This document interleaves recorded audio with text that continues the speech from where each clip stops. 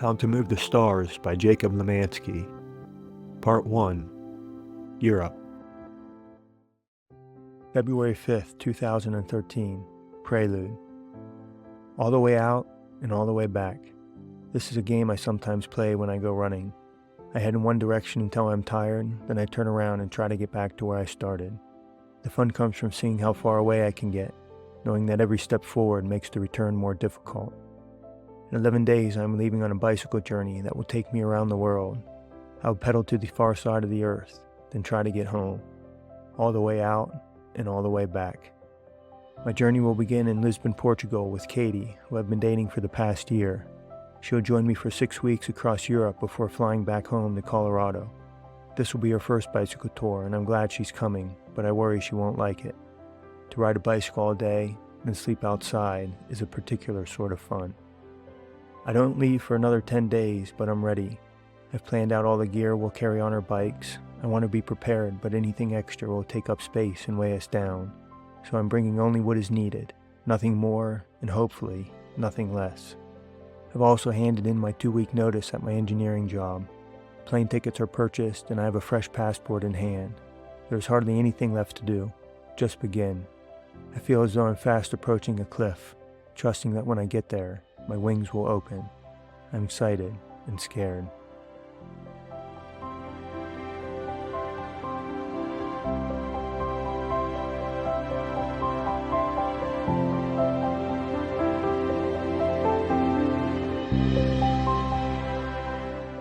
February 10th, 2013.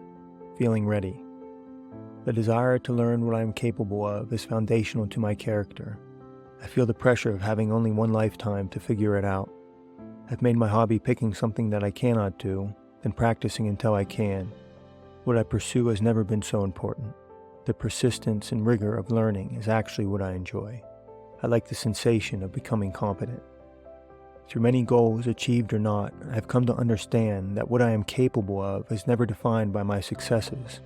Success is merely a good place to stop. Only through failure have I learned where my limits are, achieving exactly what I can, and nothing less. When I conceived to ride a bicycle around the world, I was trying to think of something so difficult that I would surely fail. Over the following months, I thought more about what such a journey would require of me, and slowly I came to recognize the characteristics within myself that would give me a chance to succeed. Importantly, I'm physically strong and sturdy, have no allergies to food, plants, or stings. Persistent, slow progress is oddly satisfying to me. Even the lifestyle fits. I've always felt comfortable living an unencumbered, austere existence, and I've never liked to shower. Now, a year and a half since I first had the idea, I see myself as uniquely capable of bicycling around the world. My coming journey has become more than a means to challenge myself. By going and being witness to the earth and the people upon it, I will capture the world in a human experience. I believe the resulting story will be my greatest contribution to humanity. Having realized this, I have no choice but to go, as though it were my destiny.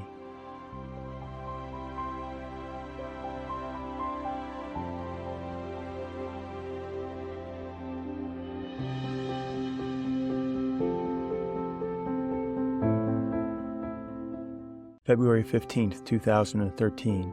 Beginning.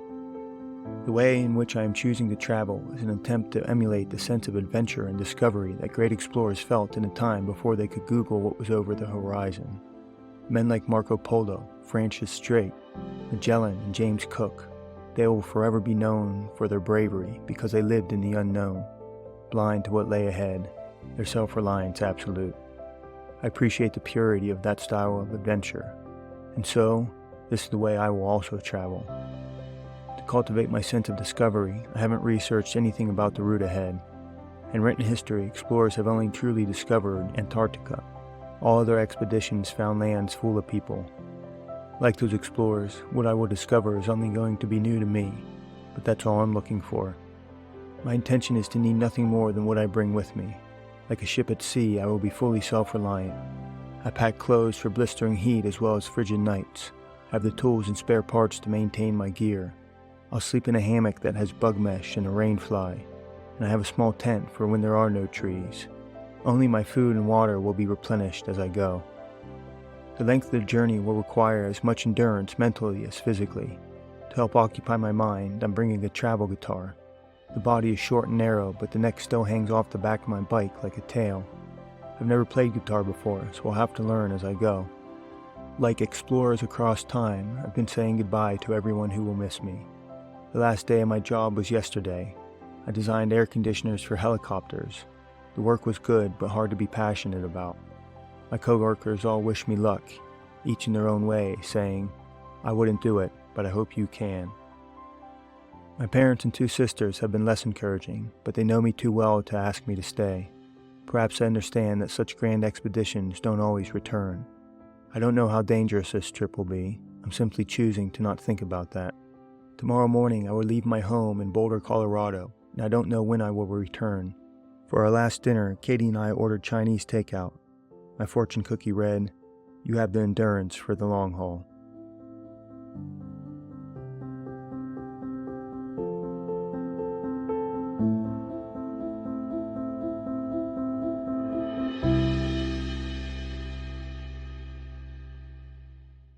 February 17th, 2013, Portugal. I'm starting in early spring because of the temperature. Hopefully I'm leaving late enough that the cold has left Europe, and early enough that winter won't be back before I'm through Siberia. I hadn't considered the weather though, and rain was coming down when Katie and I landed in Lisbon.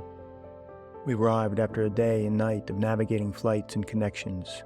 I unboxed our bicycles in the airport lobby and spent 2 hours mounting the wheels, pedals, seats, and handlebars before strapping on our bags of gear and my guitar. Hoisting my bike upright, I lifted for the first time the fully loaded weight of 110 pounds. I was surprised by the heft and nervous about handling such a bulky setup. Katie and I needed to get across town to the hotel we booked. I looked around trying to figure out where I was, but the signs were all in Portuguese. I got out my tablet to check the map, but the rain immediately fell on the screen, which then stopped responding to my touch. We hadn't even started, and I was already lost. To check the map, I ducked under bus shelters and awnings as we crossed Lisbon. My bicycle felt cumbersome and unstable. The roads were steep, paved in cobblestone, slick from rain and busy with traffic. There were no bike lanes, and I feared I would be clipped by a car. By the time we arrived at the hotel, my confidence was shaken, and I was wondering what I had gotten myself into. Katie, on the other hand, seemed completely unfazed.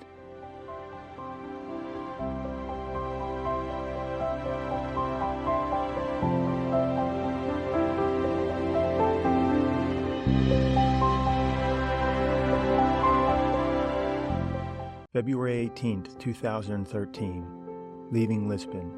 The room Katie and I were sleeping in had a thick curtain over the window. The 7-hour time difference, long flight, and days of preparation left me exhausted.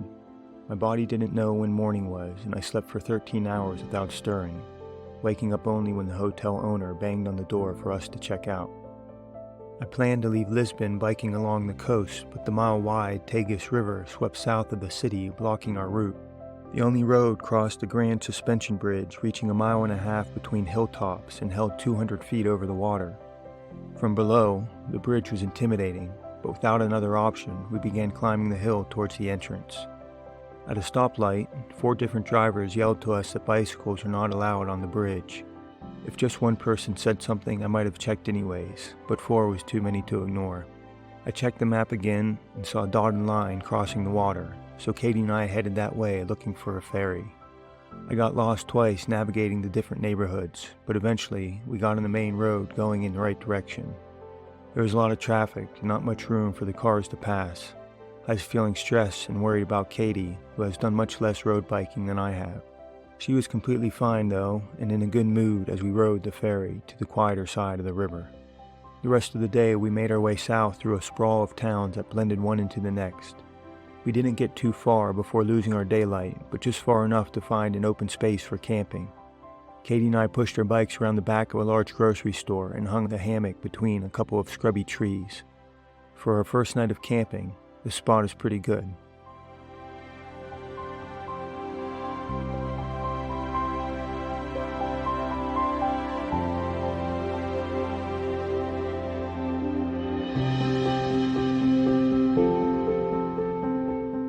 February 19th, 2013, eggs. Rain fell in the night but began to clear out in the morning. We continued on past misty farm fields and wet green pastures, but we didn't get far before reaching another wide river delta requiring a ferry to cross. As we motored out onto the water, a wide view opened up of the forested mountains, industrial docks, and a small city of white buildings built along the water. Once on the other side, we found a small cafe to sit in, but ordering breakfast was a challenge. I've never been to a place where I couldn't speak the language, and I also didn't know what people ate for breakfast in Portugal. I tried to order eggs, but that seemed to be an unusual request. Katie stepped in to help, as well as two locals sitting at the next table over. They didn't speak English either, but with enough miming, we were able to order a plate of scrambled eggs with cheese and bread. After 40 miles of biking, Katie and I pulled into a campground as the sun was getting low. I don't generally like campgrounds, but this one appeared at the right time of day. Hardly anyone else is here. The stars are coming out, and the night is quiet. I'm going to sleep well. I always sleep a little better when I'm somewhere that I'm allowed to be.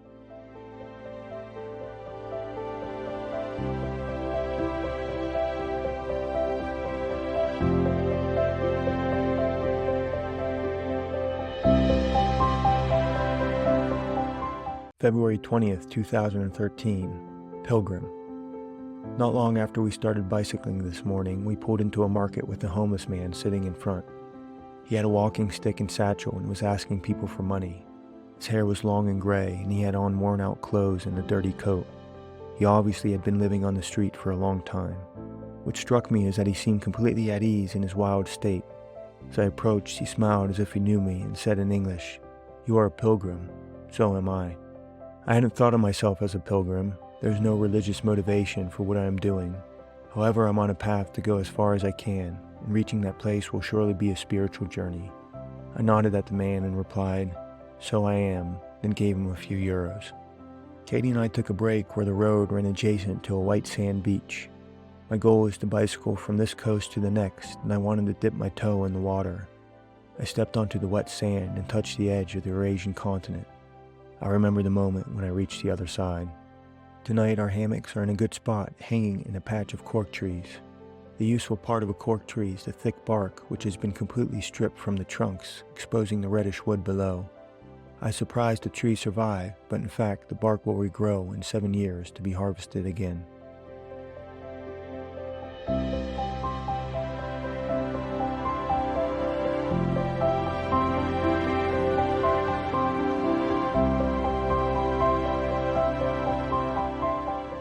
February 21st, 2013, a plate of meat. This morning I woke up with the sun and looked out across the misty farm field. Rain came in the night, but Katie and I stayed dry in our hammocks. We biked south through a quiet forest of pine trees. Dark clouds hung low in the sky, and a downpour forced us to take shelter in a shed next to a gas station. The tin roof roared as the rain came down in sheets. Avoiding the rain later in the day led us into a bar where a half-dozen men sat drinking. They all gave us a long look as we walked in. We told the waiter we wanted something to eat, and they didn't even bother bringing us a menu. A few minutes later we were served a plate of various cooked meats, sausage, potato, and cabbage. We were both cold from the weather, and that was the perfect meal to warm us up. Katie had to work tonight. She does research for a wilderness therapy company, and right now she's collecting data to determine the effectiveness of their program for teens. She's excited that the project might yield her first published paper. Her work can be done from anywhere, so we are in a bed and breakfast in a quaint country village on a hillside. The homes are densely built, almost like row homes, and across the whole town, every building is painted white and has a red tile roof. Many of the Portuguese towns look like this, and I do enjoy that they all match. Our room tonight is simple, but has everything we need. I've got our gear hanging from the curtain rod to dry, and the air is becoming humid. Katie looks relaxed with her office set up on the bed. I might be jealous that she gets to work from anywhere, except I don't have to work at all.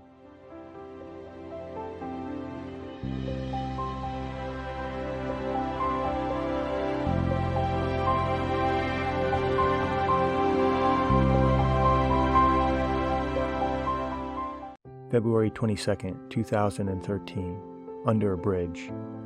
This evening, dark gray clouds loomed over us as we followed a quiet road past miles of homes, each on their own small plot of land. We had been searching for a place to sleep for over an hour and were quickly running out of daylight. Starting this early in the year shortens the days, something I hadn't considered when picking a starting date. I also expected that finding places to sleep would be easier. I didn't realize the population density of Europe is 3 times greater than the United States. As we biked along, there were no forests or hammocks, and the orchards were all behind fences. I really didn't plan well for a situation where we couldn't find trees. For backup, I have a tarp and a one-person bivvy, basically a water-resistant shell for a sleeping bag. Neither would keep us particularly dry. I was unsure of what to do, nervous that we were about to get caught in the dark in the rain with nowhere to sleep. Just as the first drops of a downpour began to fall, the road passed under a highway, and we decided to stay. The bridge actually crosses a whole neighborhood, and we walked beneath the platform to find a place to sleep. I looked for a high spot for us, but this whole area is flat. We put the tarp on the ground, then, to deflect the splashing, folded half the fabric over us like a taco. As we lay here, the rain is continuing to fall, and puddles are slowly creeping closer. Katie seems to be okay with being here, or at least resigned to it. This trip is really my thing, and so she has largely conceded the leadership role to me, trusting that it would take us forward safely and comfortably. I don't want to let her down, yet here we are, less than a week in, and I'm asking her to sleep in a puddle. I feel deeply embarrassed. What really pains me is that we are under a bridge. I resist labeling myself as homeless, yet sleeping under a bridge is a core convention of homelessness. I live outside and sleep on the ground with no job, permanent residence, or responsibility. I don't identify as homeless, but here, under this bridge, I struggle to explain why not.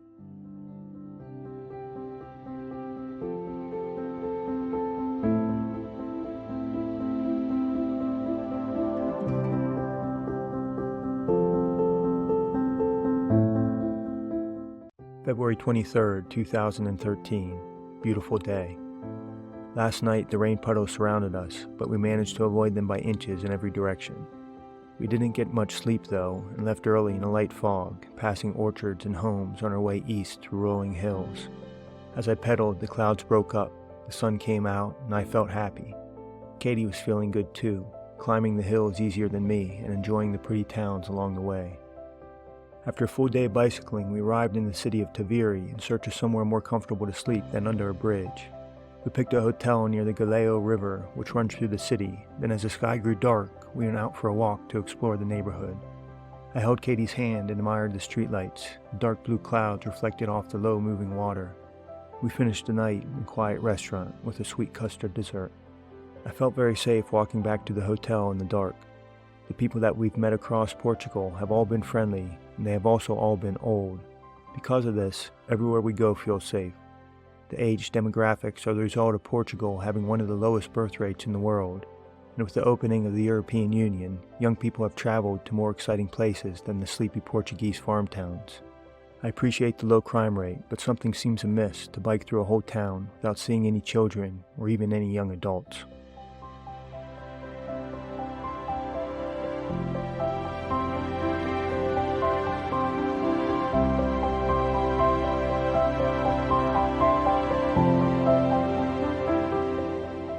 February 24th, 2013, Spain. This morning we left our bikes at the hotel and walked to the medieval castle at the top of the hill. Looking out, I could see the city sprawling into the countryside, and 2 miles away, the Galeo River drained into the Atlantic Ocean. The location is perfect for a port and has been for a very long time. Sections of the castle wall date back 2,800 years. Now those walls protect a public garden full of flowers and trees. After a couple of hours of biking, Katie and I reached the edge of Portugal, and to get to Spain we crossed the Guadiana River on a ferry named the Virgen de los Milagros, Virgin of the Miracles. A local man on the ferry with his own bike insisted on giving us a tour, and when we arrived in Spain he took us around the village of Ayamonte, first to the church, then to see a statue of a man I've never heard of. As we went around town, I noticed all the windows on the bottom floor of every building had bars over them to deter thieves. We rode into the countryside, and all the rural homes had bars as well. This wasn't the case in Portugal, and by contrast, Spain feels like a rough neighborhood. We left the city following an old railroad bed that was turned into a bike path. It took us through a coastal wetland fluttering with birds. In a nearby field, I saw 2 workers breaking a horse. One man held a rope lashed to the horse's head, while the other harassed it with a whip to keep it moving. The horse ran a circle around the men. pounding the earth into a ring of sand. Tonight, Katie and I have our hammocks hung on the beach in a quiet grove of thin trees. We are not as well hidden as I would like to be, but we ran out of daylight to find a better spot. Katie fell right asleep, but I was feeling a bit too exposed to let my guard down.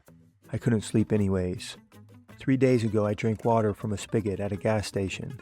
The attendant came out to tell me that it wasn't good for drinking, then pointed to a swampy area behind the building to show where it came from. The mistake has caught up with me.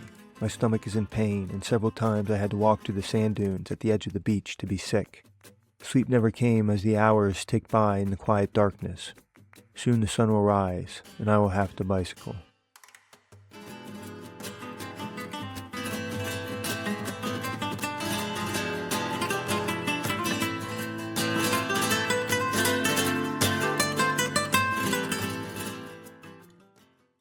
February 25th, 2013.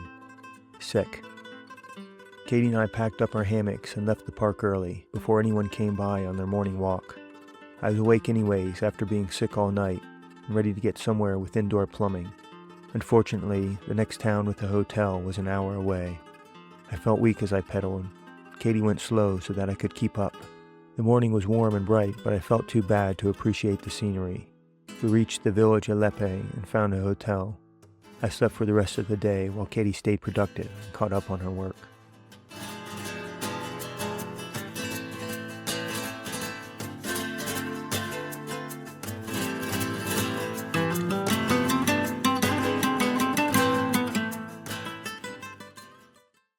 February 26, 2013. Roundabouts. I woke this morning with my stomach feeling much better. Katie and I got back on the road following the coast as closely as we could, passing by towns, farmland, and beaches as we went. The big discovery of the day was a 120-foot tall statue depicting Christopher Columbus leaning on a cross. The stone figure towered over the confluence of two rivers. I've been seeing a lot of statues. Europe has more roundabouts than anywhere I've ever been in the United States, and in the middle of every one is a public space, some of which are better funded than others. Large and interesting statues sometimes fill the circle, or a nice collection of plants may be growing. Sometimes the name of the town is on display.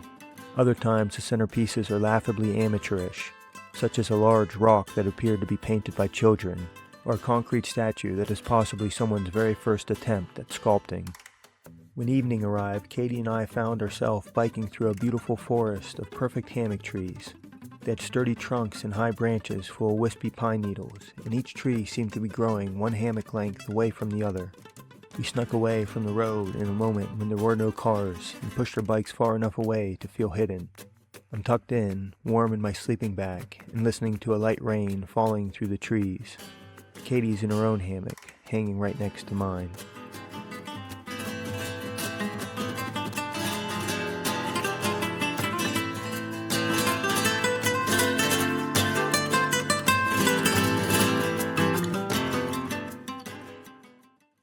February 27th, 2013, Sevilla. After a good night's rest, the cool air and dawn light pulled me from my sleep. Looking out of my hammock, I saw the pale white moon hanging low over the horizon in a soft pink sky. Katie and I left early for a long ride to Sevilla. The rolling hills exhausted my legs, but I felt happy as we went, and so did Katie. This is the first time she's ever bicycled more than 50 miles in a day, and she seemed to have an easier time of it than I did. We arrived in Sevilla late in the day and got herself a hotel room for the night. The city fits my stereotype of Europe. Cobblestone streets too narrow for cars, small shops tucked into the ground floor of old buildings, and small Catholic churches. A canal runs through the city as well, crossed by graceful bridges illuminated in the yellow light of the streetlights. I could see the long history of the place as well. Even the trees dotted about the town looked to be 500 years old. We found a nice restaurant along the water where we were taken to a corner table for two. Windows looked out at the canal, wine glasses were set on the white tablecloth, and a vase held a single fragrant lily. I took a picture of Katie, smiling and beautiful in front of the romantic setting. Then I picked up the menu and balked at the prices. We left and found a restaurant with a very different ambiance and mediocre food. Katie is elegant and fits right in a fancy table setting, but she's also thrifty and seemed fine with our decision to leave. I have that picture of her though, perfectly capturing the romantic dinner I was too cheap to buy. I started this trip with $60,000 in savings. It's enough to ride my bike for a very long time, but I'm not sure how long I will be going, or how much longer after that I will need to get another job.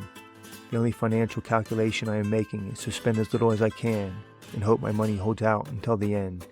Each day I am buying my time. If I can get it for a good price, I can buy more of it.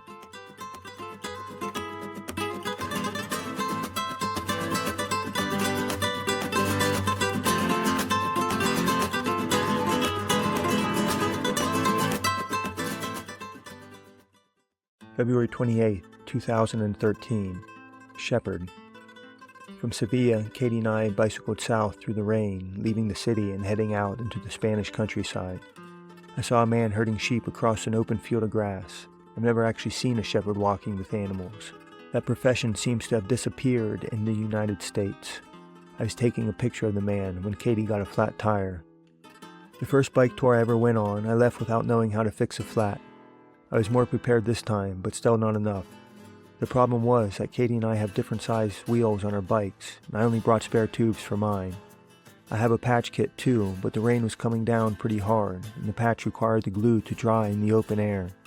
I looked around at the surrounding fields and orchards, but there was no shelter in sight. On the side of the road, I removed the bags from her bike, then the wheel. I took the tube out of the tire and pumped it up. Normally I spin the inflated tube close to my face, running my lips along the outer edge to feel for any small puff of air and listening for the faintest hiss. Today I simply submerged the tube in a puddle and looked for the bubble. I found the hole and dried the rubber on my innermost shirt. Next, I leaned my body over to shield the rain as I applied glue, then waited like this for 10 minutes for it to slowly dry in the cold, damp air. Finally, I added the patch, and to my surprise, the tire stayed inflated for the rest of the day. The first flat tire of my journey, barely overcome. After bicycling through the rain for hours, we ended the day in the city of Los Palacios. We wanted to dry off and got a room for the night in a small, family-run hotel.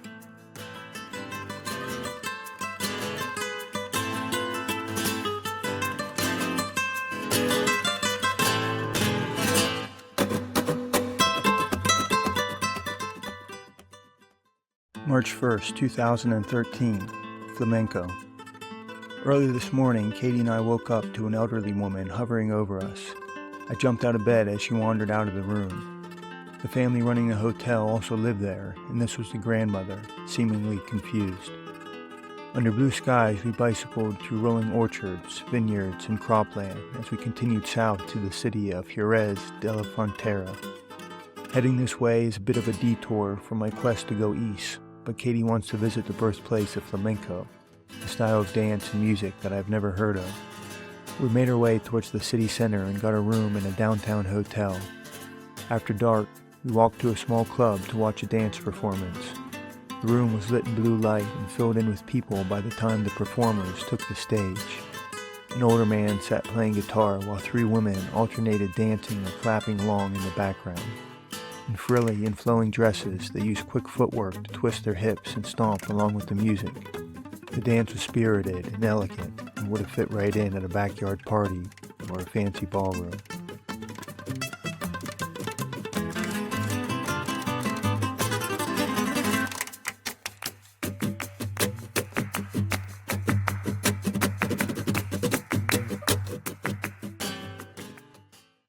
March 2nd, 2013. Angel of the Wind. I rescued a goat today that had its head caught in a wire fence. She reached out to eat the grass on the other side. Then, when the poor creature tried to back up, her horns got caught. She must have been there for a while. I could tell she was exhausted, and the rest of the herd had moved far away. I approached slowly as the goat jumped and pulled in a panicked attempt to free herself. Grabbing the horns, I managed to twist them to pass through the fence. She shook her head and ran away down the green hillside, back to the friends that had abandoned her. This morning we left Jerez de la Frontera and began to climb into the mountains of Sierra de Grazalema, a large green area on my map that I thought would be an easy place to find camping. But as the day wore on, we found ourselves trapped in a corridor between tall, barbed wire fences, keeping animals from the road and us from the trees. To make matters worse, the wind was becoming a problem. We fought to go forward as we climbed higher into the mountains.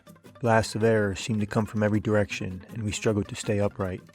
Eventually we took to pushing, but even then, the strongest gusts would lay my bike over and pull me to the ground with it. Katie's lighter than I am, and was getting thrown around by the wind even more than I was.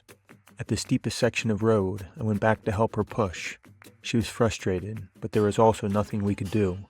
The fences persisted, the sky darkened, and we were the only ones on the road. Our only option was to struggle forward. We pushed our bikes for over an hour before coming to a T in the road. From there, I led us downhill, hoping there would be less wind if we could get lower on the mountain. The sky was nearly dark, and we were getting desperate to find anywhere to sleep. Soon, a group of houses appeared off the side of the road. A single locked bar blocked the way for the cars, but Katie and I easily ducked underneath.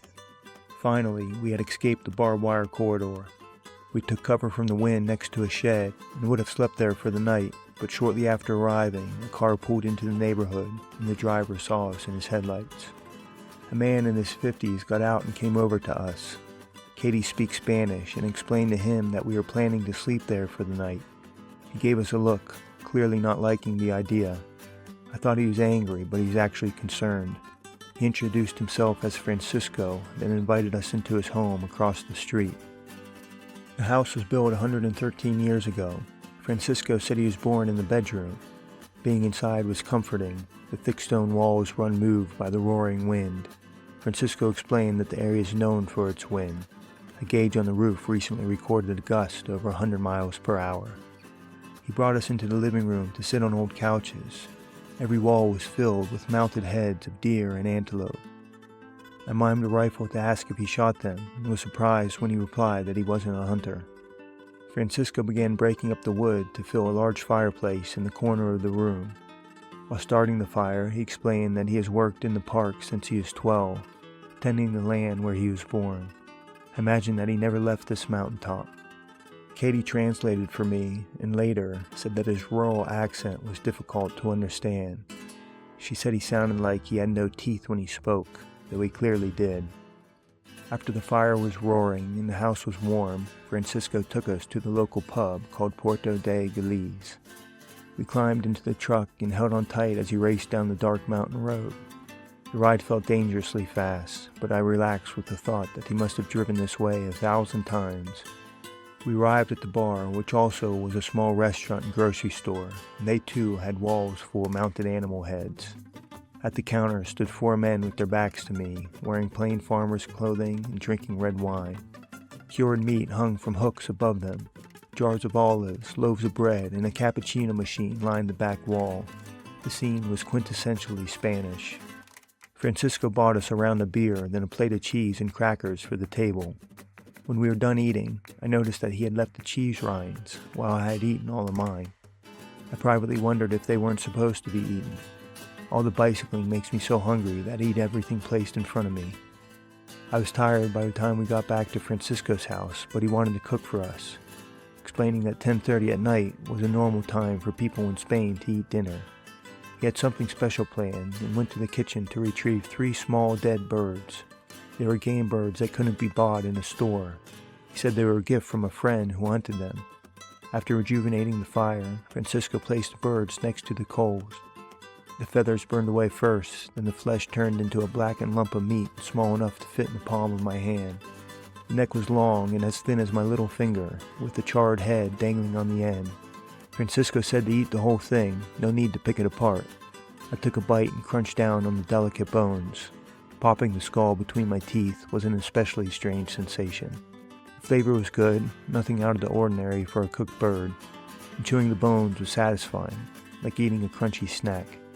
When the time came for us to go to sleep, Francisco was left with a moral quandary. He was leaving for the night to meet his wife in a village at the bottom of the mountain.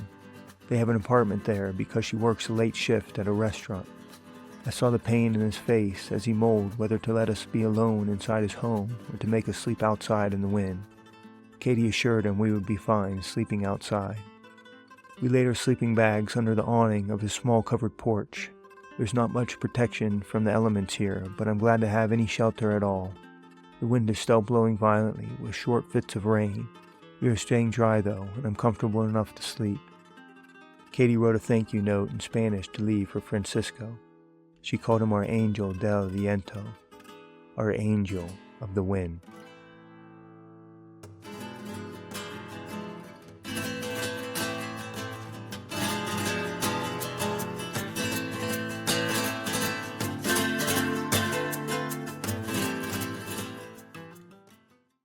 March 3rd, 2013, Spanish countryside.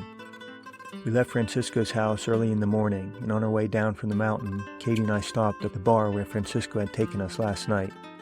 Some of the same people were there, drinking coffee instead of wine. We bought bread and cheese and got started into another rainy day.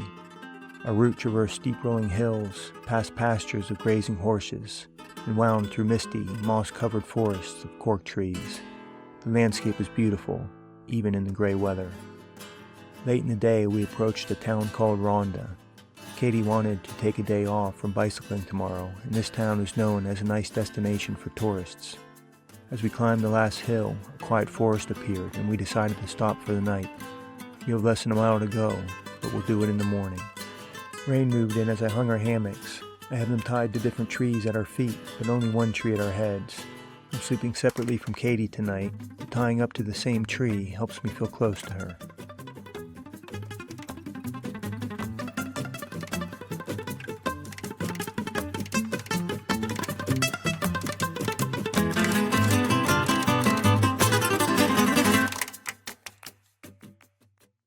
March 4th, 2013, Ronda. This morning, Katie and I left to finish the climb into Ronda. We got a room at a small hotel and laid out our things to dry. The day was still early, so I left Katie to catch up on her work while I went out for a walk. Ronda was first settled 2,600 years ago. The site was chosen for its excellent view and defendable position. The town is wedged into a corner between a cliff on one side and a gorge 390 feet deep on the other. Today, the chasm is spanned by 3 bridges. There's the Roman Bridge, dating back to Roman times, the Old Bridge, which is not as old as the Roman Bridge, and the New Bridge, which at 222 years old is not so new anymore. Despite being so old, the New Bridge was quite impressive. The platform was held up by 3 stone arches, the legs made of bricks reaching all the way down to the river. The construction took 42 years, but they did a good job. Now the bridge is used for cars. This evening, Katie joined me for a walk in the rain. I took her to the interesting places I found earlier, looked out over the cliff and admired the bridges, and walked to see the bullfighting stadium, eventually circling back around the hotel to dry off and eat dinner.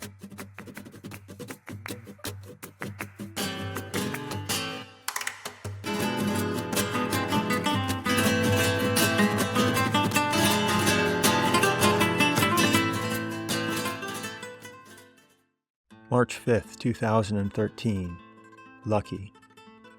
We left Ronda following a quiet 2-lane road between small farms, birch forests, and animal pastures. I checked my mirror, then moved across the road to better see a group of horses. Pulling into the lane, I heard a horn and squealing tires behind me. I never saw the car coming. From the perspective of the driver, I unexpectedly turned directly in front of them. They missed me by a split second. An accident requires 2 people not paying attention. Sometimes the drivers don't see me, and I save myself. This time, the driver is paying attention, and I had to be saved. The lapse in caution nearly ended my journey. I felt shaken and embarrassed. A sense of fragility settled over me. I felt grateful for a mistake that left me unscathed, a free lesson reminding me to be as safe as possible, to be vigilant at all times and what the stakes are if I'm not. I feel renewed deference towards the passing vehicles. The road ahead is very long, and even a single misstep may be one too many. In the afternoon, I followed the map onto what I thought was a road, but could only be described as a tractor path. The ground became muddy, grabbed at our wheels, and covered our bikes in muck. We considered going back to the pavement, but continuing forward was shorter by a few miles. At the end of the path, we had to cross a shallow stream. I built up enough speed to splash through while Katie took off her shoes and pushed. Alongside the muddy track were the ruins of an estate. Several buildings still stood, overgrown, crumpled, and decaying. There are no modern construction materials, and the liberal use of stone arches made me wonder what century it was from. Later in the day, we passed a crumpled castle atop a mountain. One square tower remained, but most of the walls had fallen. The ruins across Europe are fossils of toppled societies. To see them dotting the landscape is a reminder of the land's long and turbulent history. Tonight, Katie and I are taking shelter at a large campground. We're the only guest here, so the guy running the place told us to set up wherever we wanted. Rain began to fall as we looked for a spot, but there were no trees for our hammocks. We walked to the back of the campground and laid our sleeping bags on the covered porch of one of the empty cabins. We have an uncomfortable and wet night ahead of us. I feel the hard wooden platform beneath my shoulder blades, and water is dripping through the boards above us.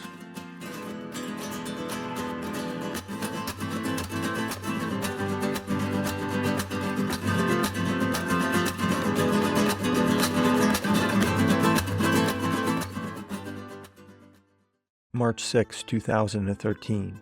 Tired legs. Katie and I spent the entire day bicycling through olive orchards. For 35 miles they stretched to the hilltops in every direction, broken up only by farmhouses and the occasional village. We started looking for a place to sleep an hour and a half before sundown, but the endless orchards left no patches of forest where we might hang a hammock. Rain was coming down in spurts, so I really wanted to be off the ground. With daylight running short, the only solution I could think of was to go as fast as we could and hope a spot to camp appeared before dark. My legs were exhausted, but I was compelled to sprint ahead. Katie did not have the same fighting spirit. She was also tired and dawdled forward. At her pace, we'd only be able to search a couple more miles before dark. There was no telling how far we might actually need to go. Frustrated, I encouraged her forward, but she was already doing her best. As night descended and a damp wind brought in dark clouds, Katie pointed to a patch of shrubs on an abandoned lot and said we should try there. Next to the foundation of a long-gone home, several decorative trees and bushes were growing close enough together to hang our hammocks. Just in time, too. The rain began to fall as soon as we were set up.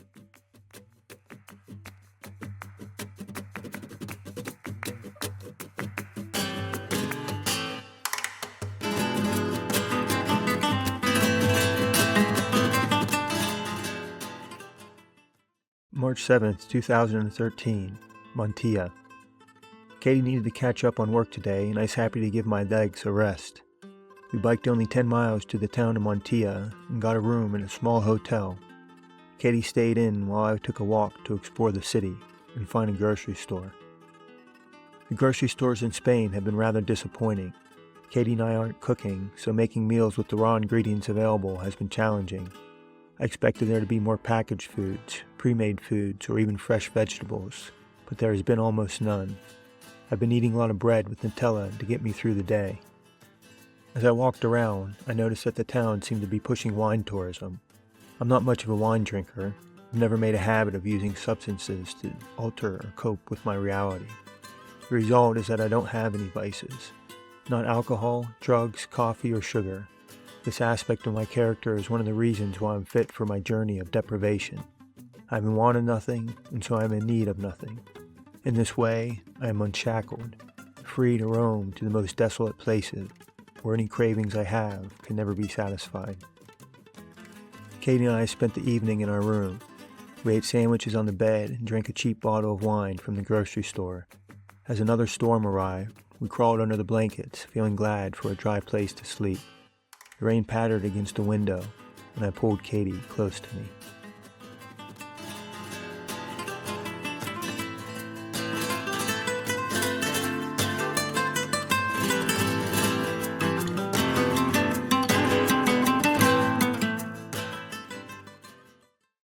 March 8th, 2013, Olive Orchards. After sleeping in, Katie and I took a walk through the city to find pastries for breakfast. I got a few extra for later in the day, and with our bikes packed up, we got started. The rain from last night had passed, and the road was beginning to dry as we pedaled out of town. Around us, the landscape was rolling, and my legs felt good as I climbed. There were crumbling ruins on hilltops, villages sprung up every 10 miles. Between the towns were olive trees, and nothing else. Over the past 3 days, Katie and I have crossed 100 miles of unending olive orchards. The short, scraggly trees spread out to the horizon in every direction, all of them planted in perfectly straight lines, each one a precise distance from the next. Collectively, they created a uniform pattern that rolled over the hills like a silk sheet over a body. I wouldn't be surprised if someone had told me the polka dot landscape was a modern art masterpiece. The scene was so strange and very beautiful. The tragedy is, despite being surrounded by literally millions of trees, they're all slightly too far apart for a hammock. This evening, as I looked for a place to camp, I felt as if I were in some sort of ironic hell. After 2 hours of searching, the situation felt hopeless, and with darkness upon us, Katie and I pushed our bikes into an olive orchard, wrapped ourselves in the tarp, and laid on the ground to sleep.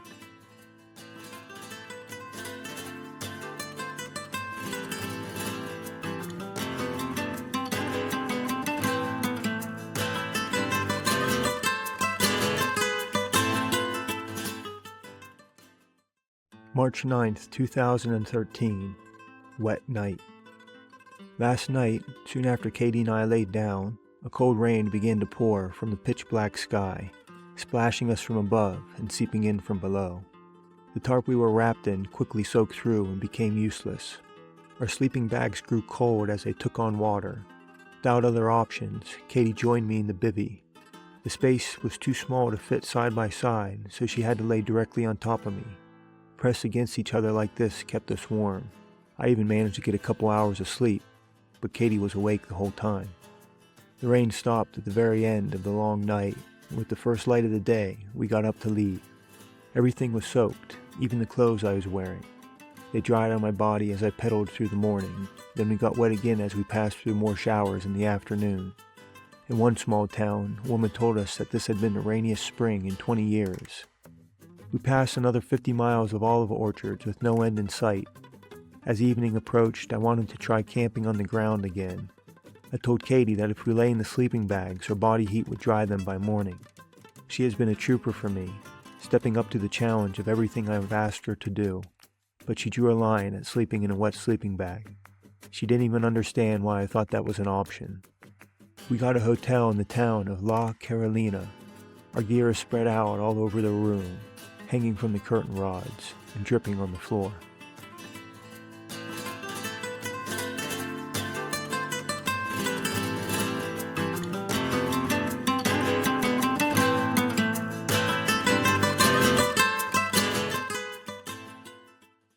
March 10th, 2013, wet mountains. Katie and I left this morning biking into cool, damp mountains. Misty clouds hung low, and we were in and out of rain throughout the day. A highway ran adjacent to the road we were on, tunneling through the land and spanning the valleys over magnificent bridges. We had to pedal around the hills, or climb up to the ridges. Where we passed through Despina Pero National Park, the mountains became extremely rocky. Fins of moss-covered stone, 50 feet tall, pierced through the hillsides. Gray cliffs, speckled by lichen, rose to the clouds. Katie and I pedaled into the late afternoon where we found ourselves surrounded by rolling farmland. The wet roads and climbing made for a tiring day of biking. Gray clouds threatened more rain, with no good place to set up our hammocks. We pulled into the town of Valdepeñas to find a good place to stay. The city was pleasant. Homes and businesses densely lined the narrow streets. We bought bread and jam at a small grocery store, and Katie talked with the owner in Spanish to figure out where we could find a room. He pointed us down the road, and we pulled into a cheap hotel just as the rain began to fall again. Our room is small, but sufficient, with yellow and red plaid curtains and matching bedspread. Most importantly, we are staying dry.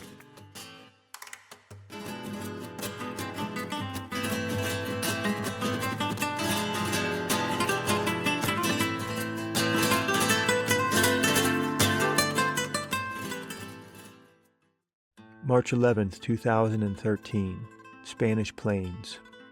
Katie and I spent the day following a highway across an expanse of farm fields, all of them planted and soaking up the recent rains, which struck again today. I don't mind the rain. I layer on my waterproof clothing and stay mostly dry and warm.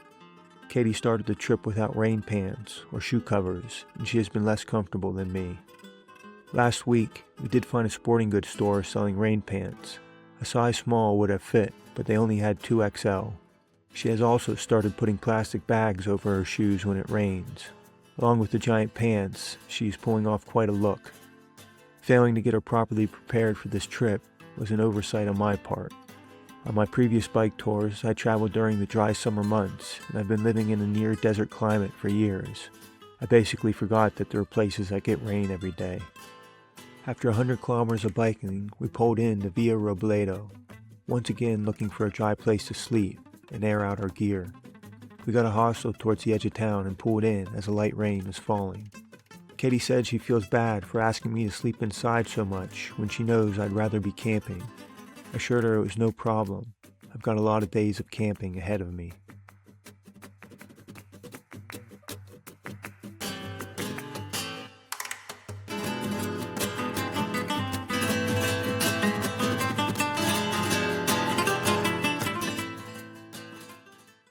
March 12, 2013, Valencia. Katie decided to take the train 135 miles ahead to Valencia. I wanted to bicycle there, so we agreed to meet at a specific hotel tomorrow, and I would camp one night along the way. Her train left at 7 a.m., and I got started too. I've been getting stronger, my bike no longer seems so heavy, and I now finish each day with a little more energy than I used to. Today, all of my exercising culminated in one of the peak performances of my life. I pedaled hard to feel the power in my legs.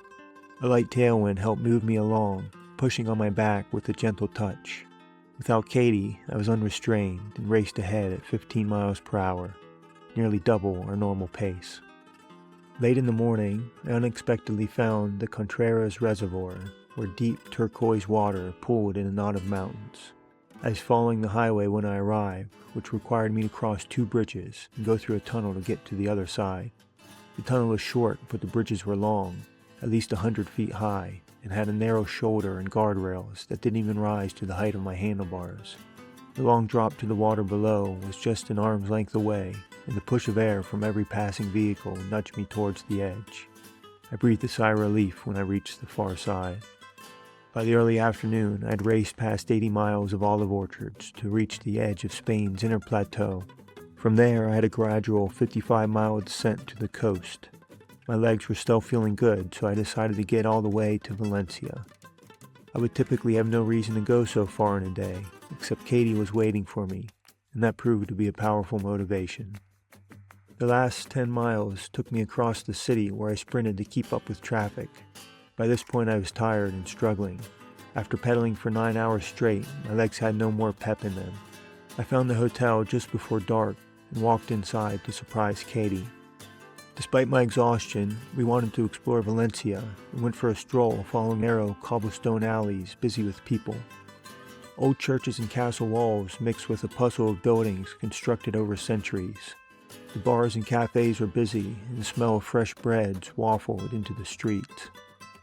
After our long walk, I arrived back at the hotel on weary legs. Our room is on the top floor of a narrow row home with small windows looking out over the city. It's charming and romantic, and Katie and I stripped bare to take advantage of the soft mattress. A few minutes later, my hamstrings reached their limit, both of them cramped in a very inconvenient moment. I yelped in pain and rolled out from beneath Katie, moving to the floor to stretch and drink water. By the time I returned, she was sound asleep.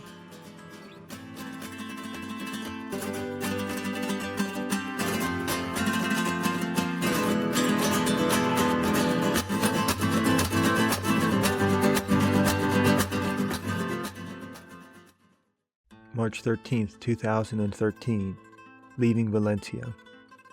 Katie and I slept as late as we could. My legs were exhausted from yesterday's effort, but I wanted to carry on. We left the hotel at checkout time and pedaled slowly across Valencia, looking for interesting sights along the way. Very quickly, we discovered a park that was 500 feet wide and stretched for miles across the city. The bike path took us past large, old shade trees, soccer fields, gardens, playgrounds, and fountains. Then, as we approached the coast and the Balearic Sea, we came upon a complex of modern architectural masterpieces. First was the Performing Arts Center, a massive, complex structure that looked like a futuristic, aerodynamic helmet. Next was the IMAX Theater, positioned in the middle of a square blue pond. The smooth bulbous shape made me think of a sand crab. The Science Museum was next, looking like a hulking skeleton of an enormous creature. Then came a fantastic bridge, with both lanes of traffic suspended from a single curved pillar reaching high into the sky. Finally, there was a large blue building shaped like the back of a sailfish. I marveled at them as I pedaled by. When we reached the sea, Katie and I turned north, staying as close to the beach as we could. Next to the wide open water, the wind became fierce, blowing at our faces with such force that my tired legs could barely take me forward. We struggled for an hour, took a break, and struggled for a couple hours more, only managing to go 8 miles before stopping for the night. I thought that sleeping on the beach would be an option, but the wind-whipped sand stung our skin and got in our eyes. As night fell, we pulled onto the property of 3 empty condo buildings. Seemingly, they're only used in the summer. A storm blind has come loose in the wind and repeatedly slams against the top patio of the 11-story building. Katie and I are pressed up against a large outdoor grill made of cinder block. We lay our sleeping bags on the ash-covered bricks. Then I tried to shelter us by building a wall with a chair and a trash can. I still feel the wind swirling violently. The trees and grasses all around us are bowing and shuddering with every gust.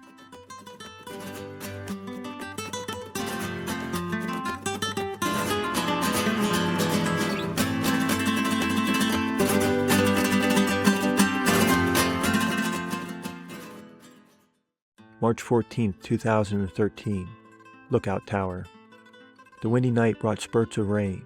We got a little wet, then dried again by sunrise. Katie seemed to sleep pretty well, but there was so much movement from the gusting air that I struggled to relax. By morning, the breeze was all that was left, and we continued north along the coast under the beautiful sky. Once we got started, I noticed a clicking sound coming from my bottom bracket. Wondering what was wrong distracted me, and we stopped in the next little town so I could investigate the issue. Katie sensed my frustration and wandered to a nearby park to let me deal with the problem myself.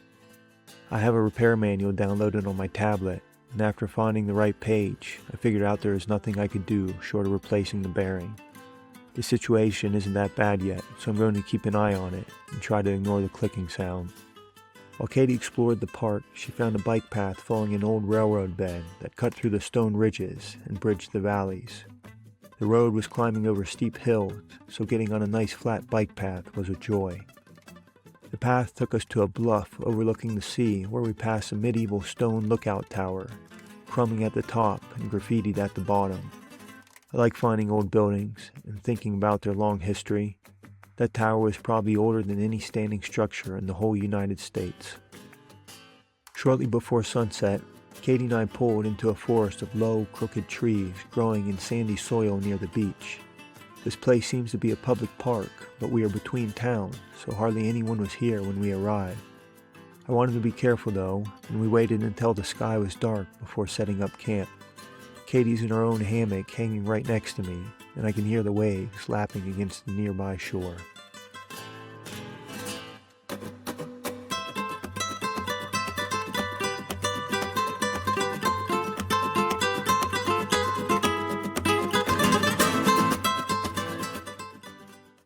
March 15, 2013. Pensacola. I've been trying to follow whichever road is closest to the sea. This makes for easy navigation, and I also avoid the larger hills just inland of the coast. In the early afternoon, this strategy led Katie and I onto a quiet dirt road through a nature preserve. I pedaled slowly over the bumps, past scrubby bushes and dry grasses. I looked around, distracted, and turned my head so far that I lost my balance. Before I could grab my brakes, I ran off the road and directly into the center of a wooden fence post. I was going so slowly that I simply came to a dead stop and put my foot down. I pushed my bike back to the road, and when I started again, I noticed my toes touching the front tire when I pedaled. Upon further inspection, I realized the front fork had been bent backwards about an inch. My bike was injured. I felt bummed and irritated for the rest of the day.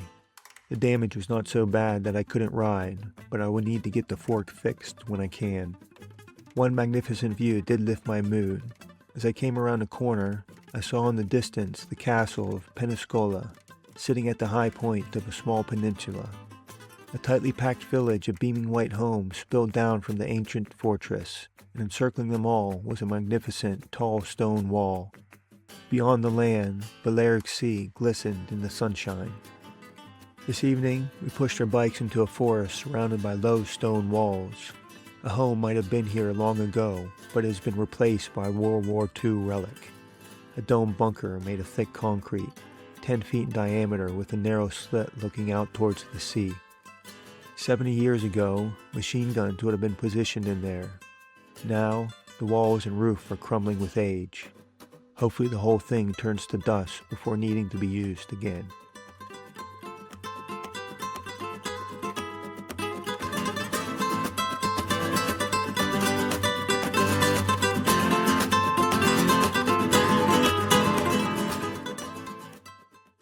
March 16th, 2013, Spanish Coast. I made you breakfast in bed, I told Katie as I peeled the plastic cover off a single-serve yogurt and handed it to her. We lingered at our camping spot, enjoying a slow morning before rolling out under cool, overcast skies. Our route took us past farm fields and through small towns. We stayed close to the coast as tall, steep mountains loomed to the west of us. They were beautiful, with stripes of tan cliffs and green trees. I just didn't want to be bicycling over them. After a couple hours of biking, we discovered a farm for bonsai trees, where large greenhouses held hundreds of stunted plants. I've always liked looking at bonsai trees and contemplating their long, slow growth. I'm fascinated by the trees that have outlived their original caretaker to grow older than any human lifespan. To survive for so long, they require air, water, sunshine, and institutions. Late in the day, we passed a house that had a 14-foot tall statue of a T-Rex dinosaur covered in mosaic tiles. I recognized the light, joyful impression the artist was going for, but I wasn't in a good enough mood to appreciate it. Katie and I were getting tired. I missed a turn and led us onto a side road with a dirt surface and a lot of steep, short climbs. The choppy hills exhausted my thighs, and frustratingly, a fence kept us from getting onto a smooth, flat highway running right next to us. We were both hungry as well, but had no time to stop for a snack. The sun was about to set, and I was struggling to find a place for us to sleep. With the last of our daylight, Katie and I made our way down a hill to a beach where we were able to hang our hammocks. People were here when we arrived, but now the sky is dark and just one man is left, sitting in his car in the parking lot. We are pretty well hidden, but I'm nervous about someone being here at all. I'll stay awake until he's gone. Katie is less concerned. She's already asleep.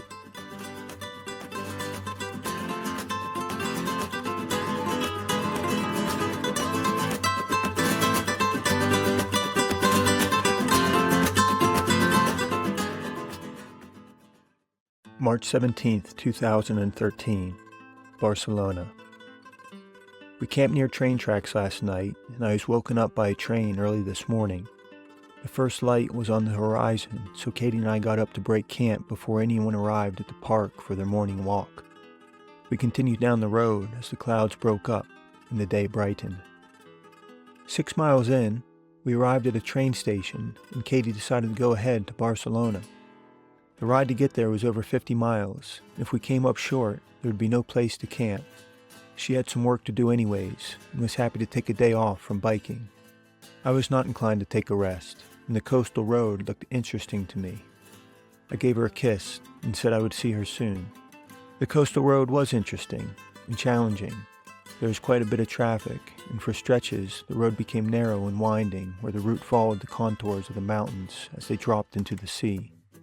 I focused and stayed as far right as I could, but not too far. There was a guardrail, and just on the other side, a long tumble to the water. I arrived in Barcelona at sunset and made my way to the hotel where Katie was.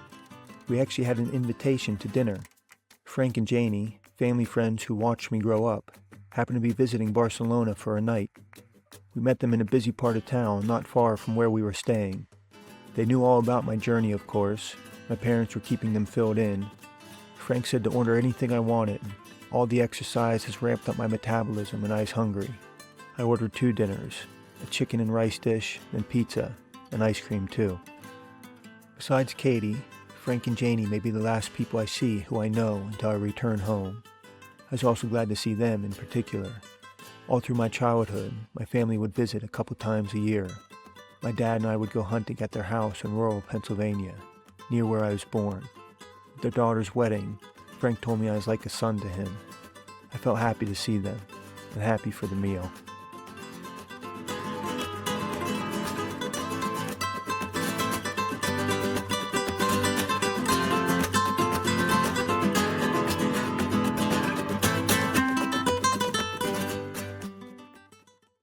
March 18th, 2013, bike repair. I was on a mission to repair my front fork today. The bike shop I found is the only one in Spain that sells the brand of my bicycle, a Surly. I was able to buy the exact same fork except that the paint is black while my bike frame is blue. I was disappointed to break up my color scheme. I thought my bike looked like an old car with mismatched paint.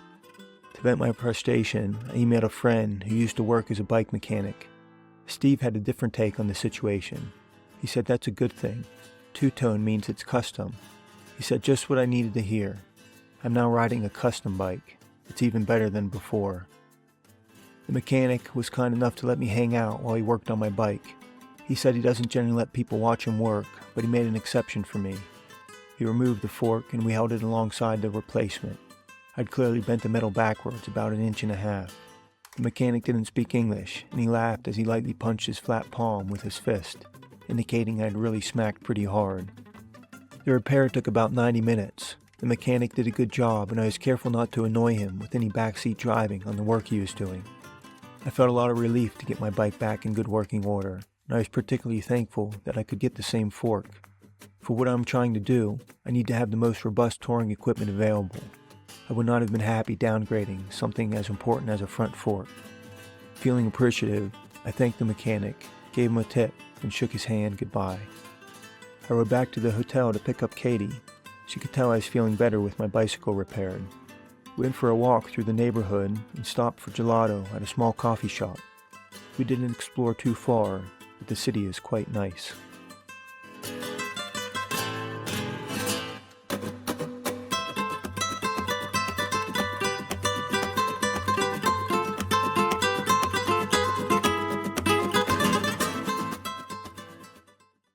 March 19th, 2013, Gaudi.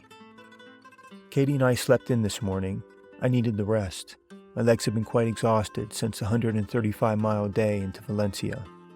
Physically, the most challenging aspect of bike touring is the persistence, more so than any individual effort. What's important is the ability to recover from bicycling while still sitting on a bike. I'm continuing to get stronger, but my legs never stop feeling tired. After breakfast, Katie and I headed out to wander the city. Barcelona has a famous architect named Antoni Gaudí. His eccentric buildings are inspired by nature, and they're easy to pick out across the city. His most famous work is the La Sagrada Familia Cathedral.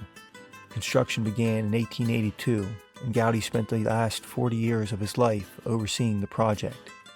Even today, 87 years after his death, there's still a decade of work left to be done. I'm inspired by his commitment to a project that would require multiple lifetimes to finish. Gaudí knew there would be no reward for seeing the building completed, yet he dedicated himself to the task just the same. Commenting on the pace of construction, he said, "My client is not in a hurry." I appreciate an institution that can commit to such long timelines. In the United States, everything is built fast because corporations will never invest in multi-generational projects. Politicians don't have that much foresight either. Great works, with centuries-long creation times, are truly the domain of religion. Despite the work left to be done, the cathedral was already amazing. The buttresses looked like bones, and the spires reminded me of dripped sandcastles. Inside, stone pillars rose up 200 feet, splitting at the top like tree branches. For those looking towards the heavens, the ceilings of cathedrals are always well adorned, and at La Sagrada Familia, the ceiling was magnificent. Intricate geometric shapes folded together and captured rainbows of light coming through the stained glass. The building will be an architectural masterpiece for as long as it stands. If that's 1,000 years, the Sagrada Familia will still be 100 years younger than the oldest church in Barcelona today. After visiting the church, Katie and I went to an outdoor park designed by Gaudi. The curved walking paths and sculptures created a sense of whimsy. Dr. Seuss books came to mind, and I wondered if his artistic style was inspired by Gaudi's work, or having grown up with the whimsical books, Gaudi's work now creates the same emotion in me. In any case, I really enjoyed the park. Katie and I ate peanut butter and banana sandwiches and looked out over the city.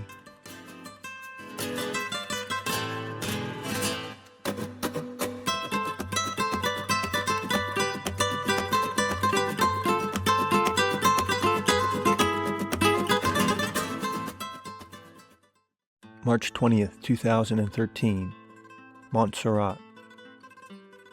Katie booked us a tour of Montserrat, a Benedict monk mountain retreat an hour's train ride from Barcelona. Positioned among white cliffs high on a mountain, the beautiful center was once a space of peace and contemplation for religious scholars. Now, tourists swarm the grounds, arriving via mountain tram or cable car. Katie and I took the cable car. We climbed 2,100 feet up the mountain, suspended in the air. The ride was only a few minutes, but the view was made for an exhilarating experience. As we ascended towards the picturesque monastery, built into the natural beauty of the stone mountains, I felt like we were really ascending to somewhere holy. Montserrat became a holy site in 880 when the image of the Virgin Mary was discovered in a cave. Perhaps an odd place to reveal herself, but look what has come of it. 1,133 years later, the church now has a real money-making operation. God works in mysterious ways. The site had a hotel, hiking trails, gift shop, cafeteria, and for entertainment, they had choir boys. 6 days a week, they sing Catholic hymns and chants for an audience of onlookers. The whole compound was quite large. The hotel was 5 stories tall, and one tower section attached to the monastery reached 10 stories high. The monastery itself had high arching ceilings, and throughout the space, they went heavy on gold paint. We listened to the choir boys perform. Their singing was pleasant, but given what's come out about the church, the fact that they are cultivating a group of little boys felt icky. They literally kicked them out of the choir when they hit puberty. The place was full for the performance, and the pious around me did not seem to be having those same thoughts. The boys were a hit actually, and people applauded when they finished. When we were done touring around, Katie and I took the cable car, then the train, back to Barcelona. We'll be bicycling again tomorrow, and I'm ready. My legs are itching to go.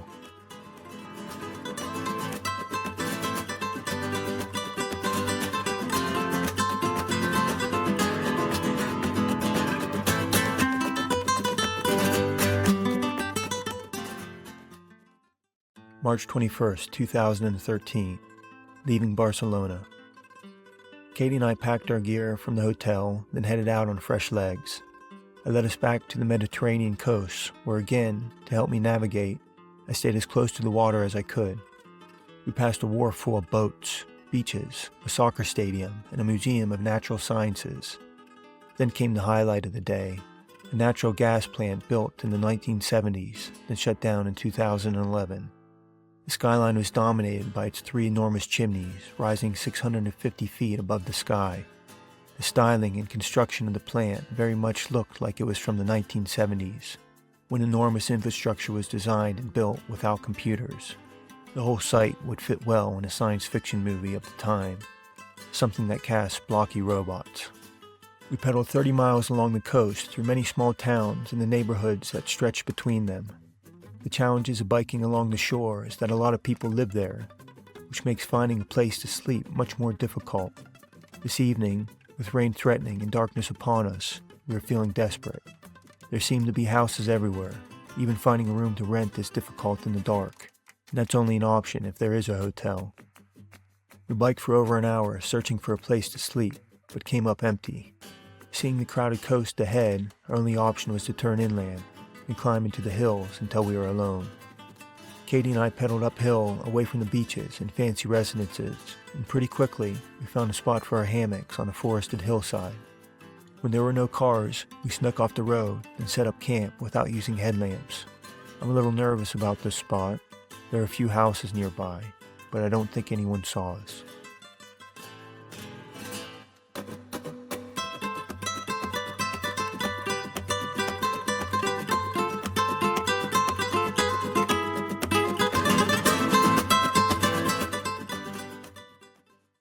March 22nd, 2013, Villa Vella.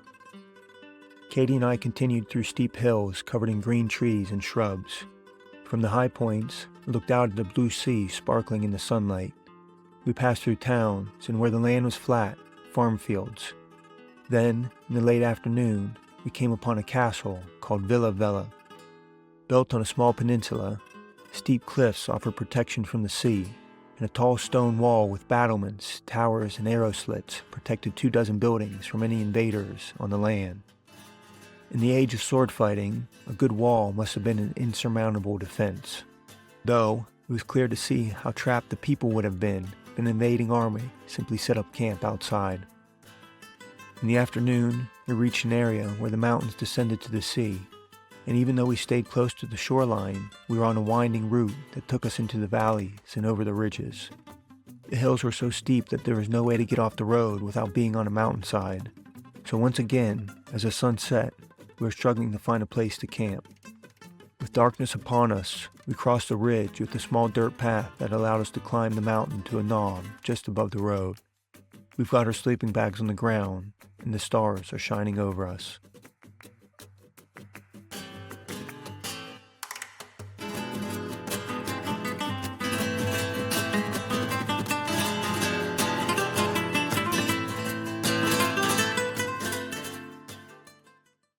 March 23rd, 2013, Castles. Last night, a few hours after dark, Katie and I were discovered. A pickup truck pulled up to where we were lying on the ground, its headlights shining right at us and our bikes. I woke immediately and sat straight up. My sleeping bag was fully zipped against the cold, and only my head poked out of the top. The dirt road we followed to get there looped right around to our camping spot at a picturesque point overlooking the sea. Maybe they were also looking for a place to camp. Perhaps a couple was trying to find somewhere romantic. I don't know, and they didn't get out to explain themselves. I squinted into the headlights as the truck backed up, then it turned and drove further up the ridge. Someone knew where we were, which meant they might come back.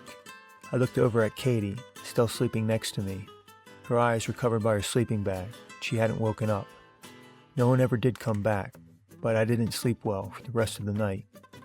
We pedaled out of the mountains in the late morning and entered onto a coastal plain covered by sprouting cropland, and every 5 miles we passed through another small town. We stopped a couple times to buy groceries, but struggled to find anything good. Katie and I aren't cooking, so we look for anything that can be made without a stove, which seems to be very limited in the Spanish grocery stores. Mostly they have raw ingredients. Rarely do they have something like canned soup that we can eat without heating, and there's never any prepared food. Beyond the raw ingredients, the aisles do have a selection of long shelf-life goods. Today we settled on white bread, peanut butter, off-brand Nutella, and packaged cookies. I don't mind eating all the processed sugar. I just know there are better foods if only I could find them. Rain began to fall this evening as we searched for a place to sleep. When we came upon a campground, we pulled in to see what was available, but found that it was closed for the rainy season. Apparently we were the only ones on vacation this time of year. The gate was down, but we were able to push our bikes under to get onto the property. The campground did not have any spots for tents or hammocks. Instead, there were hundreds of small cabins. We picked one in the middle and laid our sleeping bags on the porch to avoid the dripping rain.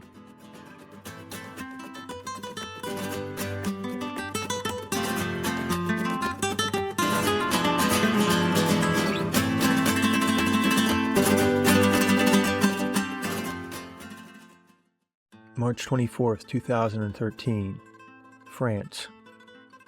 A woman arrived shortly before dawn and told Katie and I that we weren't allowed to be there. She's angry. A second man quickly arrived to send us away as well.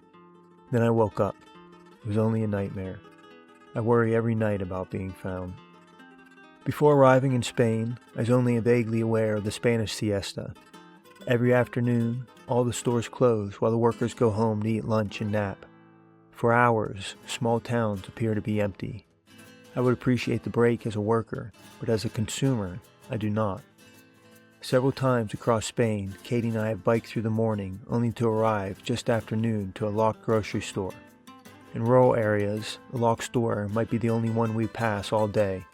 The restaurants would also be closed and wouldn't reopen until dark. We were left hungry, without food, and no place to buy more. This happened to us again today. For myself, the feeling of hunger is mostly disconnected from my mood, but for Katie's sake, I regretted that I didn't carry more supplies. Not unreasonably, she's perturbed every time we run out of food. If I had even a morsel, I would have given it to her, but I had nothing. Each time this has happened, I felt bad, but Katie never blamed me. Clearly at fault was the Spanish siestas. Rain began to fall on our final climb out of Spain. Starting from a stormy inlet, Katie and I ascended a serpentine road, sweeping gracefully to a ridgeline, marking the edge of France. We posed for a picture in front of the sign. Both of us were wearing our red raincoats and black rain pants. Behind us was France, lost in a cloud. Spain was a hard place to bike tour. The rain was persistent, and we had a lot of trouble finding places to sleep. The people were kind, but I never did feel comfortable seeing iron bars across the windows, a precaution that persisted throughout the whole country. As I rolled down from the ridge, I had high hopes that France would be better. Katie and I quickly arrived at a quaint village tucked between the mountains and the sea. The sky was beginning to get dark, and we needed a place to stay. The town seemed empty and shuttered, but fortunately for us, there was one open hotel. The woman at the front desk spoke to us in English with a thick French accent. The room cost much more than we had been paying in Spain, and I asked if there were other places we could check. She explained that the tourist season has not yet started, and that in many of the towns along the coast, the shops and hotels will all be closed. I hoped that France would be different from Spain, and it is. Their siestas last 6 months.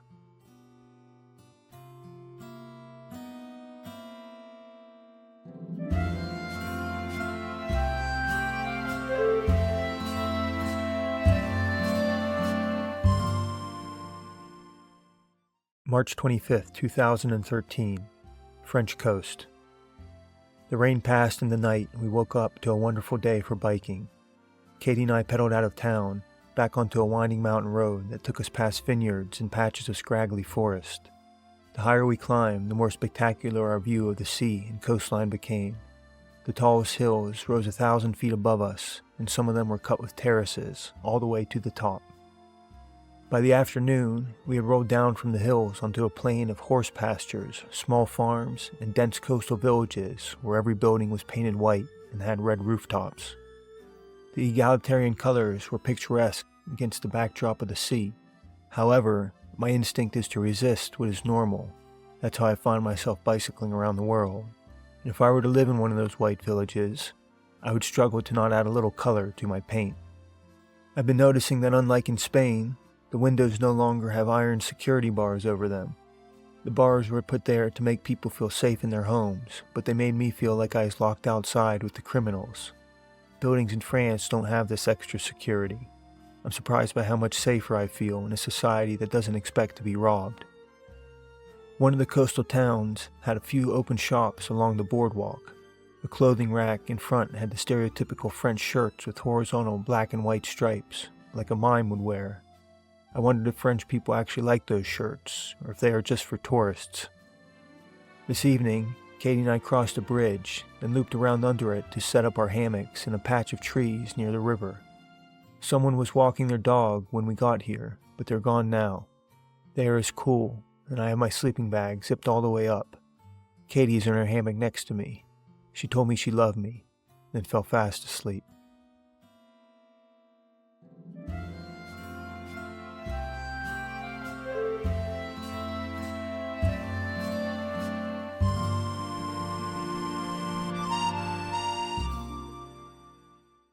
March 26, 2013, Canal. Katie and I continued past farms and small towns as we crossed the French countryside.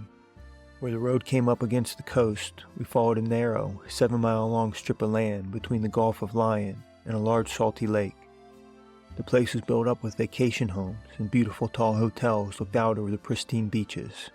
There were no vacationers though, and everywhere we went seemed rather quiet. Late in the day, we found a bike path along a canal that passed between two more salty lakes. The canal brought fresh water to the fields from the Aude River in the north, and also served as a means of transportation. The boats in the canals were particularly long, stretching for up to 80 feet while only being 12 feet wide, long enough that they could not possibly turn around in the narrow channel. Whichever direction they entered from would be the direction they point forever. The boats had a single deck on top, a flat bottom, and they were old. Many were in disrepair, with hulls painted half a dozen colors from rust spots being covered up over the years. Some of them had been converted into shabby homes. There must have been a heyday for traveling by canal, but clearly that time has passed. Katie and I smiled as we bicycled into the evening. The canal path had no cars for us to worry about, or even any other people. Our bikes rode easily over the packed gravel. Birds chirped and fluttered in the tall grass. Canals are incredibly flat, and we went for miles without the slightest hill. The full moon was rising, and the horizon was turning pink as we pedaled towards a forested hillside to find a place to sleep. We first followed a tractor path between trees in a farm field, but I couldn't find a spot for our hammocks. Looping back, we went to a ridge along a dirt road and set up camp where passing cars couldn't see us. Now, the moon is high in the sky, and so bright that I see the shadows of the trees casting across the forest floor.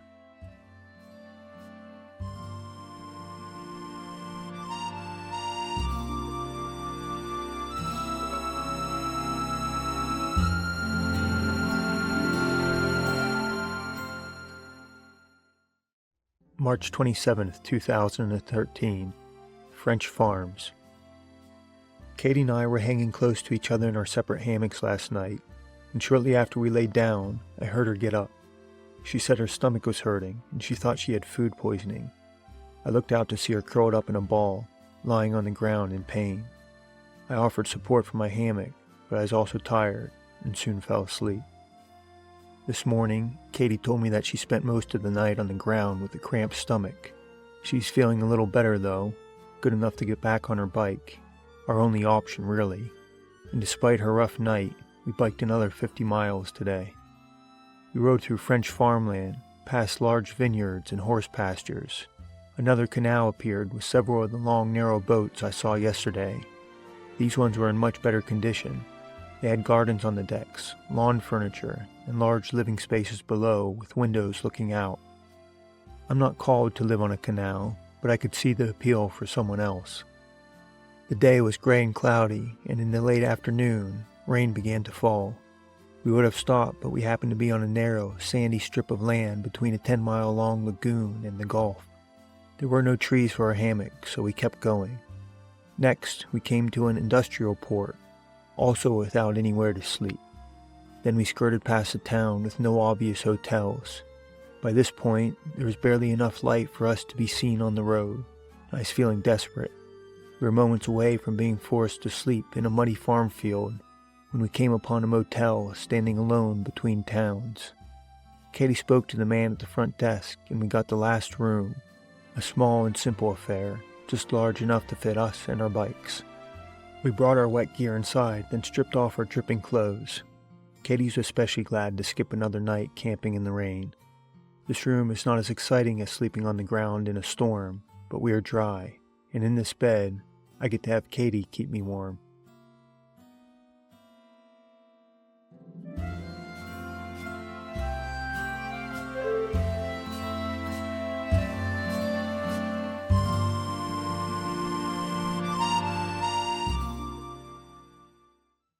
March 28th, 2013, Montpelier.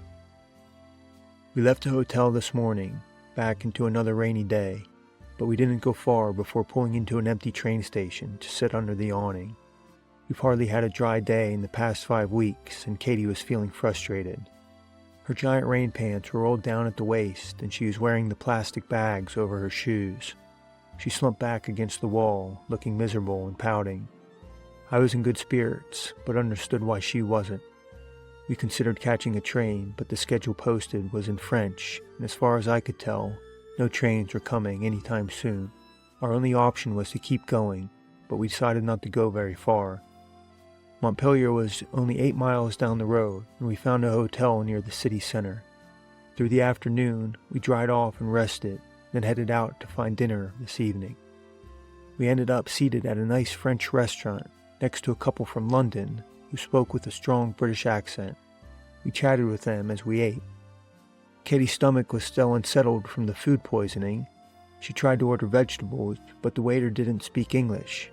He went down the menu saying bœuf and pork. Vegetables were not the main course for anything. I ordered a pork shoulder, like the British woman sitting next to us. Hers was a huge chunk of meat that caused us all to laugh at the size. I was hungry and excited, but when mine came out, the portion was 1/3 the size. The flavor was fine, but I was disappointed the whole time. I wanted a big meal much more than I wanted one that tasted good. After dinner, we meandered through the city, walking beneath the streetlights back to the hotel.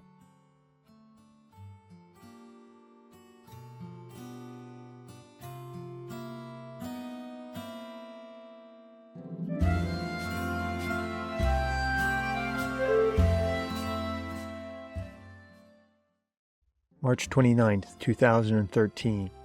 Rest day. Katie and I took the day off in Montpelier. She needed a break from bicycling in the rain and had some work to do as well. I was happy to give my legs a day of rest, and with no responsibilities to attend to, I wrote a blog, read the internet, then went for a walk. I wandered the wet streets, admiring the old European architecture.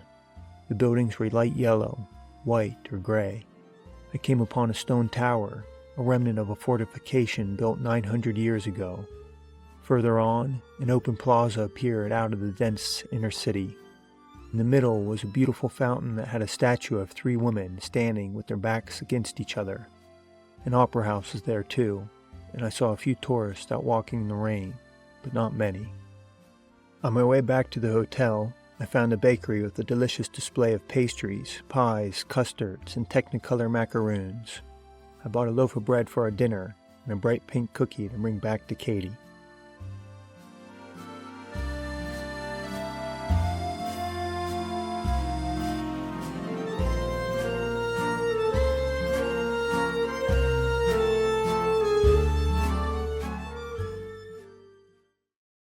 March 30th, 2013. Running with a bull. Katie and I were back to biking this morning. We headed out in the dreary weather, but after a day of rest, we were both in good spirits. In the early afternoon, we followed quiet, single-lane roads through drab gray towns. Pastures and farms filled in the land around us, and in one of the fields, we came upon a mare looking down at her newborn baby. The mother stayed close and nuzzled encouragement as the foal tried to stand for the very first time. In less than 10 minutes, the youngest horse in France was upright, balancing on long, gangly legs, wobbling as she took in the world for the very first time. I joined in the moment, looking around at the wet fields and overcast skies, trying to see everything with fresh eyes. Wherever I go on this journey, that will be the first time I am there. I must remember to arrive with the same overwhelming sense of wonder as a newborn horse. This evening, we arrived at the town of Arles. A festival was beginning, and the streets were filled in with people. At a tourist office, we learned that there would be a bull running event. I've seen videos of the famous running of the bulls in Pamplona, Spain, and I've long considered it something I would like to do. I asked the woman at the tourist office if I could participate. She looked dumbfounded that I would even want to. Across the center of town, a corridor had been constructed with a heavy metal fence with gaps large enough for a person to squeeze through. The bulls ran one at a time, with 6 cowboys on white horses corralling them as they went, 4 in the front and 1 on each side. A group of teenage boys then ran close behind, and after watching a couple of passes, I climbed through the fence to join. The crowd of chasers filled in around me as the big animals pounded the pavement ahead. I couldn't turn or slow down. I'd become part of the group, and we moved collectively, I was in a stampede. People cheered and banged the fences as we passed. 2 boys in front of me grabbed the bull's tail and pulled. Others jumped on the creature's flanks and held on. The big animal slowed, then stopped in the street. Some of the boys pulled out their smartphones, while the rest gathered in close to pose triumphantly with the bull, getting a picture of themselves with the animal's butt. After a moment, the bull shook everyone off and began to run again. The experience was exhilarating. The sun was long over the horizon by the time the festival ended, leaving Katie and I with the challenge of finding somewhere to sleep in a town already booked full for the festival. None of the hotels we tried had any vacancy, and finding a spot to sleep outside of town was going to be tough in the dark. I wasn't sure what we were going to do, and Katie spotted a sign for a campground that was tucked into a neighborhood at the edge of town. A friendly French man in his 50s greeted us at the gate. He had one spot left on a soggy patch of grass, and fortunately, there are 2 trees right there as well. Katie and I are sharing a hammock tonight, squeezing us tight together so that she's mostly on top of me. I don't mind though. I like when she's close to me.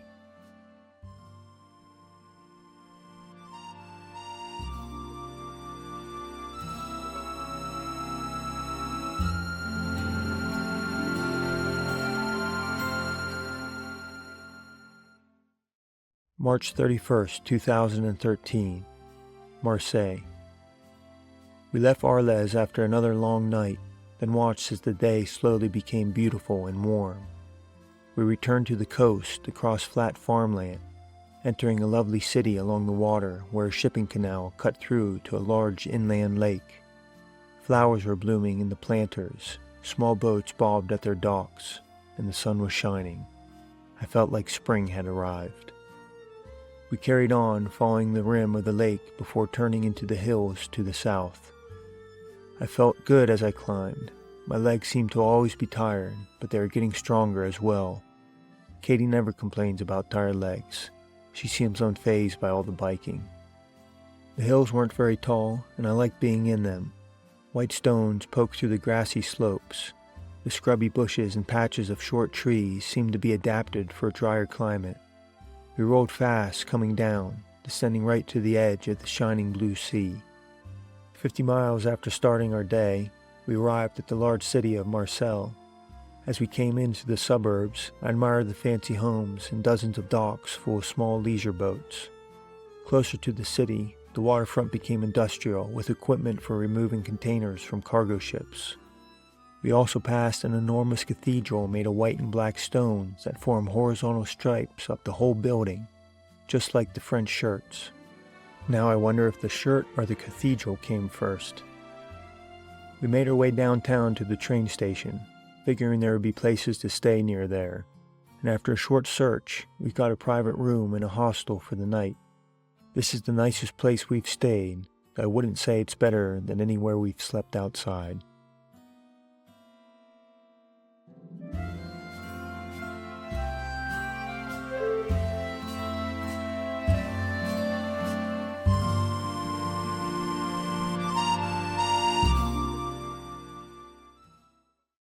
April 1st, 2013, resting in Marseille.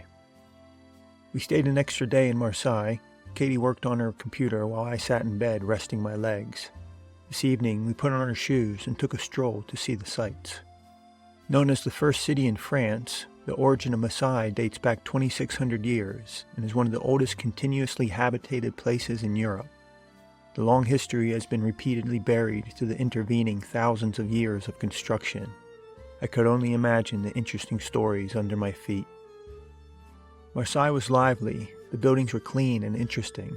Victorian-era architecture mixed with modern museums, theaters, and fine restaurants. We passed an opulent wharf full of yachts ranging from small to mega. Each incremental step up in size allowed the owner to feel superior to all the shorter boats, and whoever had the longest yacht was obviously the winner. Katie and I had fun exploring on foot. We discussed staying in the city tomorrow too, but one idle day seems to be all that I can take. I feel compelled to keep going. I can't circle the earth by being still.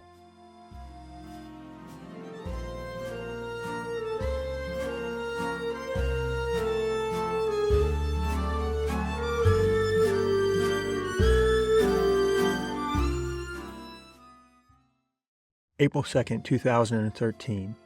Into the countryside. The first grocery store we found in France had canned ravioli with sauce. Spain never had anything like that, and since we don't have a kitchen, a canned meal is perfect. I got out my spork and ate the cold pasta in the parking lot. Katie, on the other hand, was craving cooked vegetables. She headed straight for the hot bar, the first one since Portugal. We felt like we had entered the land of plenty. I've also taken to eating day-old French pastries. Every morning I search for a bakery to buy yesterday's products. A dozen pastries cost only a few euros, and I always finish them by the end of the day. I was hungry a lot in Spain, but in France, I'm gaining weight. For a change of pace, we headed away from the coast, which was a good choice. The mountains and farmland were lovely to bike through. The roads were quiet, and I appreciated seeing the differences between the touristic beach towns and the inland villages. Along the coast, the towns were all painted a beaming white, while in the countryside, the homes were the color of wet concrete. I found the drab shade suitable only for a rainy day, but as I came and went from the little communities, I began to see that the color fit the agrarian landscape quite well. The buildings looked natural, like a large gray stone on the edge of a field. French towns, both along the coast and in the countryside, had lawn bowling courts, or here in France, they call the game pétanque. As long as there was no rain, people were usually there, and Katie and I occasionally stopped to watch a match. Everyone was always friendly with each other, but I could tell they were serious about winning. Throughout the morning, and again in the afternoon, we followed beautiful streams winding through the mountains, passing short white cliffs and old farmhouses. The wind pushed on our backs, helping us along. Across most of France, the wind has been pushing on our backs, which goes a long way in how much I like this country. We got pushed all the way to the town of Brignoles.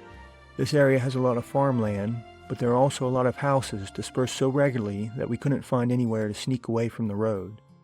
The sun was getting low, and I felt weary about getting caught in the dark without a place to camp. We decided to stay and found a hostel in town. The hostel is fine, we have our own room, and our bikes are locked in the lobby. Katie caught up on her work this evening while I sat on the bed, finishing off my bag of day-old pastries.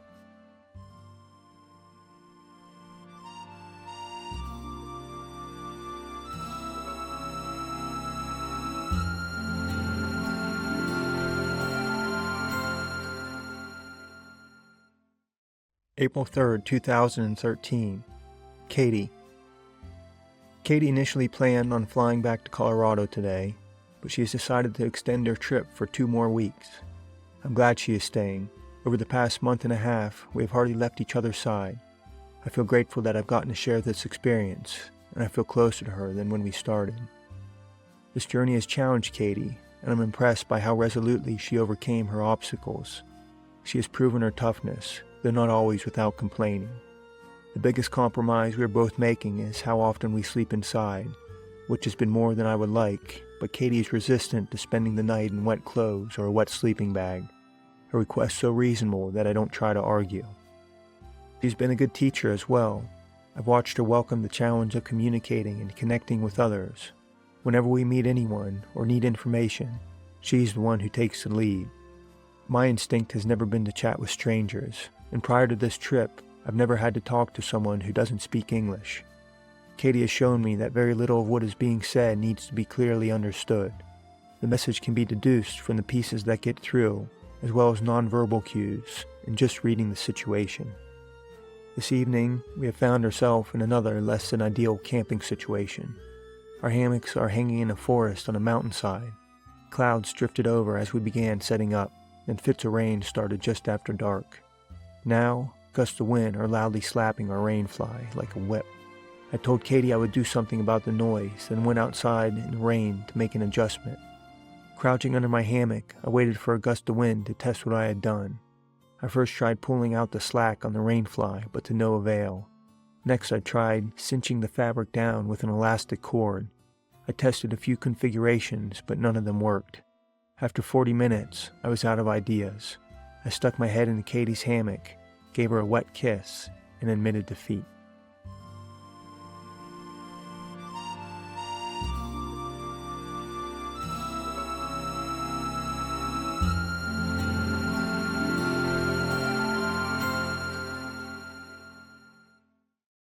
April 4th, 2013. Back to the sea. We were discovered camping this morning. An old man walking his dog came upon our hammocks as we were packing up to go.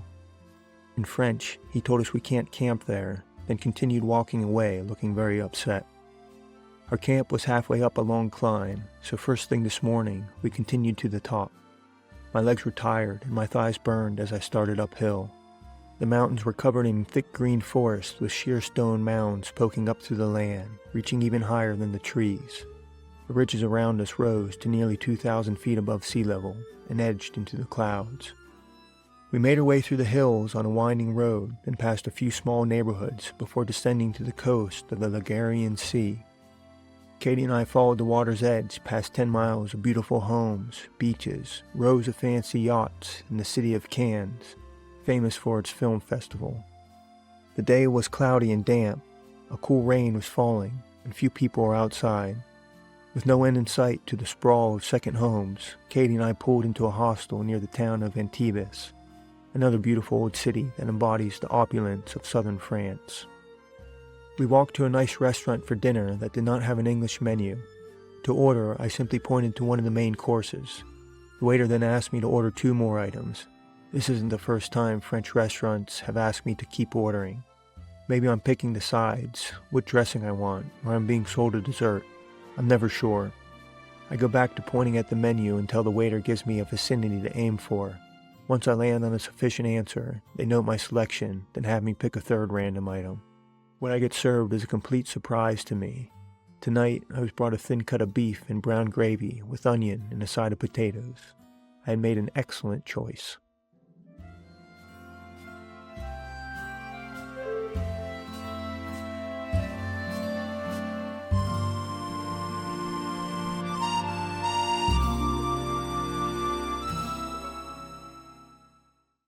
April 5th, 2013.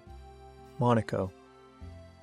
Katie and I are now in the French Riviera, a famously beautiful and luxurious vacation area situated between low, rippling mountains and pristine beaches. Between the two natural boundaries are towering white condominiums lining the coast for miles. The road took us past a white stone cliff carved into an impressive 25-foot-tall statue of soldiers from the World War I. The monument is one of an estimated 176,000 war memorials built across France after the First World War. The statues were the natural reaction to the death of more than 1.5 million French soldiers and citizens. Now they serve as cultural memories, reminding future generations of the cruel tragedy of war. Because that didn't work, I also saw monuments from the Second World War. In the afternoon, we arrived in Monaco, the second smallest country in the world and the wealthiest per capita.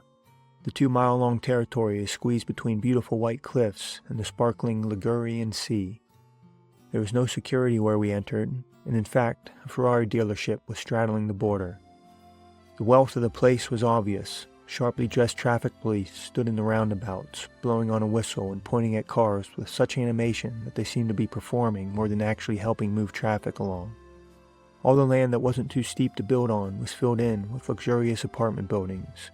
There were places where the road tunneled beneath the ground to make room for more buildings above, and at one point, the road spiraled upward like a corkscrew so that no land was wasted on a long ramp. We even bicycled on the Formula One racetrack that loops through the city. The asphalt was perfectly smooth. Katie and I stopped at a cafe by the harbor to share a chocolate croissant. The delicious pastry was appropriately expensive, and we ate while looking out at 100 opulent yachts bobbing in the sea. Everything in the city had a sheen of quality that could only be paid for. Tonight, we are sleeping high on a hill behind a neighborhood park. The sun is down, but we are still bathed in soft light. The opposing hillside is dotted with yellow streetlights. Lines of white headlights and red taillights move through the valley far below. The clouds above appear to radiate an eerie blue glow. There is only one spot for our hammock, so Katie and I will be sleeping tight against each other, which never bothers me.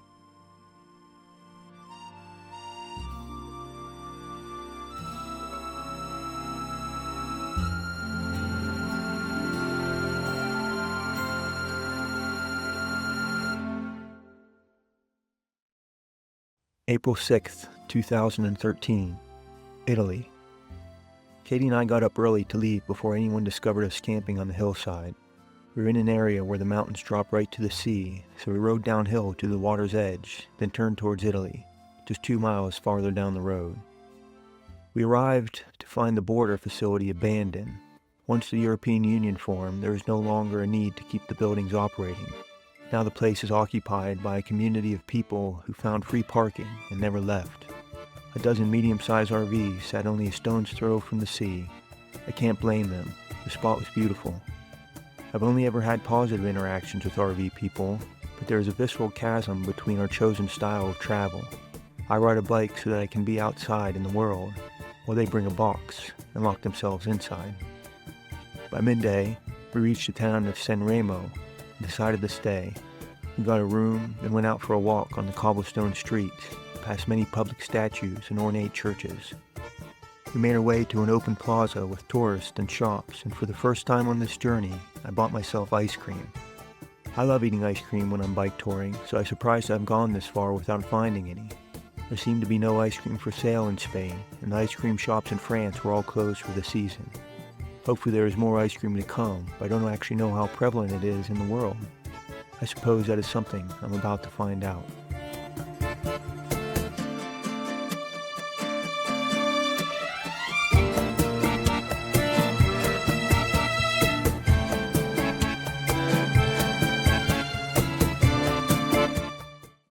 April 7th, 2013, Italian pizza.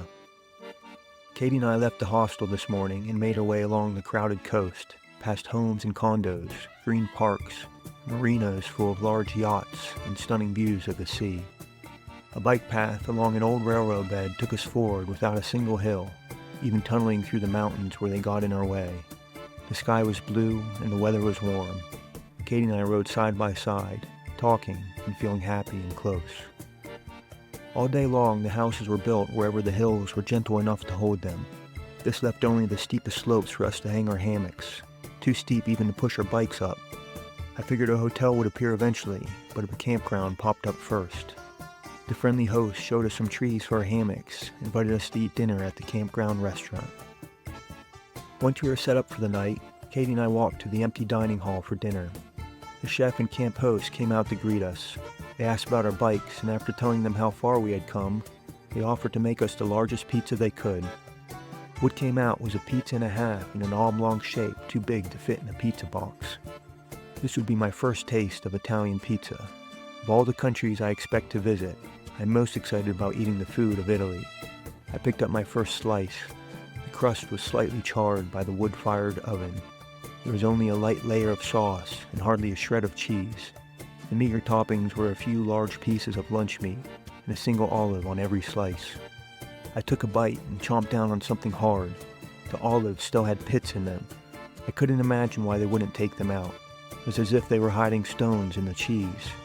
For my first Italian meal, I was rather disappointed, but my food tour is only just beginning, and I still have high hopes for what's ahead.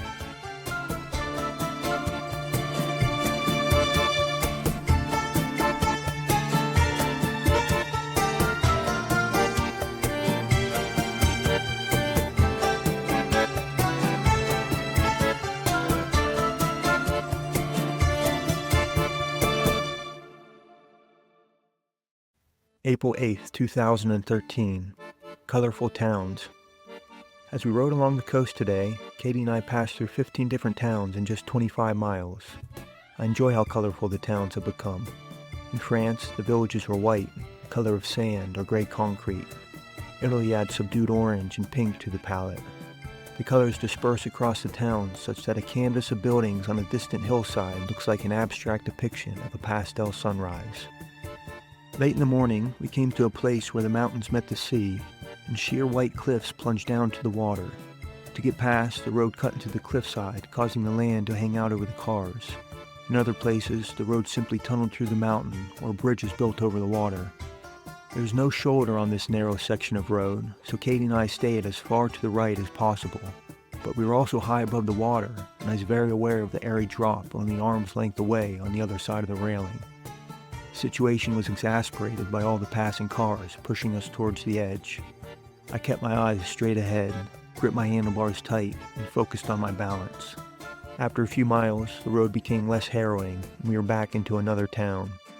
Katie, of course, was unfazed by the traffic, and seemed not to have any of the same worrying thoughts as me. Rain was falling this afternoon when we pulled into a cheap hotel. We were dripping wet, and on the busy coast, there was little hope of finding a place to camp. Katie needed to work on her computer anyways, and I suppose I didn't mind being dry. For dinner, we walked a few blocks to a restaurant, and like Spain and France, I was handed a menu that I couldn't read.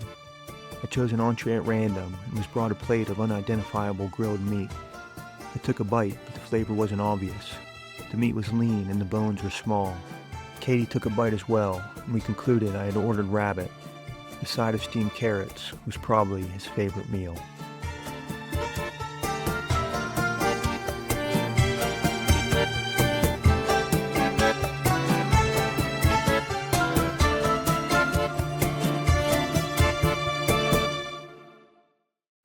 April 9th, 2013, Genoa. I've been seeing a highway that runs along the coast slightly inland from us. While our route follows the water's edge, the highway tunnels through the mountains and spans the valleys in dozens of places. I saw another of the towering bridges today. I always like looking at large infrastructure projects. They are the most expensive things built by a society and can be engineering marvels in their own right. Certainly, this mountain highway has been impressive. Katie and I arrived at another summer vacation area when we entered the town of Araz. A large marina protected 500 yachts, some over 100 feet long. The beach is wide and lined with restaurants and 3-star hotels. We stopped to order a pizza in a small restaurant. I was still trying to find the excellent Italian food I had been craving. What they brought me was a thin round crust with grape tomatoes, raw arugula, and a few shavings of Parmesan. No sauce, no melted cheese. I was dismayed. We ordered a second pizza with pepperoni, thinking it was Italian for pepperoni. But what we were served was topped with bell peppers. I was disappointed again. I couldn't understand why I was struggling to find good food in Italy. We made our way to Genoa this evening and found a hotel in a section of the city built before cars existed. The streets were so narrow that only pedestrians could enter. Genoa's history stretches back 2,500 years, placing it among the oldest cities in the world. Christopher Columbus lived in a house that still stands just a few blocks from our hotel. The cobblestone streets were well worn, and there seemed to be very little modern architecture. The character of the city is similar to others that I've been through in Spain and France. Their age and stylings give them a European aesthetic that is distinct from the United States cities that I am more familiar with. On our way back to the hotel, I realized there is a brothel across the street from where we are staying. The women standing in front were friendly and smiled at Katie and I as we passed.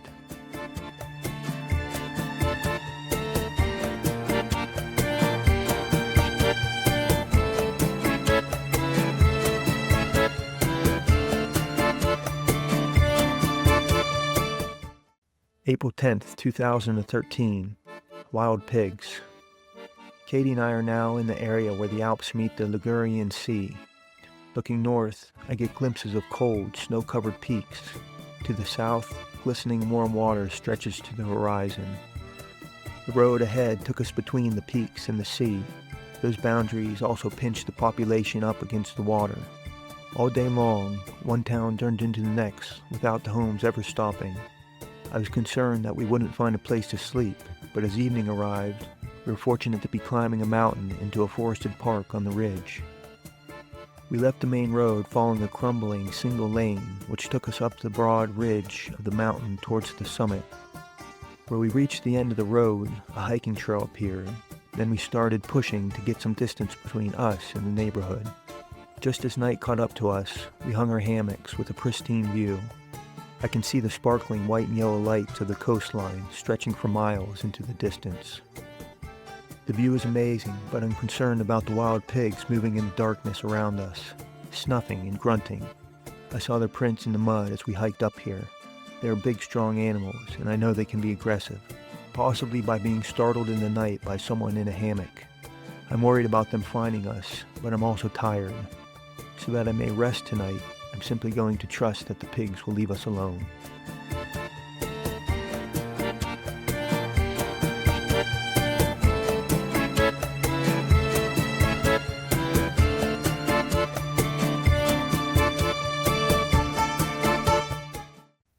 April 11th, 2013, Cinque Terre.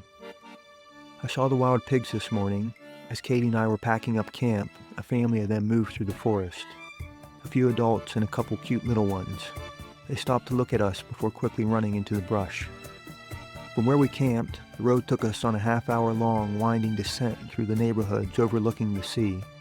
Eventually, we arrived at the water's edge in the town of Rapeo. A 500-year-old stone castle stood on a finger of land reaching out into the bay. We stopped at a beach to admire the view. Mountains plunged towards the sea, and in some places, waves crashed against the rocky cliffs. There's also a magnificent statue at the end of the beach. Standing 20 feet tall, the cast concrete was of a nude man straddling a cliff over the water. The legs pinched each side of the moss-covered rock as if it were a horse. The muscled figure was bent forward, straining beneath the weight of a balcony that reached from a restaurant out to the shoulders of the giant figure. The head of the statue was bowed so that I could see the face, but the motions were lost to the weathering long ago. In the afternoon, Katie and I bought train tickets to visit Cinque Terre, a collection of 5 villages tucked into steep valleys along the coast. They were settled over 900 years ago, perhaps because of the natural protection of the mountains. Most recently, they have become tourist destinations known for being picturesque. Tonight, we have a room in the easternmost village. We missed our train stop getting here and had to go to the next town, then come back. In the process, we were fined 50 euros for our confusion. Apparently, after buying the ticket, we had to get a stamp at the train station, then another stamp on the train. We didn't know about getting the first stamp, and when they came around on the train to check our ticket, even though we had a ticket, the man fined us on the spot. Katie and I were both very frustrated and felt taken advantage of to be punished because of their confusing system. Out of spite, once I leave Italy, I plan to never return in my life. I hope that was worth 50 euros to them.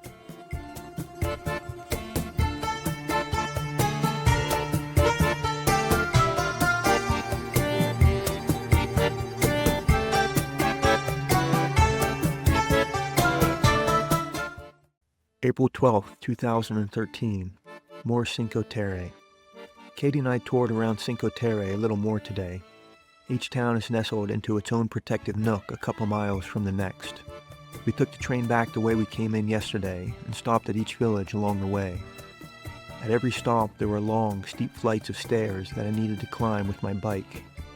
I tightened my core and felt my whole body strain as I wrestled my heavy equipment upwards again and again.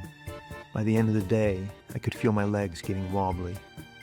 The constricted villages of Cinque Terre only had enough space between buildings for walking. Each home was painted in its chosen shade of pink, soft yellow, or orange, and from afar, it looked like a flower patch on the sea. In the surrounding hills, crumbling terraces reached up to the ridgeline, the remnants of a once self-sufficient community. Small wooden fishing boats filled in along the edge of the water. I didn't see anyone using them. Perhaps they were props to enhance the quaint feel of the place. Certainly the townspeople seemed to be catching more tourists than fish. At the end of the day, we biked along a path following an old train line that tunneled through the steepest hills. We found a place to sleep next to the new train line, on a concrete pad behind the station. No more passenger trains will be coming through tonight, but noisy freight trains occasionally roll past. Our spot overlooks the sea, and I can hear waves lapping against the rocks just below us. Tonight will be my last night camping with Katie. Her trip is ending soon, and I'm feeling a little sad. We celebrated her journey with a bottle of wine, then we held each other close and watched as the crescent moon chased the sun over the horizon. I'm going to miss her.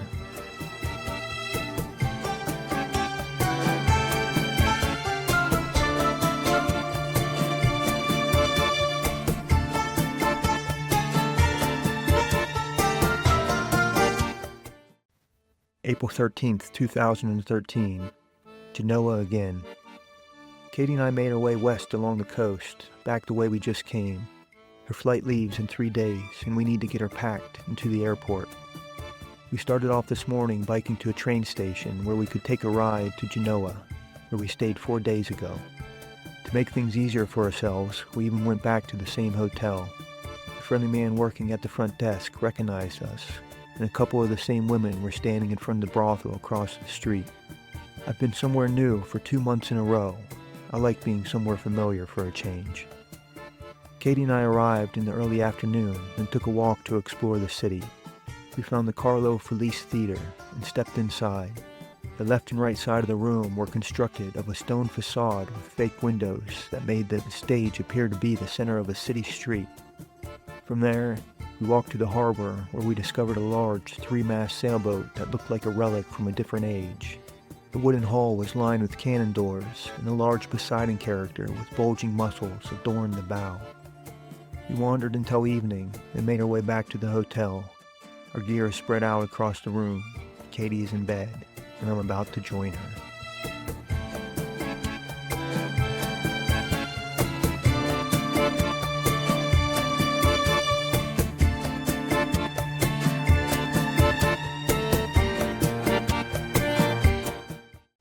April 14th, 2013, bike shop. The one thing I had to do today was to get Katie's bicycle into a box that she could take with her on the airplane. Bike shops usually have extra boxes. That's how the bikes arrive in the first place. So in the late morning, we took a walk to the nearest bicycle store. They didn't have any boxes, but the second place we went did. I took the biggest one and carried it awkwardly back to the hotel. I disassembled Katie's bike in the hotel lobby. The handlebars had to come off.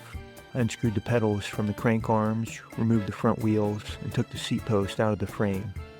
Taken apart like this, the bike slid into the box without much trouble. She'll use her 2 panniers as luggage to carry everything else. I finished taping the box closed, and with that, Katie was ready to go home.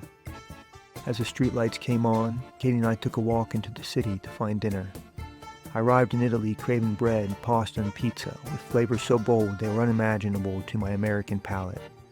What I found has been sorely disappointing, but tonight would be one of Katie and I's last meal, and I wanted the food to be special. We wandered, not knowing where to go, expecting to find many more restaurants than we did, and feeling quite hungry. I was getting a bit desperate when we finally came across a small restaurant, close to the water, tucked in under an old building of apartments. The restaurant was not fancy, but we really were struggling to find anywhere at all, and my stomach was growling. We sat down and I ordered a plate of spaghetti. All my hopes for an amazing Italian food experience were laid on that dish. I was a little nervous to see that the waitstaff and cooks were all Asian. I questioned if authentic Italian was really their specialty. When the food came out, I was given a bowl of boiled spaghetti with half a jar of thin sauce poured over top. I honestly felt crushed. I don't have expectations on this journey. My practice is to arrive and accept what is before me. This way, I will never be disappointed. I was relearning this lesson as I looked down at the wretched bowl of pasta. I was nearly in tears. Katie, seeing that I was about to cry, reached across the table and put her hand on mine. She asked, "Are you sad that I'm leaving?" The truth is, I wasn't thinking about her at all, but I also wasn't ready to admit I was crying over spaghetti. I pushed the bowl aside and looked at her with wet eyes. "Yes," I said. "That's exactly why I'm sad."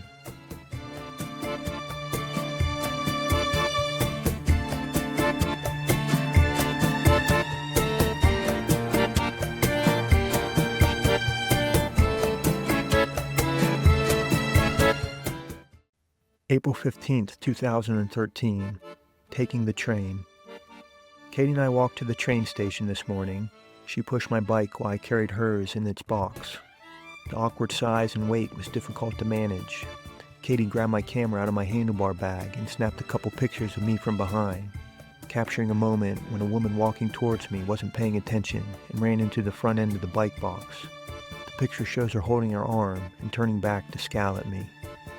The train took us about 100 miles along the coast, back past 3 of our previous camping spots. Katie and I sat next to each other, holding hands, looking out the windows at the mountains on one side and the sea on the other. The train took us nearly to the border of France, where we debarked in the town of Ventimiglia. We arrived late in the day as the sun was going down. I hauled the box bike another half-mile to the hotel. This is where we will spend our last night together. We laid on the bed and held each other close. I told Katie I love her, and she told me the same.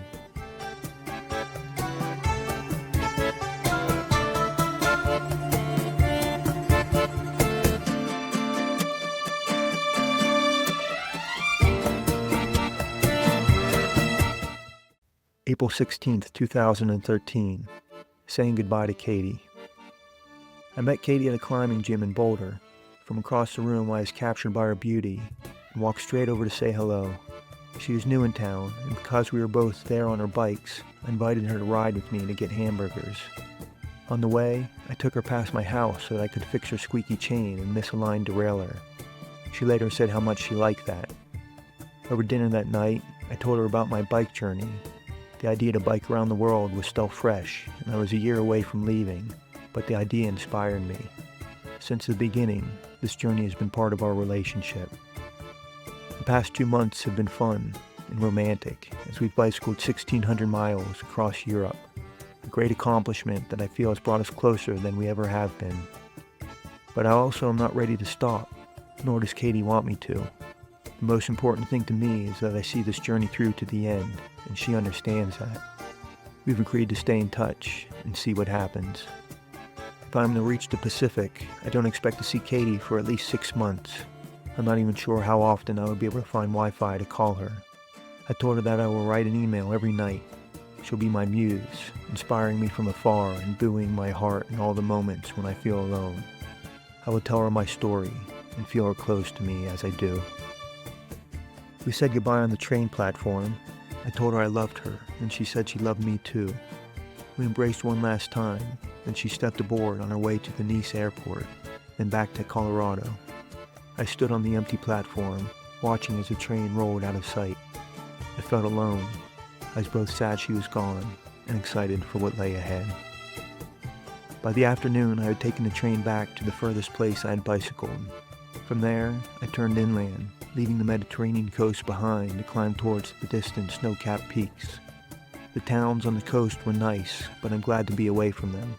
Only a half day into the mountains, and my surroundings are quieter and less populated, with many more places to camp.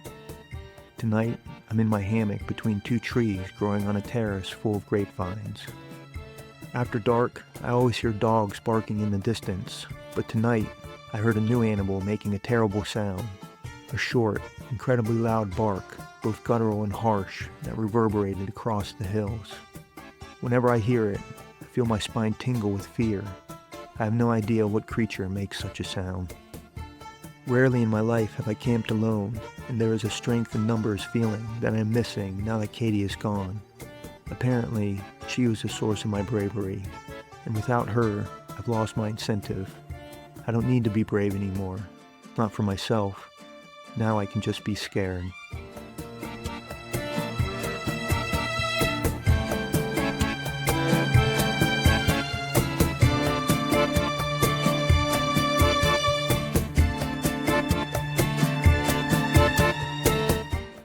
April 17th, 2013. Over the mountain. For the past 35 days, I've been following the coast of the Mediterranean Sea. I've fallen asleep to the gentle sound of the sea's lapping waves, watched the rising sun glitter on the water, and endured the storms rolling in over the land.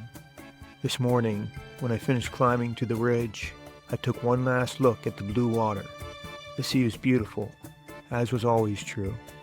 Then I rolled over the crest of the hill, and the Mediterranean Sea was officially behind me. As I started down the mountain, I passed a spring bubbling out of the ground, the beginning of a creek so small I could step from one side to the other. The road followed the water, and through the rest of the day, I watched the tiny stream join others and grow into a fast-moving river 100 meters wide. I've heard of this phenomenon expressed as a metaphor. It takes many streams to form a great river, but never experienced the phrase so literally. I stopped in the trees along the riverbank to rest and eat lunch. The spot was beautiful, and pointedly, I felt Katie's absence.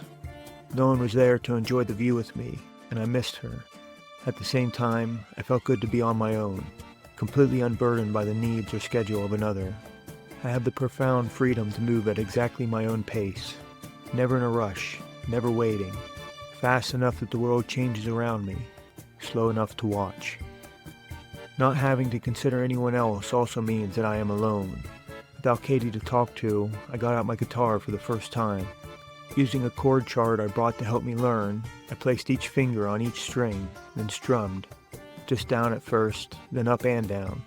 I tried another chord, but holding the strings was frustratingly difficult. My hand felt uncoordinated, and I quickly gave up.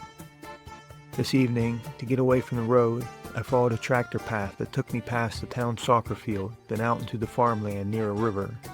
My hammock is hanging in a strip of trees between fields of 6-inch tall wheat.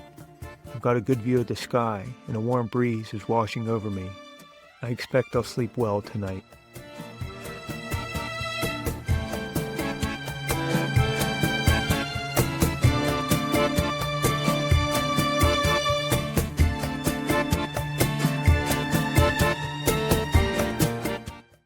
April 18th, 2013. Postcard. I didn't sleep well. Soon after dark, pigs began grunting and running through the nearby forest, while ornery crows in the trees above me screeched into the darkness. Worst of all, long trains rumbled past every few hours. I've considered earplugs, but I don't want to block out the sound of wild animals getting close or footsteps in the dark. This morning, I finished rolling down from the mountains, then quickly left them behind. I pedaled into a vast plain of farmland stretching out in every direction. The roads were flat and quiet. Sprouting crops poked through the damp soil. Every 5 miles, I passed through a town just large enough to have a small store and a church. The day was warming quickly, and to block my neck from the pounding sun, I tied a yellow bandana onto the back of my helmet, then used safety pins to fasten the edges to my chin strap. The bandana blows behind me like a tiny cape. It's now part of my look. By noon, the temperature was 90 degrees, and my water was running low. I found a municipal building and walked inside. A man and a woman were there doing paperwork. Both stood up to greet me and shake my sweaty hand. I spoke to the woman. She was young, and she said she learned English in high school. Neither of them had ever met a tourist in their town. While we talked, they filled my water and shared cookies with me. They also gave me a dusty postcard with a picture of the town church and a stamp to mail it. I wrote a quick hello to Katie and told her I was making friends. The 2 workers followed me outside to see my bike, and as I prepared to go, the young woman complimented the yellow bandana pinned to my helmet. I knew it was a good look. The workers were so friendly. I waved goodbye as I pedaled away, and they waved back. I stopped to camp along a canal with a bike path. I didn't want to hang my hammock before dark, so I sat near the water and waited for the sun to set. A British couple on touring bicycles came through. Their trip began in London a month ago, and they were on their way to Turkey, then to China. They invited me to join them on the ride to the next town, but I declined. Our destination is the same, but we are going different directions. I wish them good luck, and they told me the same. I wonder if they'll get all the way to China. I wonder if I will.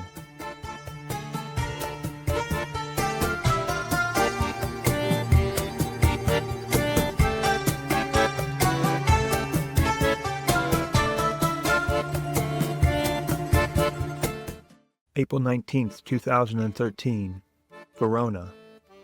I woke up next to the bike path with the red sun rising through a low mist. I quickly packed my things before anyone came by and pedaled into the warm morning light. Soon I arrived in Verona, where Shakespeare's Romeo and Juliet takes place. The centerpiece of the city was a 2,000-year-old arena. That the building still stands is a testament to the ancient craftsmanship. Inside, an oval pitch was ringed by 40 rows of seating, enough for 20,000 people. The stadium's exterior consisted of 2 tiers of magnificent stone arches reaching to the height of 45 feet. I thought of all the people who, for millennia, gathered right there. The grand opening would have happened 100 generations ago. Now, and for the past century, the stage has been used for opera. I left town biking into another long stretch of farm fields. To busy my mind, I thought about how to better protect my guitar. I had the idea to build a case using a thin piece of hard, flexible plastic rolled into a tube and wrapped with packaging tape to keep the shape. The design would be simple to make, but that all hinged on finding the exact piece of plastic I needed. I imagined the right material must exist, though never in my life have I seen it for sale. 3 minutes after coming up with my plan, a hardware store appeared on the left side of the road, and I went inside to try my luck. The shop was pretty standard for a small town, with a bit of everything, including a large roll of flexible plastic sold by the meter. The timing was perfect, and miraculously, The material is precisely what I needed. The good luck was uncanny. I likely circled the entire earth without passing another store where that type of plastic is sold. The clerk came outside to watch me build the guitar tube and fasten what I made on top of my bike rack. He gave me a thumbs up as I pedaled away. This evening, I found a quiet spot near a road to set up my hammock. My foot was hurting, so I was glad to be done. I took off my shoe to find a weeping sore between two of my toes. I opened my small medical kit and was immediately struck by how little I knew about first aid. I decided to use antibacterial gel, but accidentally used a moisture barrier cream. Realizing my mistake, I put the gel on top, but now I think the first layer is preventing the second layer from being useful. I'm going to leave my sock off tonight and hope the problem takes care of itself. Prior to leaving, I never seriously considered the possibility of getting hurt. I joked that if I have to give myself stitches, I hope I won't need to do it left-handed. In reality, that wouldn't matter because I never did look up how to stitch a cut in the first place. As I looked at my toe, I had to admit that embarking without any medical training was an oversight. To heal, I'm left to trust the innate wisdom of my body. A powerful sentiment to surrender to.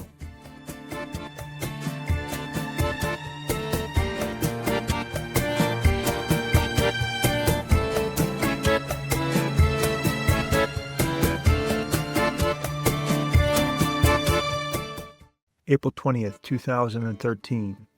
Bike race. I packed up my hammock early.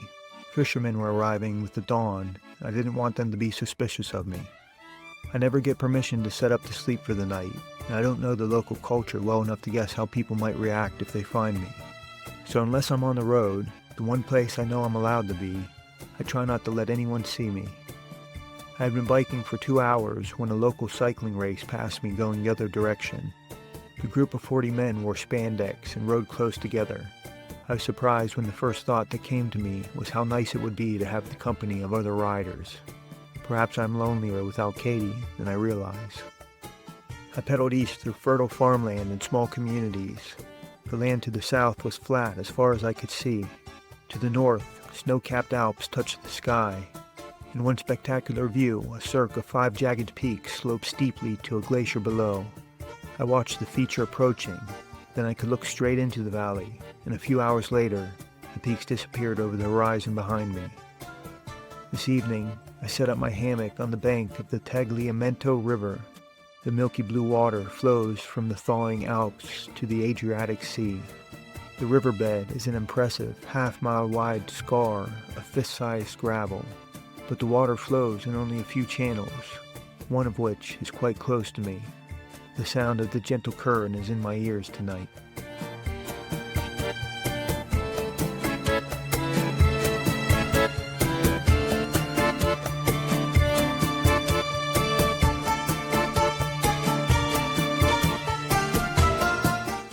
April 21st, 2013, Slovenia.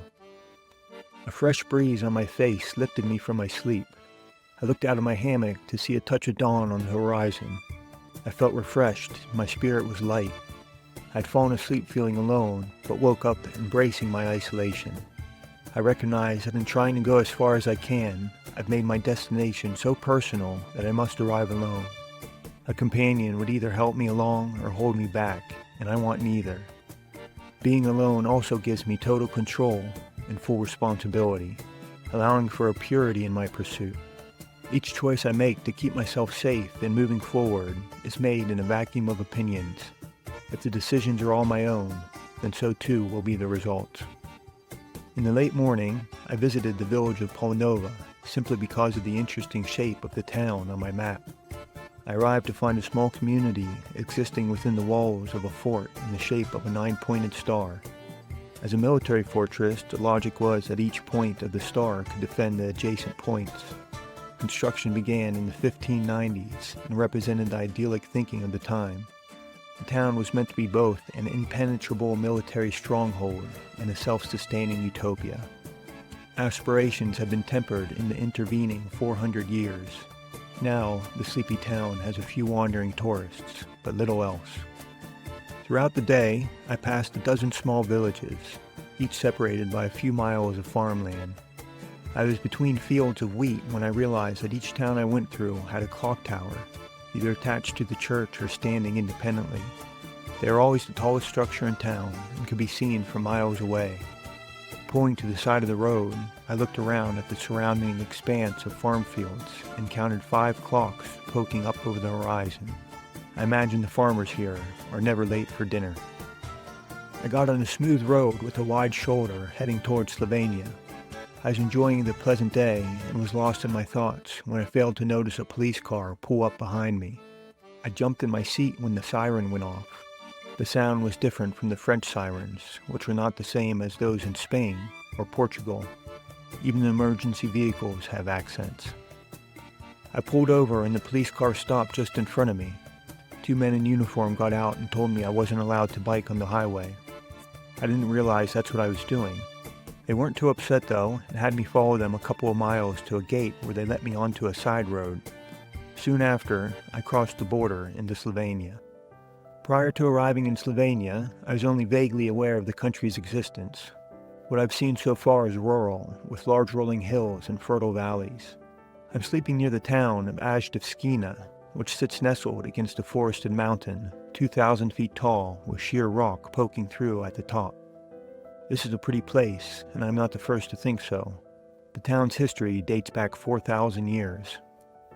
I got a kebab when I arrived, and watched the gray clouds darken while I ate. Rain began falling as I left the restaurant, and with few options, I took shelter in an empty parking garage at the edge of town. I thought I would be spending the night there, but the rain subsided just before dark, and in the fading light, I raced into the nearest farm field to find a patch of wet grass where I could lay down for the night. I feel well hidden now that darkness has arrived. Above me, thick clouds have blackened the sky.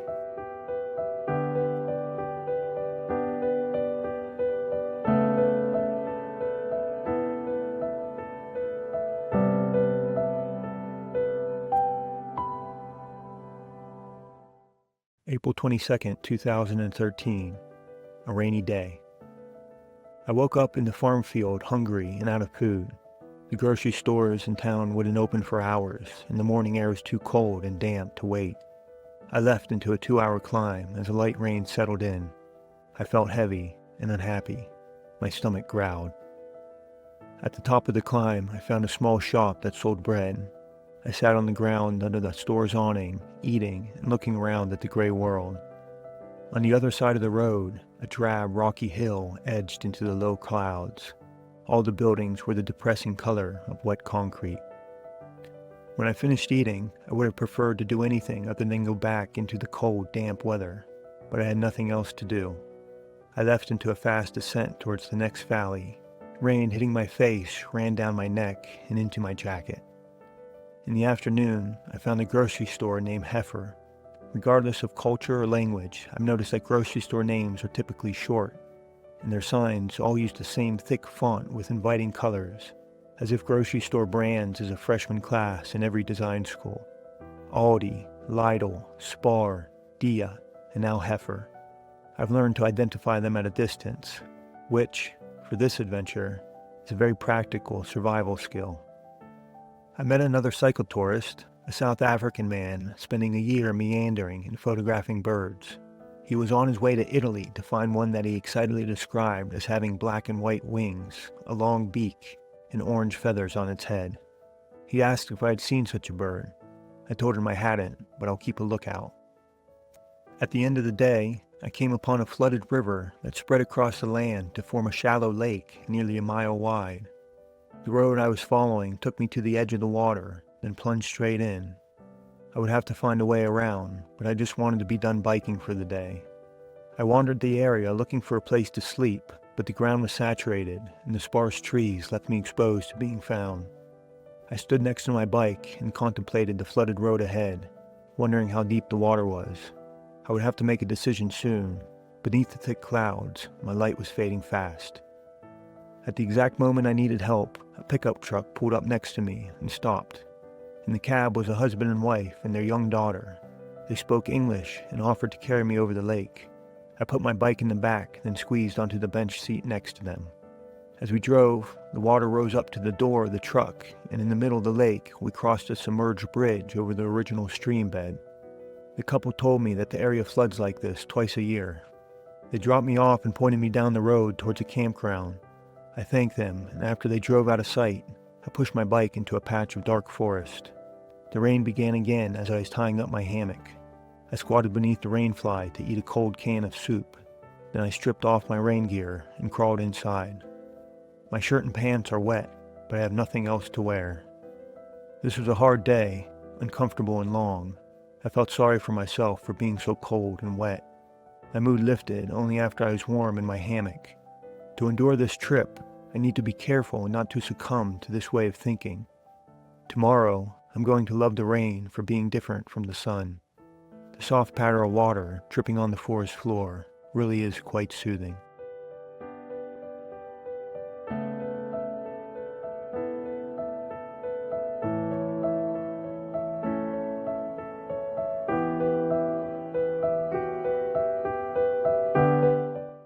April 23, 2013, Slovenian hospitality. The rain stopped this morning shortly after I woke up. I crawled out of my hammock into the dripping forest and looked around. I could see the clouds beginning to break up. The sun had only just come up when I got back on the road, and soon after, I entered the village of Lays. There were only a few streets and all was quiet. I was halfway through town when a woman unexpectedly burst out of the front door of a house and came running towards me, waving for me to stop. Even before I got off my bike, she offered me breakfast, a shower, and a washing machine. She didn't speak English, but mimed all of her offers with surprising clarity. While my clothes were washing, I sat in the kitchen wearing my rain pants and a borrowed t-shirt, watching as my host prepared a big breakfast. Her granddaughter lived in the upstairs apartment and came down with her boyfriend to join us. They were both my age, and both of them spoke English well. The boyfriend explained that everyone learns English in school, and then they stay fresh by watching American films.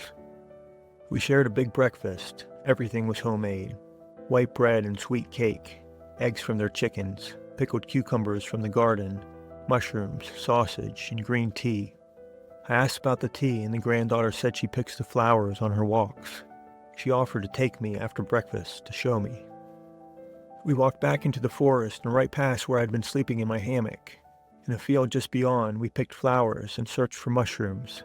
She explained to me that subsistence farming is typical in small towns because food prices have risen dramatically as Slovenia has become more touristic. When we walked back through town, she showed me the rabbits they raise for meat.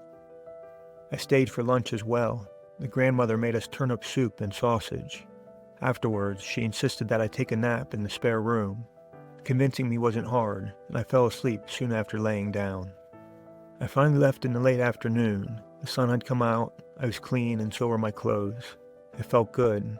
My doldrums from yesterday were gone. As a parting gift, I was given a small hardcover book of erotic poetry. The granddaughter explained that poetry is an important part of Slovenian culture. I felt the gift to be perfectly sincere and absurd. The poetry is written in Slovene, a language I suspect I'll never learn to read, and that the book is full of erotic poetry adds a funny touch. I'll carry the book home with me as a treasure from the indigenous Slovenians. I thanked them for everything, then pedaled down the road. As evening approached, I passed through the capital, Ljubljana. The streets were clean. There was a pretty castle on a hill, and a park by the river. Despite being the capital, the city was small, just a mile across, and with the sun getting low, I moved through quickly on my way to find somewhere to sleep. Tonight, I'm behind a school, camping in a well-hidden spot along a stream. I've got my sleeping bag laid out on the ground next to the rippling water, and bats are darting through the air above me. I like being here. This place feels very peaceful.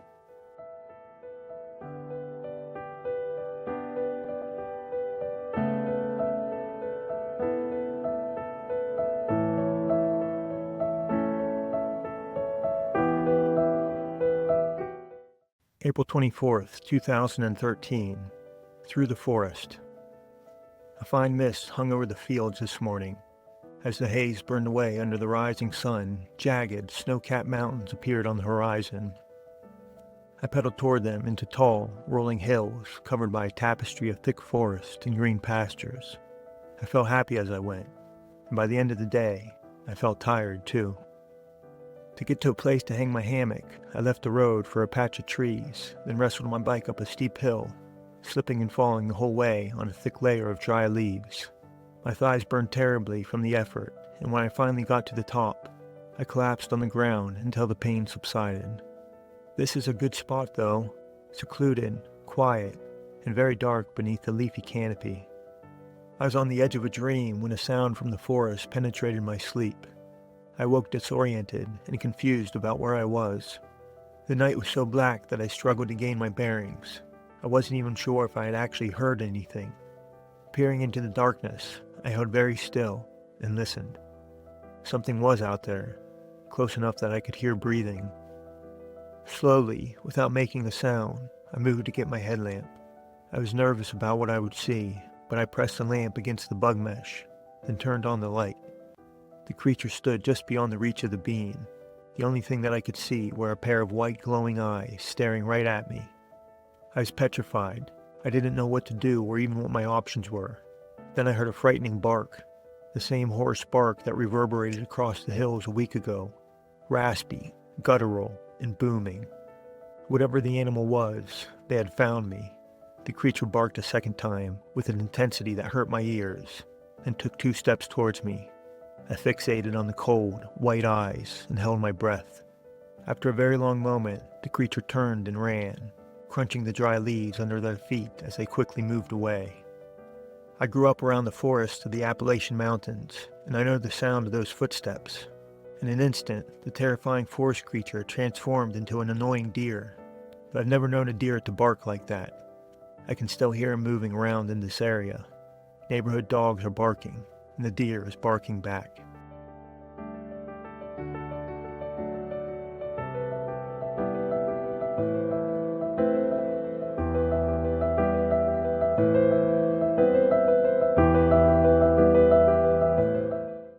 April 25th, 2013. Into Croatia. I arrived at Croatia this morning. A border station was there, the first one that has actually been checking documents. I handed over my passport with only the stamp from Portugal. The agent flipped through the pages, then asked where my stamp for Slovenia was. I shrugged and explained that there was no one to give me a stamp where I entered. I thought back to 4 days ago when the police ushered me off the highway and possibly around the border station. The woman informed me that without the stamp, I had been in Slovenia illegally. My face revealed my shock. I wondered what sort of trouble I'd gotten myself into. She went to speak with her supervisor while I stood in the cool morning air. A few minutes later, she returned with my passport, stamped into Croatia. I thanked her, but didn't ask for more details. Either she was incorrect in thinking I needed a stamp, or she was doing me a favor. I entered Croatia into an area of such steep hills that I was forced to get off and push. Small villages and homes scattered themselves around the rolling land, and forests tightly filled in the spaces between. Nearly every home had a garden, and frequently someone was working the soil and pulling the weeds.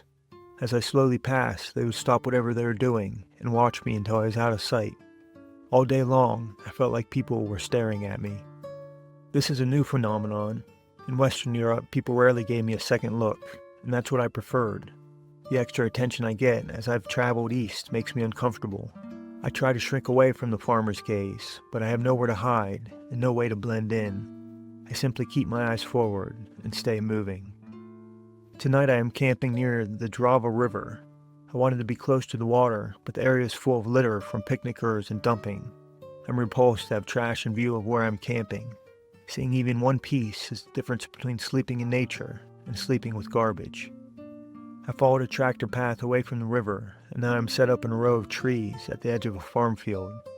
I'm within sight of a few scattered houses, but soon I'll be hidden by the night. Already the full moon is rising into a deep purple sky.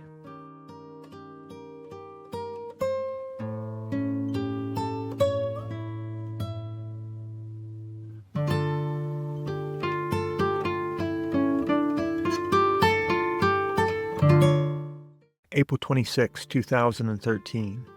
Crossing Croatia. I've heard that Croatia is famously beautiful, but the people saying that were not talking about this part. All day there is hardly a hill in sight. I pedaled past fields of dirt, sprouting wheat and yellow rapeseed. A dozen small farm tractors passed me every hour. The towns were little more than small brick homes with only 1 or 2 rooms, and weathered wooden barns lined up along the road. A surprising number of people were sitting idly on their porches. Frequently the doors to their homes were open, and I could see how bare they were inside. Many people didn't even have electricity. Without a TV, the elderly and unemployed settled on watching the traffic and drifting clouds, and me. I hope I added something interesting to their day. Maybe I'll be a topic of conversation at their dinner table tonight. The front yards in the small communities were completely neglected and overgrown.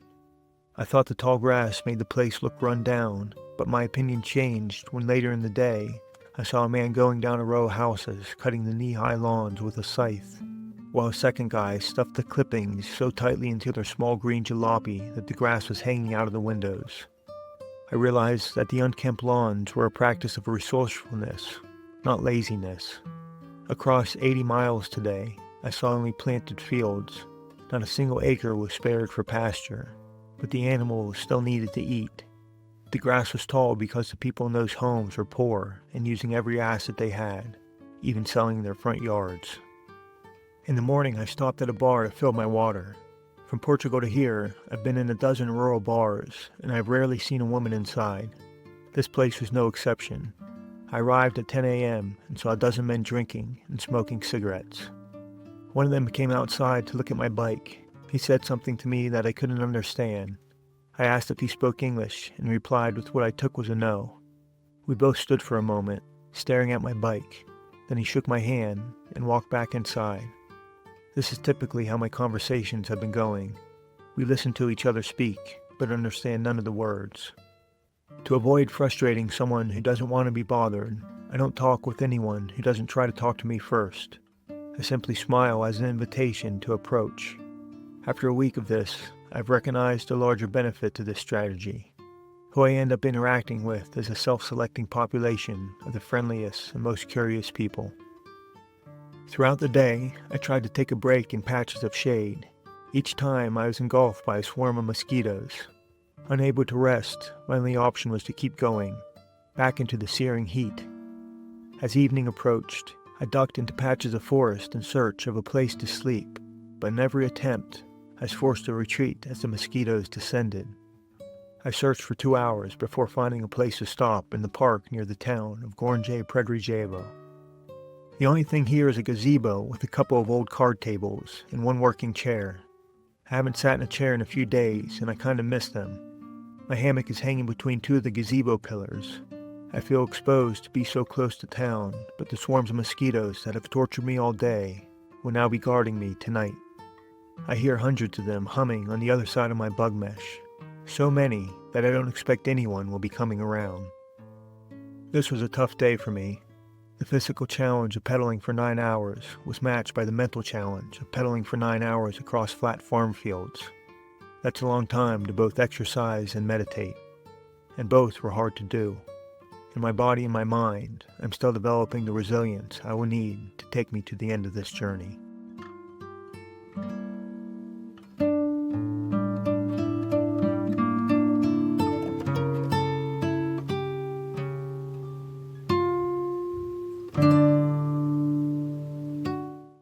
April 27, 2013. Roadside statues. My mood was better today. The scenery improved, the towns were bigger, and with less mosquitoes, I was able to rest. To avoid the midday heat, I took a nap in the shade of a closed gas station. After another hour of biking, I stopped to give my butt a rest. Yesterday was particularly long, and without hills, I didn't even stand up. Today, my sit bones were protesting. There are high-tech seats and padded shorts to deal with this problem, but I've worn out cushioned seats, and I don't want to rely on special pants. Instead, I'm taking on the problem directly by using a hard leather saddle. Over thousands of miles, the leather will stretch to conform to my body, while at the same time, my bones will densify and grow to match the contours of the saddle.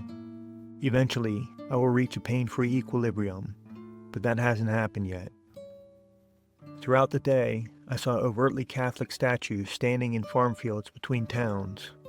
My visits to many churches across Europe has led me to understand that Catholics are fixated on the death of Jesus, and these pieces were no exception. He's always nailed to a cross or held in the arms of a woman as he lay dying. His body was depicted as emaciated, close to death, or already dead. The murder seemed to be the rallying point for the whole religion. I wonder if Catholicism would have existed if Jesus had lived out his life. He wouldn't be a martyr if he had died for our sins of old age. The statues were made of formed concrete with a painted finish. Capturing the human form in stone is ambitious, and these artists were far from mastered. The faces were especially uncanny, with bright yellow skin, no eyebrows, and wide white eyes that stared into the distance with a look of perpetual surprise. There were 11 statues across 70 miles today, and each one made me laugh. Tonight, I'm in the town of Batina, camping in a park near the Serbian border. A men's soccer game was in progress when I got here, so I sat on the sideline with 2 other fans and cheered. After everyone left, I laid my sleeping bag on the soft grass next to the field. My plan now is to watch the stars until I can no longer keep my eyes open.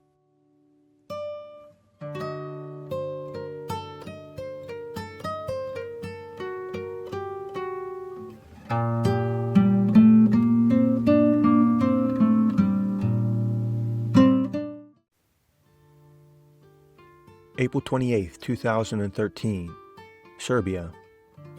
First thing this morning, I crossed the Danube River into Serbia. The welcome sign was written in an alphabet I didn't know. The first 2 towns I came to had busy farmers markets. I don't keep track of the day of the week, but the markets always tip me off that it's Sunday. I withdrew $10 worth of Serbian dinar in an ATM and went shopping. The tables were full of fruits, vegetables, and bread. I bought a bag of strawberries that looked great, but were startlingly flavorless, like chewing on water.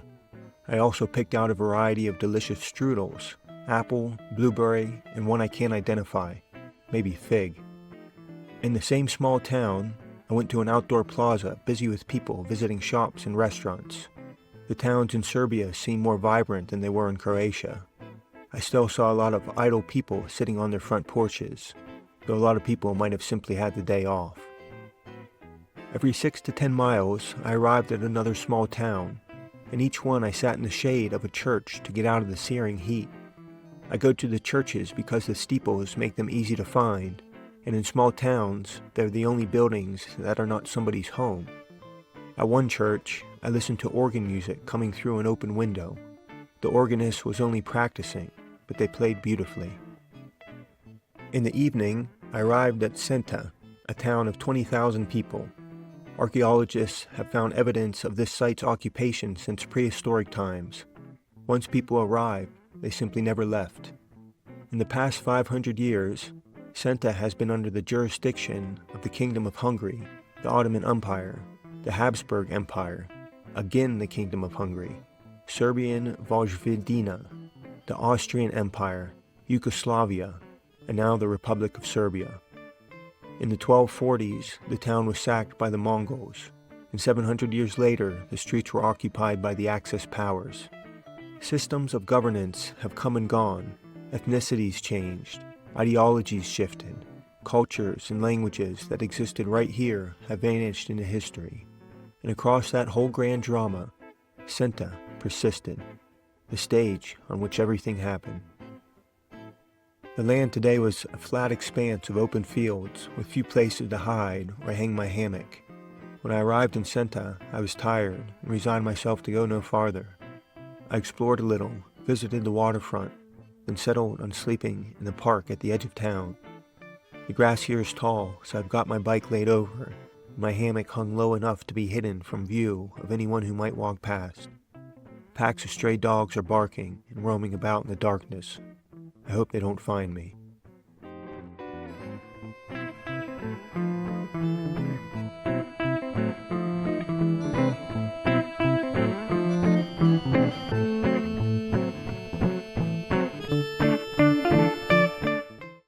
April 29th, 2013, my birthday. I was in my late teens when the idea struck me that I had little more than a decade to determine what I could accomplish with a young man's body, when I'd be at the athletic peak of my life.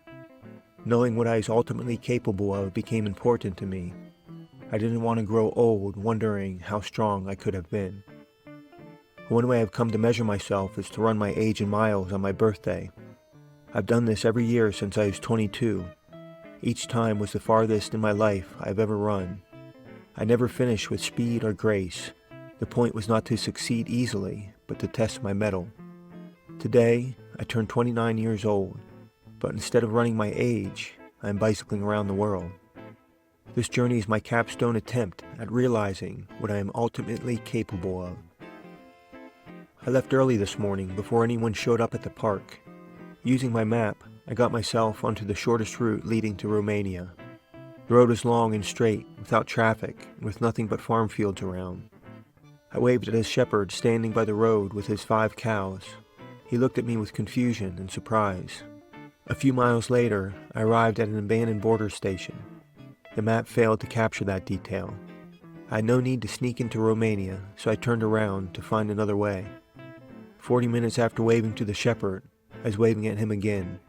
He knew I was heading towards a dead end and appeared to be expecting me when I returned. Pulling into the main square of the next town, I'd barely stopped when a man in his 50s came running across the street to say hello. I could see his excitement, and he told me to wait for a moment while he ran off. I watched him go to a nearby magazine stand, then come back with a gift of a pen and a pack of mints. An odd gift, but I accepted graciously. His 80-year-old mother was on the opposite side of the street, and together we slowly walked a half-mile to their home. The man's name was Tabor. He was energetic and excitable, always smiling. I liked him. His mother, too, was a sweet woman. I told her I was bicycling to China, and I saw a deep motherly concern settle over her face. She sat down with a look of worry. The sincerity of her reaction was touching. I'm not sure what language they spoke, but they were undeterred in trying to talk to me. We sat on folded chairs behind their small brick home and tried to communicate. After a time, Tabor switched to props. He brought out his pitchfork, astronomy book, and atlas before taking me inside to show me pictures on an old beige computer with a dim CRT monitor. After a slow boot up, he clicked through a dozen photos of a grass field and explained that he had broken up the soil with a pickaxe to prepare the land for crops. He said the job took him 2 years, and he seemed proud of the result. More recently, he hasn't been able to find any work. Tabor's mother made us all lunch: baked eggs, cooked sausage, lettuce, and a bowl of broth. They offered me the shower to use, and I also washed my shirt and socks in the sink. Tabor suggested I take a nap while my clothes dried in the sun. He ushered me into a bedroom and closed the door. Within the safety of 4 walls, I let my guard down and slept easily. When I was ready to go, Tabor joined me to bike to the next town. The temperature was 90 degrees, and he rode with me for 40 minutes on his rusty single-speed. I could see him trying hard, and his shirt quickly became wet with sweat. I stopped us and gave him my water bottle to drink from. He drank awkwardly, holding the bottle with both hands and shaking the water into his mouth. Seemingly, this was his first time using a squeezable bottle. Tabor and I parted ways at a quiet intersection surrounded by farmland. I tried to convey my appreciation and shook his hand, thanking him. 2 women were there hitchhiking the same direction I was going, and as I was leaving, Tabor explained my trip to them. I waved goodbye, and they all waved back. A half hour later, I was at the next intersection and saw the same 2 women. I asked them which way to Romania, and they pointed me in the proper direction. At the last town in Serbia, I stopped to fill my water bottle at a tiny ice cream and hamburger shop. I spent the last of my Serbian money on 2 hamburgers and 2 ice creams. I was showing my bike to a couple boys when a sharp young man with his pretty wife arrived. The man said hello and introduced himself as Alexander. He spoke fluent English, so we talked while I ate. I told him I planned to sleep nearby, then cross into Romania in the morning. He explained that camping in Serbia is very dangerous and that I should never try. I told him about camping in the park last night, and he said if the police had found me, they would have wanted a bribe. When he offered me a room for the night in his own house, I accepted. Together with his wife, we walked across town to where he lives with his grandfather. Alexander grew up in Germany and learned English there. He moved to Serbia because he is currently exiled from the EU for 3 years over drug-related charges. He, along with his wife and grandfather, are all supported by money sent from his father, who lives off of disability benefits in Germany. Alexander explained that Serbia is an inexpensive place to live, that there is no work here. A typical job he could get would pay only $1.50 an hour, a wage so low he can't bring himself to do such work, so he spends his days at home with his wife. They are a young couple. Alexander is 23 and his wife is 19. They've been married for 4 years. I asked him about marrying so young, and he said that this was common in gypsy culture. He said women live in the homes of their parents and cannot have sex until they are married.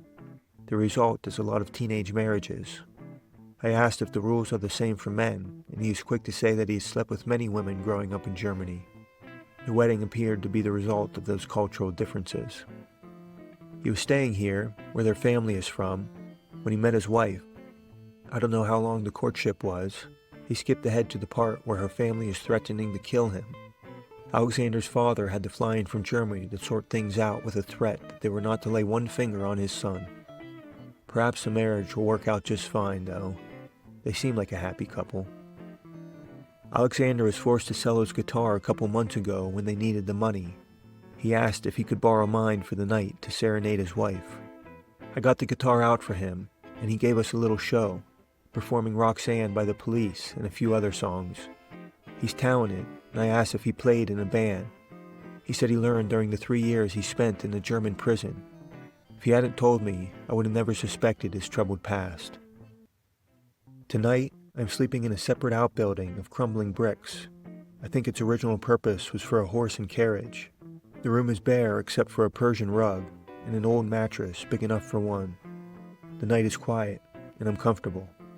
This was a great birthday.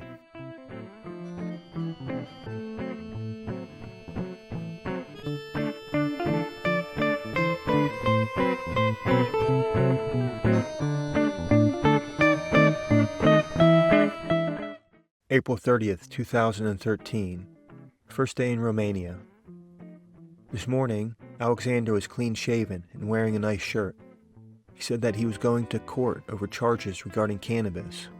The story he gave me was that he found a plant growing in the forest nearby, and the neighbors tipped off the police when he brought it home. In Serbia, he said a gram of pot is punishable by up to 10 years in prison.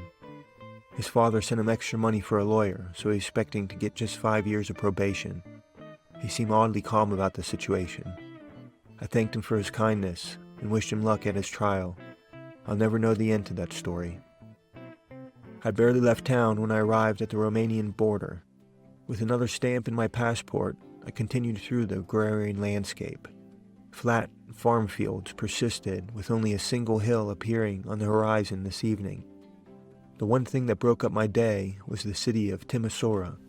As I passed through, I saw a pleasant riverfront and a bustling downtown, but after just 3 miles, I was once again surrounded by farmland. As evening approached, I was having trouble finding a place to camp. The farm fields were so vast that I pedaled an hour or more to get between patches of trees. When a forested park appeared at the edge of a small town, I decided that would have to do. I pushed my bike off the road and into the dim undergrowth. I hadn't gone far when I spotted a pack of 4 wild dogs. I saw them first through the thick brush. They were distracted with their noses close to the ground. I tried to slowly back away, but one of them spotted me. I turned and ran in fear, pushing my bike and ducking branches as I raced back to the road. The dogs barked and gave chase, quickly closing the gap between us. I burst out of the trees at a sprint and leapt on my bike as I reached the road. The dogs hesitated at the edge of the forest, and I was able to pedal away. My heart was pounding with adrenaline. Dusk settled before I found any more trees. The mosquitoes were awake and began biting through my shirt as soon as I entered the forest. I put on my down jacket for protection, though I was reluctant to do so. The temperature in the shade was still 85 degrees, and by the time I finished setting up camp, I was dripping with sweat. For dinner, I zipped myself into my hammock and ate an apple. I'm still hungry, but I don't want to go back out there. Besides the mosquitoes, another creature has arrived. Unfortunately, the sky's too dark to see anything, and when I was running from the dogs, my headlamp bounced out of my pocket and was lost. All I can do is lay here in the black night and listen. Right now, I hear the animal breaking branches and moving closer. I suspect I'll be sleeping lightly tonight.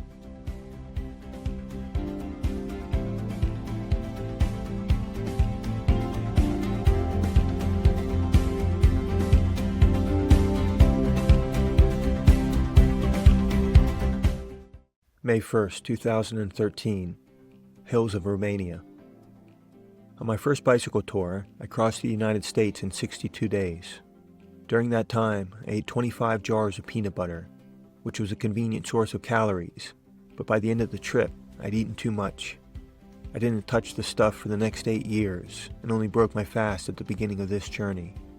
I was happy to take up the habit again, but peanut butter is difficult to find in Europe.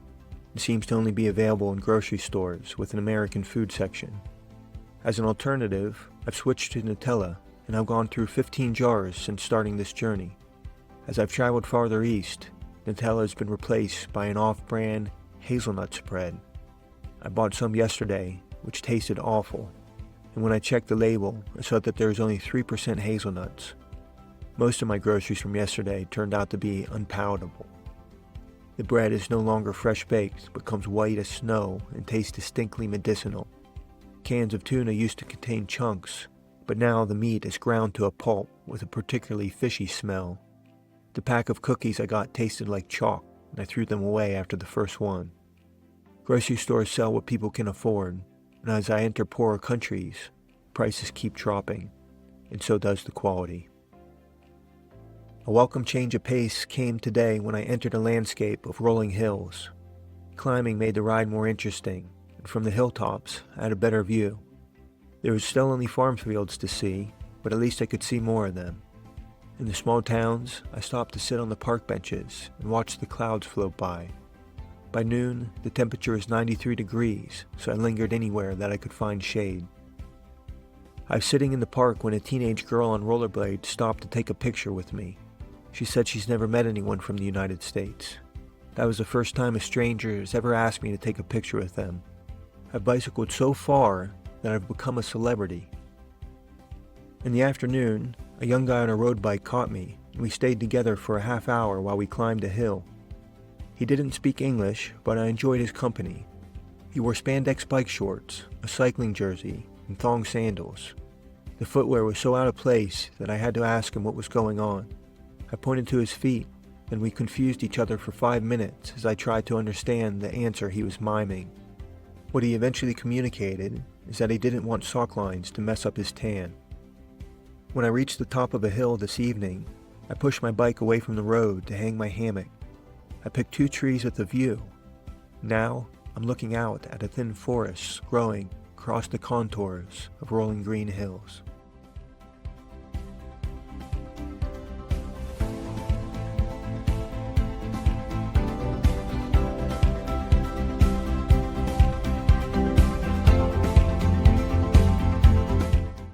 May 2nd, 2013, Deva.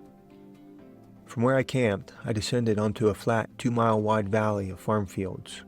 Low mountains were on the horizon to the north and south. Traffic was light, and I was feeling good.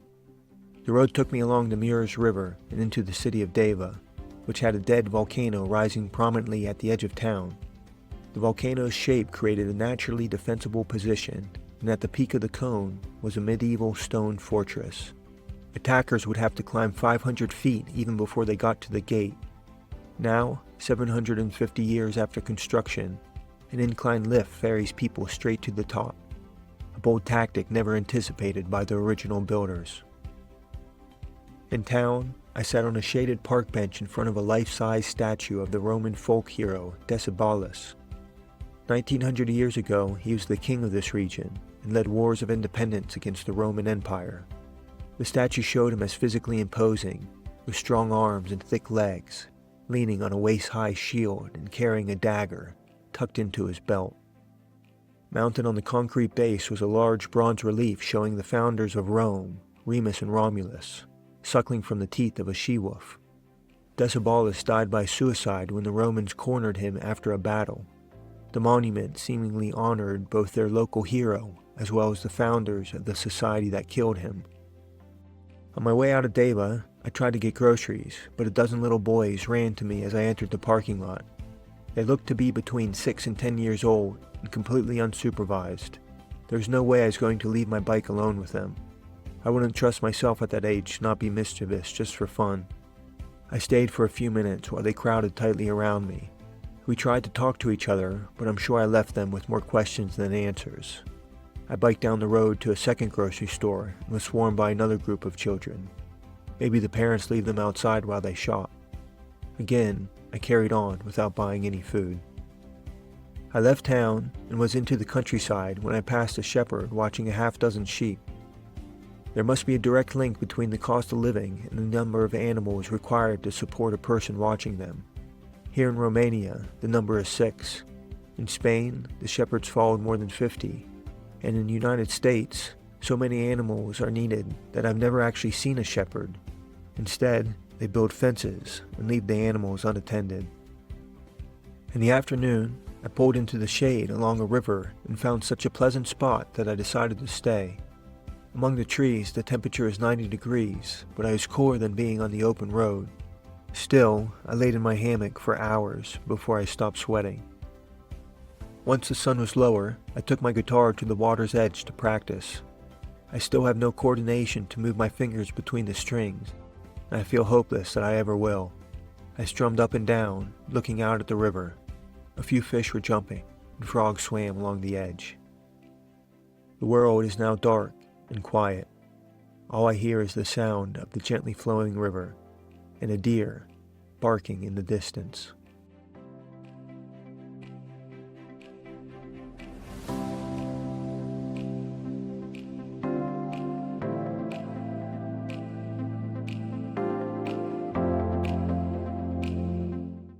May 3rd, 2013, McDonald's. Early this morning, a barking deer shattered the dawn silence. She was in a field adjacent to where I was sleeping, still hidden in the low light. The barking deer was so incredibly loud that I couldn't possibly ignore what I was hearing to go back to sleep. I've yet to see one of these creatures, but I've come to imagine them as grand beasts with huge lungs. Unable to hit snooze, I got up to start the day. I sat outside a grocery store eating breakfast and inspecting my bike. The bearings in the bottom bracket are wearing out. I can feel a little play in them when I pedal. The issue is not going to stop me anytime soon, but knowing that the problem exists put me in an irritated mood. To fix the bearings, I would need replacements and a bottom bracket wrench, both of which I decided not to bring. I've done a lot of biking, but never wore out a bearing, so this problem was a blind spot, and I feel unprepared. A bike shop will be able to help me, and I'm now on the lookout for one. Throughout the day, the road had heavy truck traffic and no shoulder. I put all my attention into keeping myself from getting run over. I had to watch behind me in my mirror just as much as I was looking ahead. Many times I was forced to steer off the road into the grass and loose gravel. The situation felt precarious and stressful. By the late afternoon, I was in need of a place to get away from the trucks when a McDonald's appeared on the side of the road. In high school, I decided for my health to never eat fast food, and in the 10 years since, I never have. I pulled into the parking lot and abandoned my decade-long boycott. The temperature outside was 95 degrees, and when I opened the front door, I felt a rush of cool air and knew I had made the right decision. The interior was clean and with a modern plastic decor. I was surprised by how familiar the place felt. McDonald's has become an icon of the United States and grown so large as to help define the aesthetic of America. The place seemed familiar because the corporate sheen they created has become quintessentially American. I felt comforted by the environment and appreciated that I could have been having the same experience back in Colorado or any one of the other 37,000 McDonald's locations. Truly, the well-lit interior felt like a cultural refuge. I bought vanilla soft serve ice cream and used the Wi-Fi to call Katie. Hearing her voice lightened my mood. She told me she finished collecting data for her research project, which is a big milestone for her. To celebrate, She took the afternoon off and went for a bike ride. She said she was thinking of me. I think of her, too. After a second ice cream, I stepped out of McDonald's and back into Romania. Immediately, I began to sweat. Dry, dusty air raked across the farm fields. Trucks roared past, and 3 mean dogs chased me out of the parking lot. I was chased by a lot of dogs today. There were packs of them on the outskirts of each town. They snapped at my wheels and the bags on my trailers, barking aggressively as they ran. I sprinted to get away, swerving to avoid their teeth and the trucks at the same time. When they would finally give up their chase, I was left with burning thighs and gasping for air. After 70 white-knuckle miles and 4,000 feet of climbing, I was in need of a quiet place to calm my nerves and rest my legs. I followed a dirt road away from the highway, then descended a short bank to a patch of soft green grass. This is a perfect spot. A warm breeze is swirling, and the sky is full of stars. I'm hidden and safe. I feel wonderful. This whole difficult day was worth the effort just to arrive right here.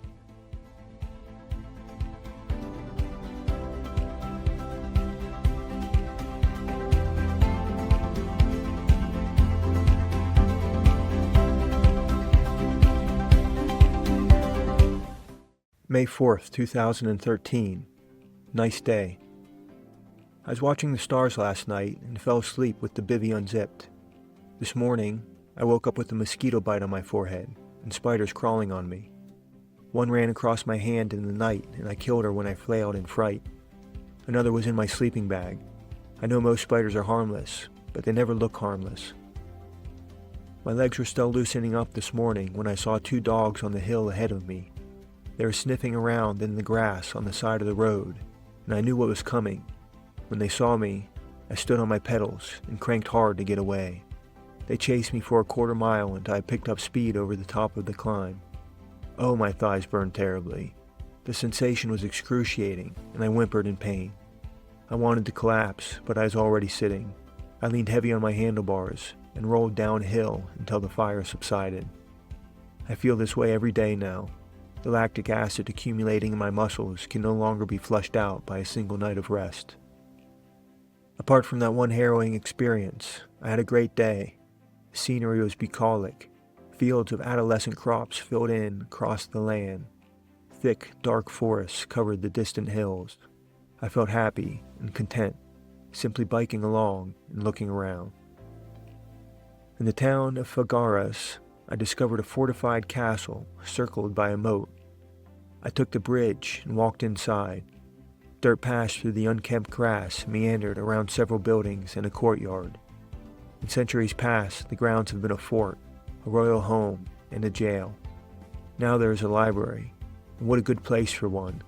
The thick stone walls made the space very quiet and peaceful. Dusk came early beneath the clouds. I pushed my bike far from the road into the open forest. The spot is green, well hidden, and quite lovely. I hung my hammock between tall birch trees, then lay down to watch the light fade. A mouse is rustling in the dry leaves beneath me. I feel grateful for such a wonderful day.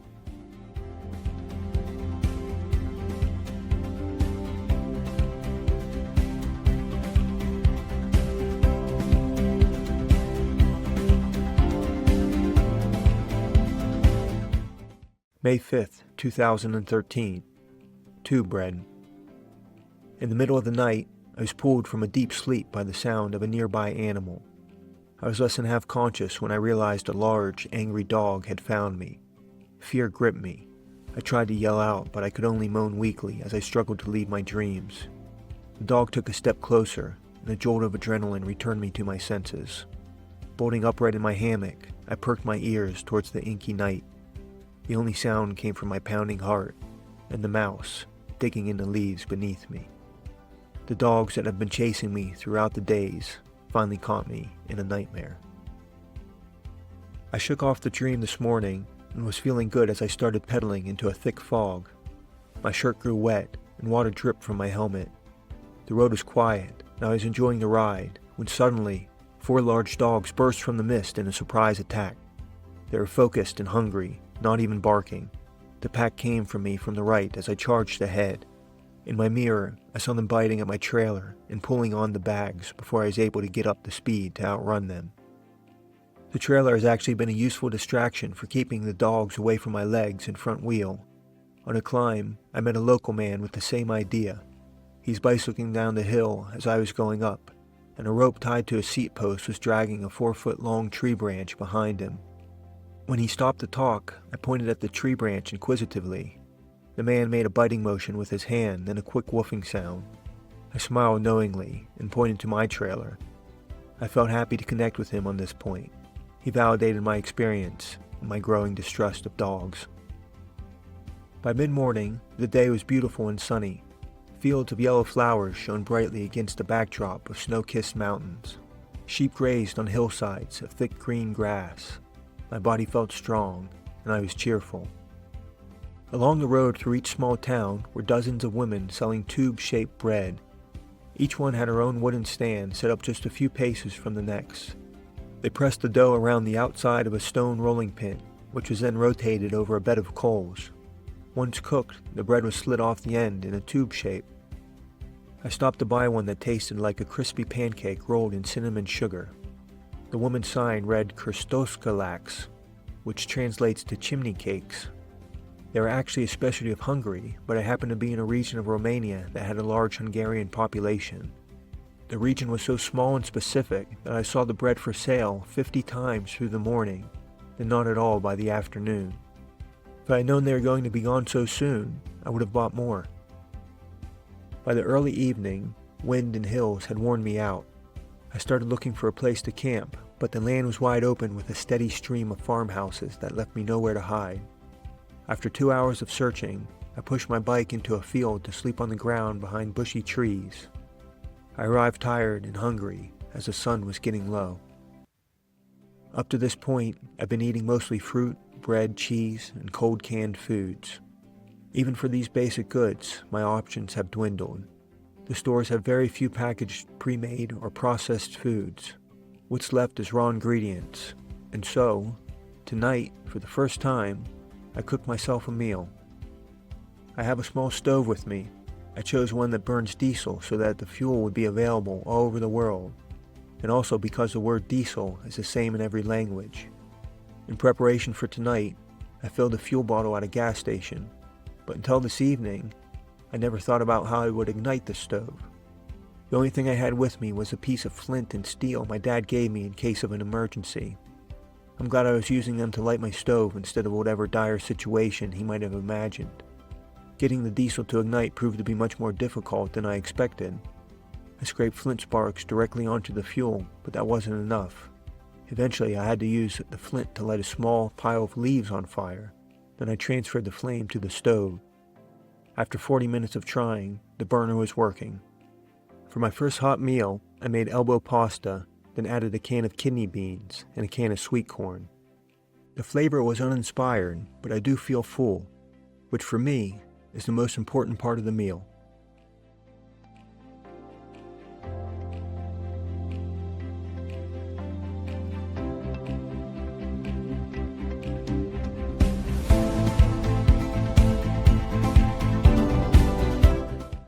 May 6, 2013, a pretty river. I started the day climbing to the blunt ridge of a low mountain. On the other side, a winding downhill took me into a lush green valley where I followed along the Utiz River for most of the day. The sky was blue, traffic was light, and I felt joyous to be pedaling through the beautiful land. In the morning, there was one last town selling chimney cakes, or kurtos, as the sign read today. I bought as many as I could fit, suspecting that I might bicycle back to Colorado without seeing them again. I ate one right there and packed 2 away for later. The past few days I've been passing a lot of roadside rest areas, but I never stop. They're nothing more than a parking lot and a picnic table. There are always piles of trash, enough to feed 1 or 2 thin dogs scavenging on the scraps. Many of the dogs have a limp from the last time they were hit by a car. Even in that pathetic condition, they'll still bark at me.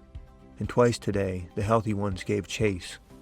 To find peaceful places to rest, I only stop where there is nowhere for cars to park, and therefore, no trash or dogs either. I used that strategy this evening to find a nice spot to hang my hammock in a forest. The trees are tall and healthy with smooth gray bark covered by a thin layer of green moss. My view looks out at the green canopy above me and the forest floor covered in dry leaves below me. An absence of underbrush gives the sylvan landscape a feeling of openness. This is a beautiful spot to call home for the night. I had another try at cooking dinner. I boiled macaroni, then turned off the stove and added a can of peas and cubes of cheese to cool the hot noodles. The peas never warm, the cheese didn't melt, and the noodles became tepid. The flavor was good enough though. In fact, a meal like that will always suit me. An important trait that allows me to persist on this journey is that I have a low emotional response to food. Flavor, variety, and temperature don't typically bring me joy, nor am I upset if they are out of balance. I view eating simply as something that needs to be done. If I were to require much more than what I made tonight, I would be struggling even to find ingredients. I arrived in this forest to a chorus of birds singing from the branches above. As the sun set and darkness fell, they all went silent. Now I hear something else moving quietly around the area. I catch only a single footstep or a subtle rustling in the darkness. I miss having a place to sleep that I feel safe. Out here, I must accept that I am vulnerable and trust the world to leave me in peace.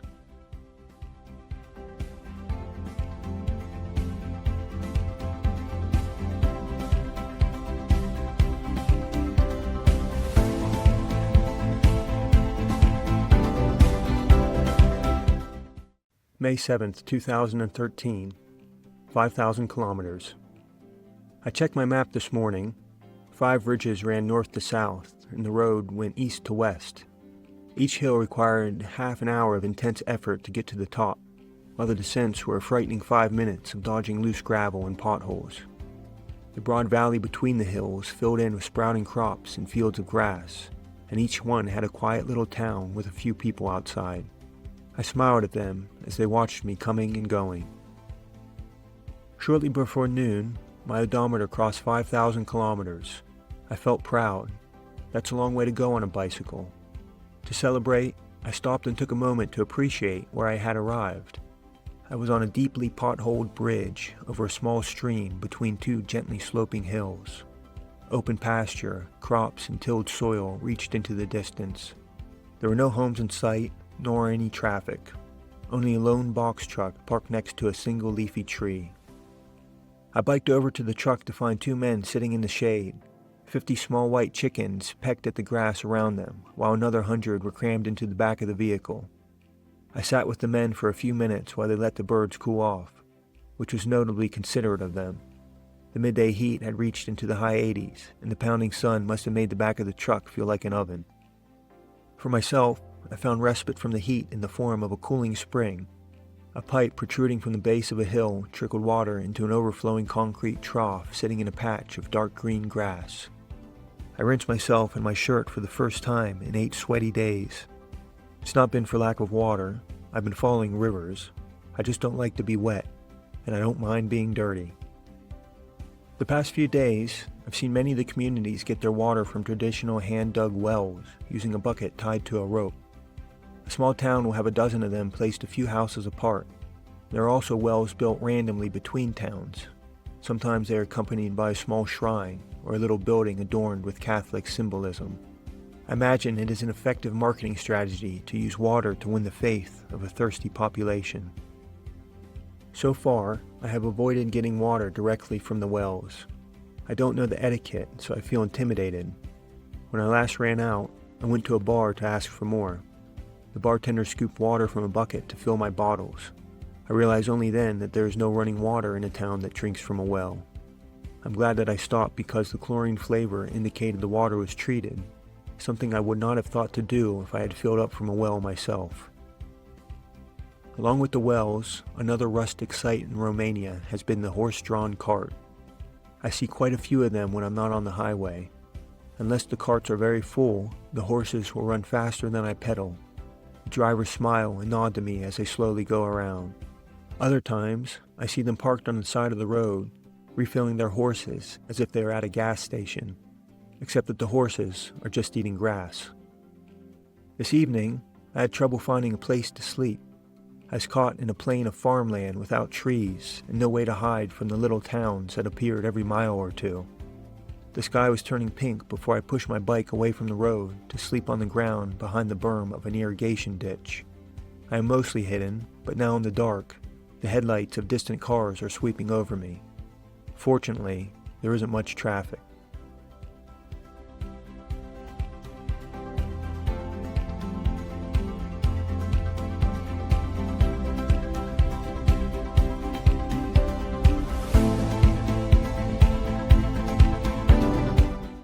May 8th, 2013. Into Moldova. In the late morning, I stopped in the town of Husi. I'd written some emails to Katie and thought the town would be big enough to have a library with Wi-Fi so I could send them. I asked for directions and was pointed down the road. When I got there, I was pointed back the other way. I'm not even sure if the people knew what I was asking for, or if Romanian towns have public libraries. I wandered a little farther before a drunk man took it upon himself to lend a hand. He had beer on his breath and staggered slightly, but he was eager to assist, and I was happy for the help. The man wore a blue baseball cap pulled low over his eyes, and a green shirt with a picture of a pair of jeans on it. He was about 50 years old, clean-shaven, and as tall as my shoulder. I asked about a library, and though he didn't speak English, he led the way as if he knew what I meant. We walked for a few minutes before arriving at a clothing store. I tried again to explain that I was looking for a library. He nodded his understanding and took us a few more blocks to a small hotel. Also not what I was looking for, but they did have Wi-Fi. I sat on a bench outside and was joined by my self-appointed guide. While I checked my emails, he fixed his gaze on me and swayed in small circles. His attention quickly made me uncomfortable. I thought he wanted money for his help, but he declined when I offered. Seemingly, he was simply more drunk than I realized. When I got up to leave, he stood too. I shook his hand and thanked him. As I biked away, I saw him plop back down heavily upon the bench. In the afternoon, I discovered the Republic of Moldova, a country I had never heard of before arriving at the gate. Coming to the border was exhilarating. I felt like an explorer delving into the unknown, filling in the map as I go. I crossed through customs without any issues, then stopped at the first gas station I came to. There was a picnic table to sit at, and a power outlet to charge my tablet batteries, both things that have become luxuries to me. I stayed there for the rest of the day, playing guitar and reading. People stopping for gas would see my bike and come to say hello. In just a few hours, I met a dozen friendly Moldovans and felt uplifted by the warm welcome. As evening approached, I packed my things and went looking for a place to camp. In less than a mile, I found a couple of secluded pine trees on a hillside away from the road. This is a fantastic spot. I'm looking up at brilliant white stars splashed across the dark sky. The intoxicating smell of blooming lilac saturates the air. I feel well hidden and safe. I'm happy. Moldova is proving to be a delightful place.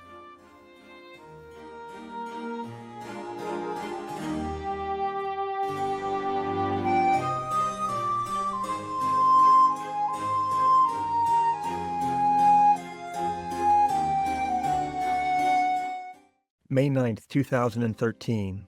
A day in Moldova. I took a deep breath of fresh, cool air as I began to wake up this morning. I looked towards a pasture on my right to see swallows darting through the fields in search of flies.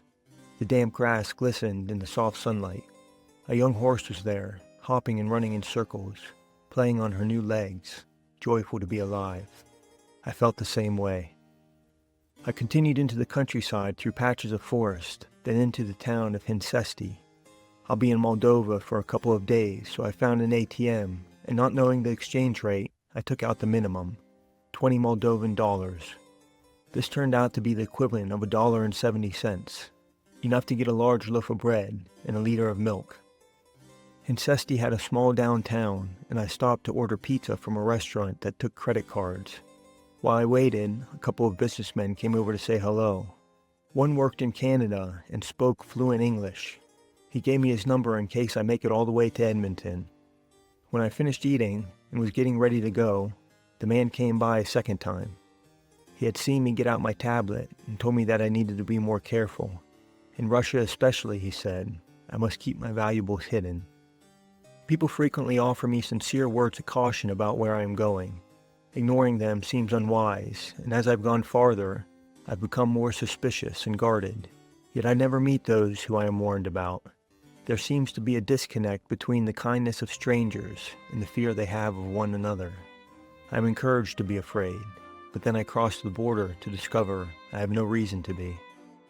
This evening, I followed a tractor path across a farm field to get to a patch of forest.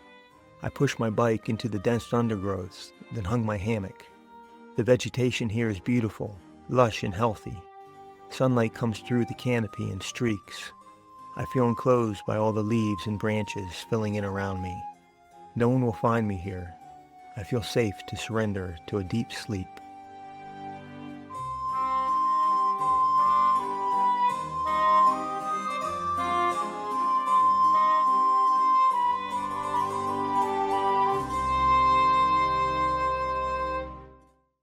May 10th, 2013. Party. I pedaled through rolling farmland on my way to Chisinau, the capital of Moldova and home to 500,000 people. The roads were in poor condition and traffic picked up as I approached. The first two intersections were lawless free-for-alls. Traffic lights were ignored and pedestrians ran to cross the street. Bicycling downtown suddenly seemed like a bad idea, and I turned south to skirt around the city. Along the way, I saw a motorcycle parked in front of a house, and in the shade of a nearby tree, two riders stood with a woman holding a baby. One of them called out to me as I passed. I carried on for another minute before turning to go back. I noticed a well in the yard, and I was out of water. When I joined the group, the young mother with her baby girl gave me a cup of homegrown cherry juice. I stayed for the next hour, cooling off in the shade and talking with her and the couple who was there on the motorcycle. The mother had a very pleasant demeanor and spoke some English. She said English was her favorite class in high school. With her help translating, the couple invited me to their motorcycle club's Veterans Day party. They showed me where to go on my map, and I felt excited for the invitation. I told them I could pedal there in 3 hours. The party was in a campground at the end of a narrow dirt road. The Dniester River is wrapped around the site on 3 sides. V, the man who invited me, was in a car getting supplies when he spotted me at an intersection. He beeped his horn, then drove slowly so that I could follow him for the last 5 miles. I arrived to find the campground quickly filling with motorcycle clubs from Moldova, Ukraine, and Russia. V took me around to see the people he knew. One young woman was nearly finished her studies to be an English translator. She joined us to help me communicate. I met identical twin brothers in their 30s. Together, they have a nickname which was translated to me as two from the womb, same in the face. I was told it was from a famous poem, but I could never figure out if the nickname was endearing or lighthearted teasing. Since I was going to be around other people, I felt inclined to rinse off and went with the group to swim in the river. The river was large, 400 feet across, and moving such that I had to swim hard to stay even with the dock. After 30 seconds, I grabbed a wooden ladder to pull myself out, then joined the others sitting in the grass. The wife of one of the twins came to me with a towel, then gently dabbed the water from my shoulders, back, and face. No one has ever dried me off like that. There was an intimacy that was unexpected from a near stranger. I could feel her sincerity and kindness. I felt cared for. The moment was really touching. Throughout the night, I was treated like an honored guest. Everyone wanted to meet me, to hear about my trip, and to have a drink. I drank cognac with Moldovans, vodka with the Russians, and a man from Ukraine celebrated my journey with a bottle of champagne. As the sun went down, a swarm of mosquitoes arrived so dense that I couldn't even keep them from biting my face. I ran to get my coat for protection. Everyone else scrambled for bug spray. Then there was one drunk Russian who embraced the onslaught. He stood with a beer in his hand, shirtless and smiling, while hundreds of mosquitoes drained his blood. He didn't even flinch, a performance of self-control that could be appreciated if everyone wasn't simply laughing at him. When darkness settled, the mosquitoes disappeared as quickly as they had arrived. I sat with V and his club to eat dinner. We snacked on raw vegetables and salami while everyone helped prepare a stew for the main course. I was asked to wash and peel potatoes with Sergey, a Russian paratrooper in green fatigues. Sergey was not a hardened veteran, as I sometimes picture all soldiers to be. He was only a few years older than me, not in the best shape, and had a warm kindness that didn't seem to fit on someone who trained to kill as a profession. I joined him at the industrial-sized sink and realized that I had never peeled a potato before. Sergey noticed me fumbling dangerously with the knife and showed me that I should be cutting away from my wrists. We chatted as we peeled, me in English and he in Russian. After 20 minutes, we walked big bowls of clean potatoes back to the stew. Sergey asked the woman who had been helping translate to tell me something. She listened, then said to me, "The sink where you are cutting potatoes draws water from the river, and you should stop drinking from it." I'd stuck my head under the faucet and took a big gulp of water while we were peeling potatoes. I have a bad habit assuming water coming out of a faucet is potable. After dinner, a DJ came on and the drinking commenced. An arm wrestling table was set up, and a handsome burly man challenged me to a match. He called himself a, quote, "true Moldovan," and sat down to represent his country. As the only American at the party, I had to accept. I took the seat across from him, and we firmly gripped hands with our elbows on the table. A referee held her fists upright as we began to flex.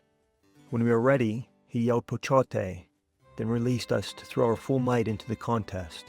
I twisted my shoulder inward for leverage and torqued my wrist forward, but the true Moldovan held firm against my best effort, before slowly and smoothly pinning my hand to the table. I had a wonderful fun time at the party. I'm touched by how welcome everyone made me feel. V even saved a bed for me in one of the cabins, though I told him I would be fine sleeping in my hammock. I'm hanging between trees in the middle of the campground. The music has stopped, and everyone has gone to sleep.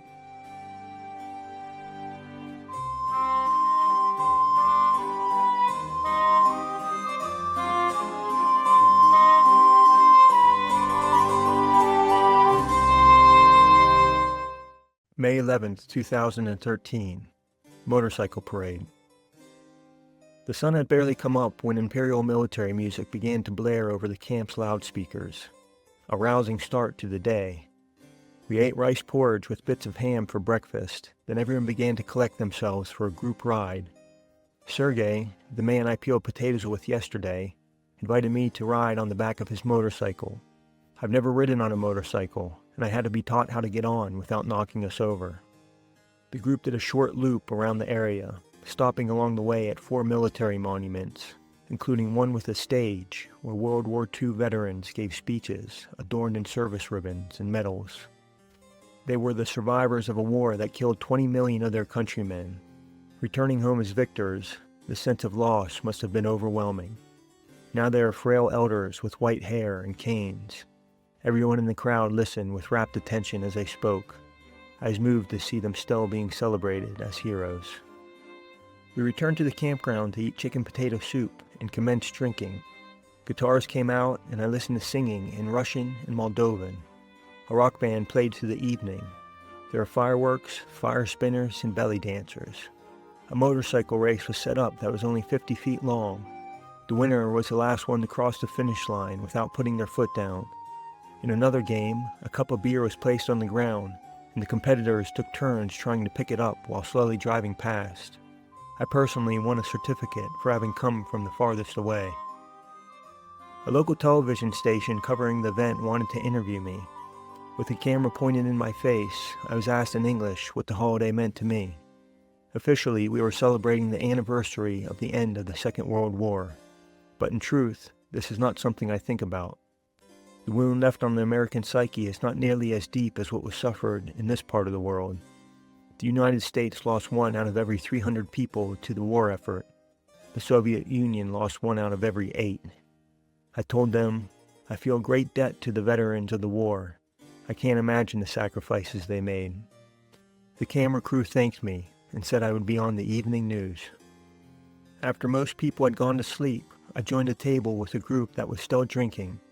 The band had quit long ago, and one small speaker was left playing "Livin' on a Prayer" by Von Yovi, as pronounced by the Russian man next to me.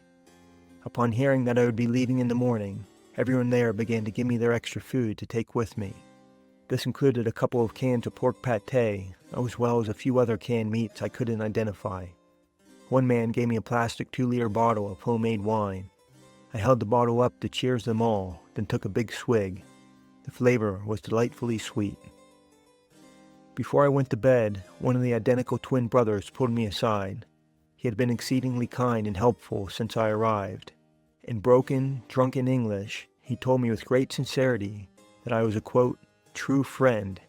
He took a pin off the breast of his leather vest, one that commemorated the same event from 2 years ago, then placed a souvenir in my palm.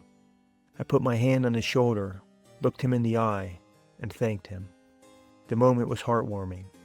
This whole experience has been.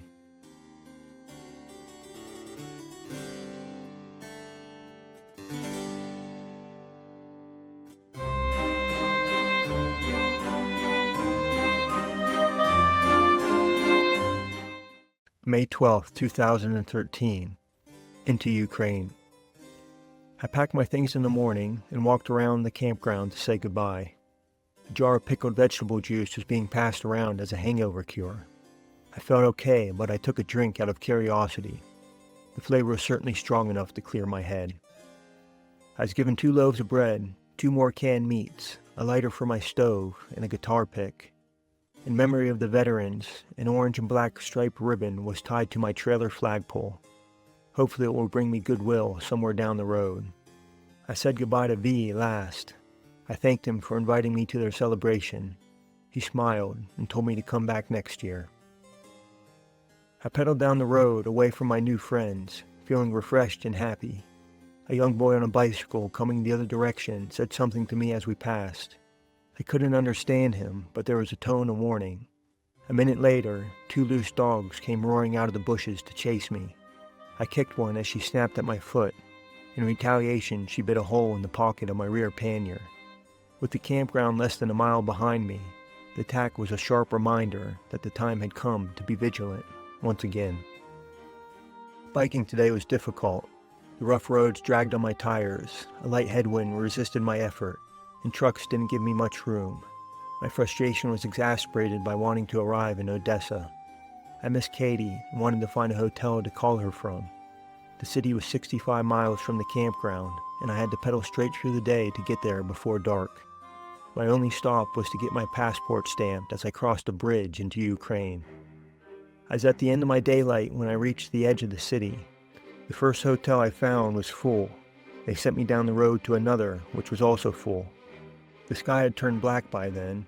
Under sparse streetlights, I dodged speeding cars while searching the darkness for a place to sleep. I went another dozen blocks before finding a room in a cheap hostel. I was happy to get to talk to Katie. She was on a weekend climbing trip and answered her phone from the side of a mountain. The sun had set here, but was still high over her head. She said she was having fun, and that the view was amazing. I told her I hadn't seen a hill all day, and so she described the mountains to me. I love her.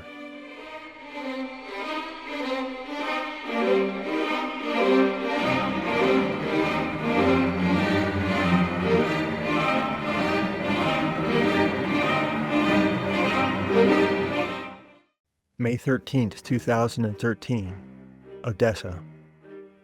On my way out of Odessa, I stopped in a park to play guitar and enjoy the city around me. As I was packing up, 2 elderly women dressed in colorful ragged clothing came to me and asked for money. I had not yet been to an ATM in Ukraine, so I didn't have anything to give them. I pulled my front pockets inside out to show them. One of the women persisted, pointing to my bags and demanding that I open them. The second woman moved closer while the first went for my back pockets, groping my butt in search of my wallet. After finding nothing, she began to unzip my handlebar bag while also scolding me for not giving her anything. I had lost control of the situation. To get away, I simply grabbed my bike and ran. They were in their 70s, and while their fingers were still nimble, their feet were not. The women didn't take anything, but I felt I had made a mistake by exposing myself to the possibility. The lesson I took away is to not stop in the cities, and certainly don't spread my things out in a way that prevents me from leaving quickly. I need to keep anything I'm not using packed away at all times. I'll have to stick to taking breaks only when I'm alone in the farm fields, where I can let my guard down. I passed a continuous stream of war memorials as I left. During World War II, the city was taken by the Axis powers in a 73-day siege. The battle resulted in 130,000 casualties between the two sides, and the resulting occupation killed an additional 280,000 civilians. I can't imagine what that was like. The scene of destruction, mass murder, fear, and grief. How terrible that must have been. I was glad to put the city behind me. While sprinting to keep up with the cars, I had to navigate the traffic ahead of me, watch in my mirror so that I didn't get run over, and keep an eye on the road to avoid the many deep potholes. The drivers never shared their lane and passed so close that I was swerving to avoid their mirrors. The biking was hectic and stressful.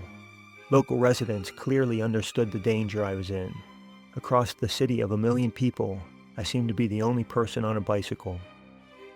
Tonight, I pushed my bike a half-mile from the road to get to a narrow strip of trees where I could hang my hammock. I needed somewhere peaceful to calm my nerves, and this place was working. For the past hour, I've been lying in my hammock and listening to the birds.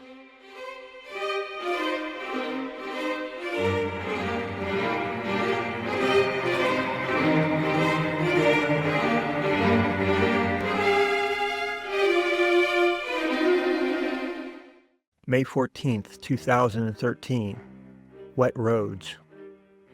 This afternoon, I watched a storm approach across the wide open land. I pulled off the road to hang my tarp in a tree, then sat beneath as the rain drifted over me.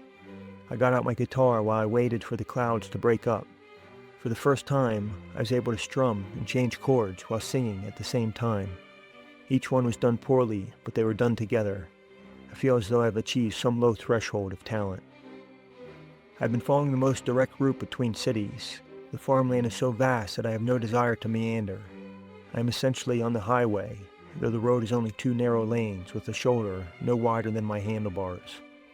Typically, I feel safe, but there are puckering moments when an oncoming truck passes a slower moving vehicle.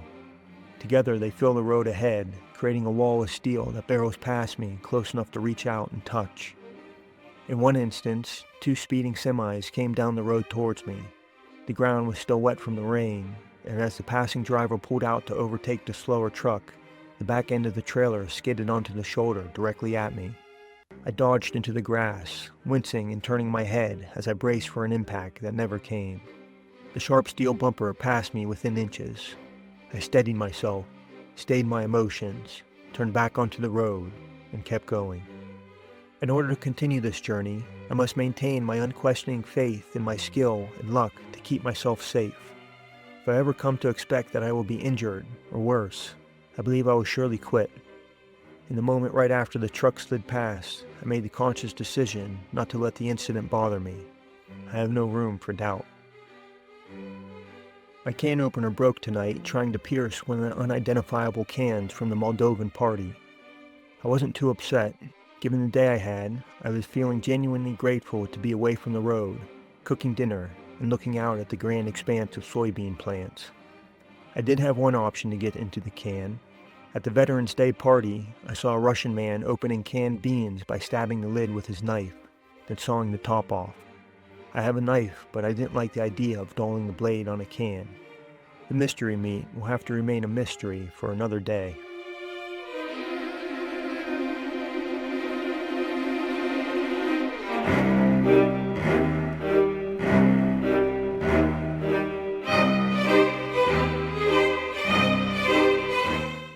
May 15th, 2013. Motorcycle tourists. I woke up in a sort of purgatory. My vision was cloudy and white. I couldn't see where I was, or even tell which way was up, and my face was strangely wet. In a growing panic, I fought my sleeping bag to free my arms.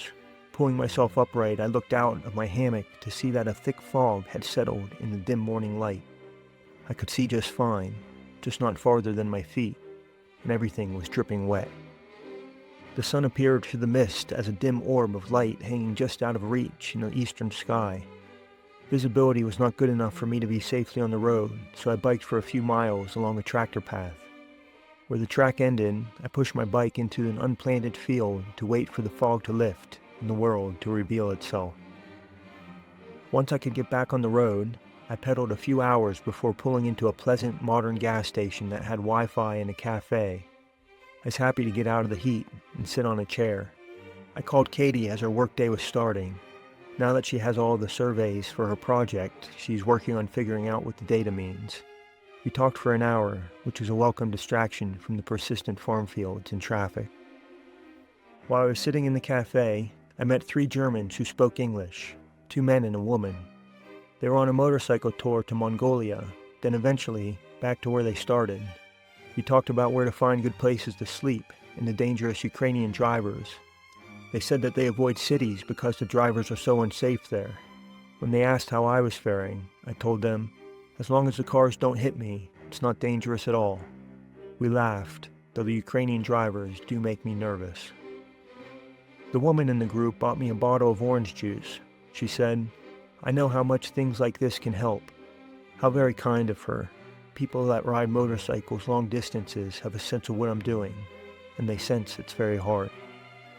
This evening, I left the road onto a tractor path that I followed for a mile to find this quiet spot in a grove of lilacs. Birds chirped in the trees around me, and a warm breeze rustled the leaves. I sat in my hammock and watched the glow of a fiery sunset linger on the horizon. With a new can opener from the gas station, the mystery meat given to me in Moldova was revealed to be a duck pate, something I've never eaten or even seen before. I ate the tan, duck-flavored paste for dinner, spread over half a loaf of bread. I liked the flavor enough, but I'm not sure I would ever buy any.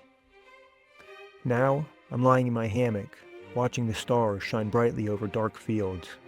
I've seen 3 meteors burn up in quick, white dashes. For billions of years, they explored the cosmos before vaporizing in the course of a single exhale. I like to think they appreciate me bearing witness to the end of their long journey. Out here, I might be the only one who sees.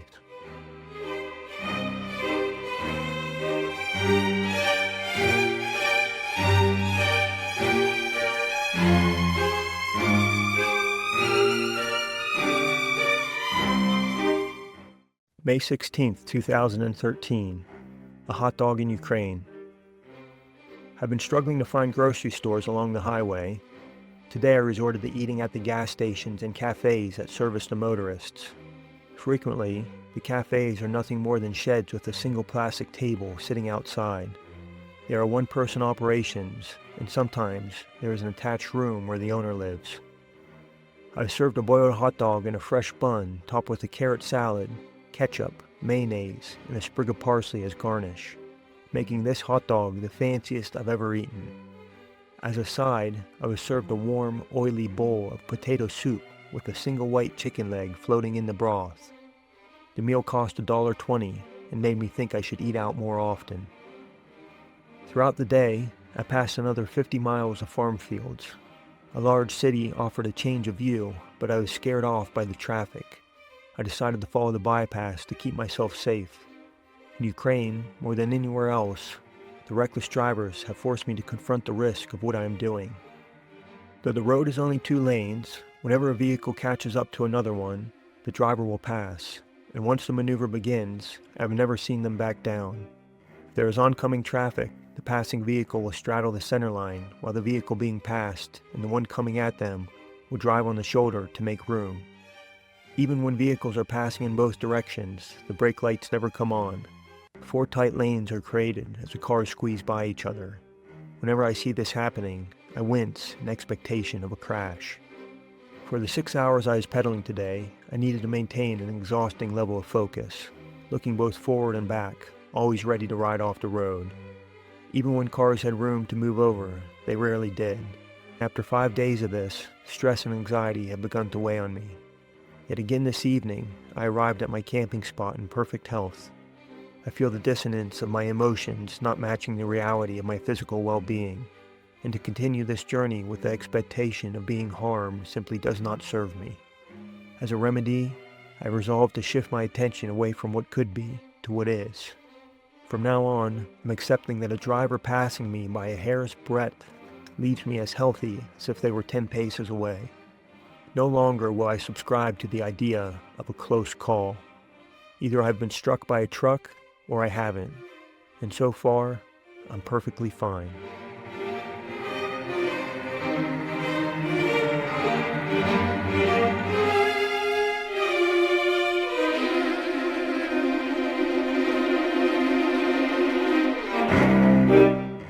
May 17th, 2013. Following a canal. Last night I slept in a narrow strip of trees pinched between the road and a canal. Several times, loud trucks jarred me awake. I wasn't able to rest, so I left early, just as the sun was cresting the horizon. An hour later, I was still drowsy, and when more trees appeared, I hung my hammock for a morning nap. I was wakened by two middle-aged farmers arriving in a small green jalopy towing an old wooden cart. They had sickles to cut all the grass growing thickly between the trees. The land had been covered by crops for days, and men harvesting the grass from the side of the road has become a common sight. I tried to talk to them, but they kept to their work. The canal I slept next to stretched straight to the horizon in both directions. The land was so flat that water pooled in the base without flowing either way. I followed the canal for 35 miles and never crossed a single small hill or lull in the land. Eventually, the canal led me into the town of Armyansk, where I stopped at an outdoor market to buy another day of meals. A row of 10 booths lined the streets, all selling the same assortment of cheap cookies and candy. Nothing I wanted. I bought a package of noodles for dinner in hopes that there would be better options tomorrow. A man came out of the crowd to talk to me. He asked me a question in a Slavic language I couldn't identify. I shrugged and pointed to my ear to let him know I didn't understand. He made a call on his cell phone, then handed it to me. The voice on the other end introduced himself as Roman, the son of the man in front of me. In English, he invited me to their home for dinner and a place to stay for the night. The father walked me to a concrete apartment building, a perfect representation of Soviet-era housing. Inside, bare light bulbs cast shadows down drab concrete hallways. We were going to the 9th floor, which made the stairs a bad option. There was an elevator, but it was too small to fit both myself and my gear. I set my bags in the hallway with the father, and he held the door while I squeezed inside, standing my bike straight up on its back wheel to get it to fit.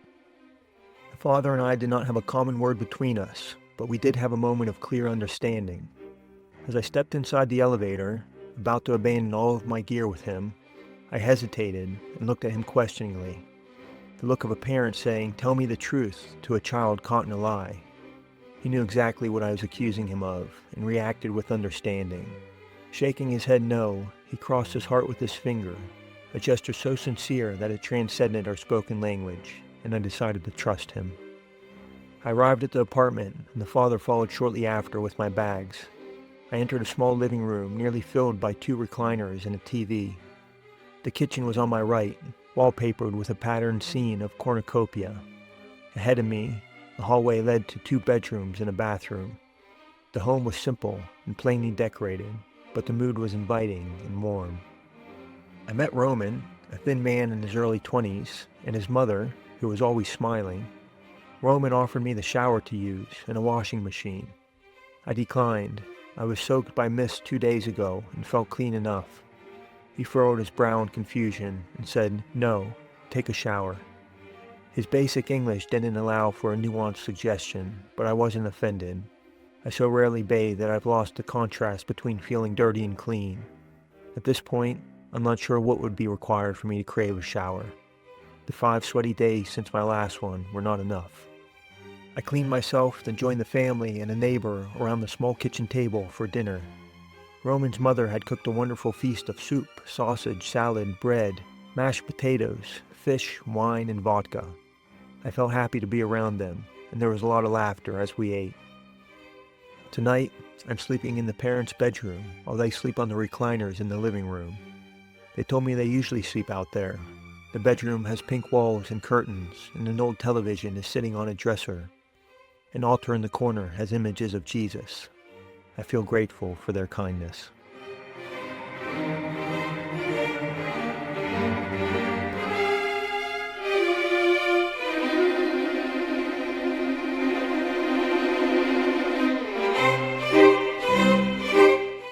May 18th, 2013. Treasure hunting. Roman's parents left early. They are both engineers at a local chemical plant, which affords them a nicer lifestyle than many of their neighbors. His mother left us a breakfast pie made from a big pancake, which she decorated to look like a face that had ketchup lips and lunch meat eyes. Roman wanted to show me the local battlefield, which he said was the most interesting thing around. The site was 5 miles northwest of town. I rode my bike carrying a shovel in my pannier while Roman jogged alongside. He announced our arrival when we got to a dry field along the Karkaniska Gulf. The place was unremarkable except for a ditch with 20-foot mounds of earth running on each side.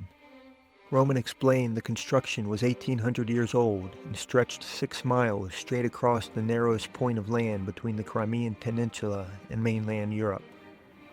He said that many battles have occurred right there because the raised mounds are the only cover around.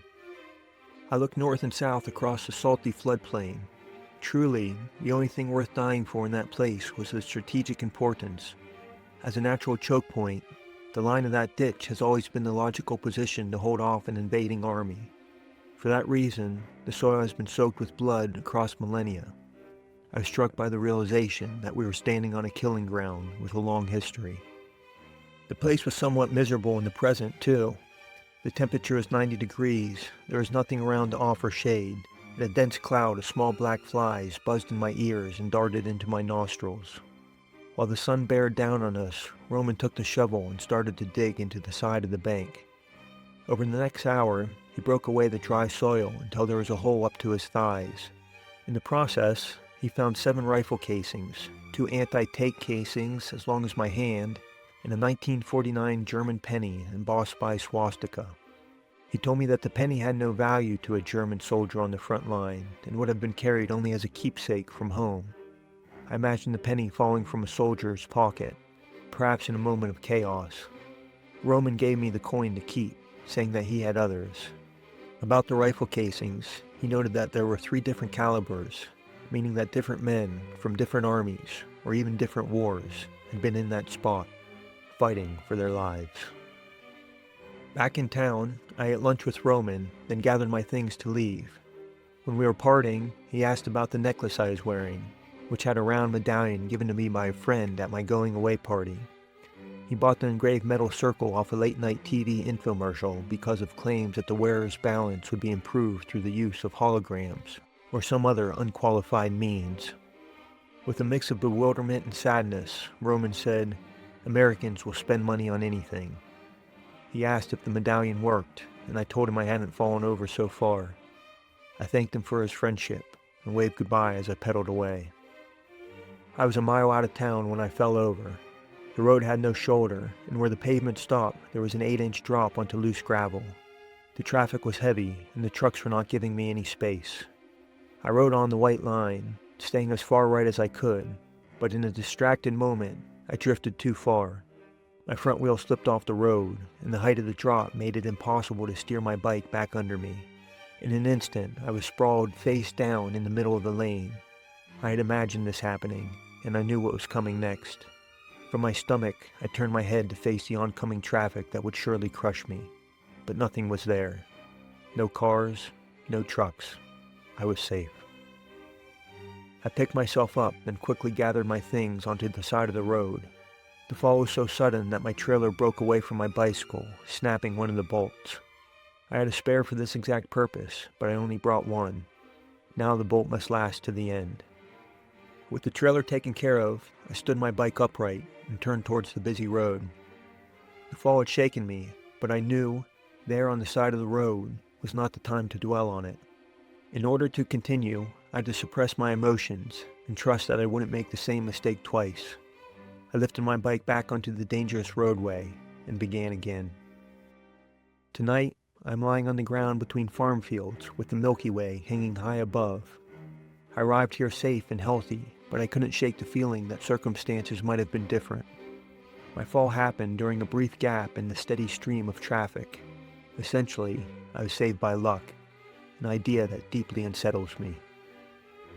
Feeling safe in my camp, I tried to process what happened. I thought about the moment I hit the ground, lying there, face down in the road. I expected to be killed under the wheel of a semi. In the next instant, I saw that my life would be spared. In perfect balance and contrast, I experienced both the fear of imminent death and the joy of unexpectedly living. The intensity of the emotion was more than I could bear. I sat alone in the darkness and sobbed, overwhelmed by the precariousness of life.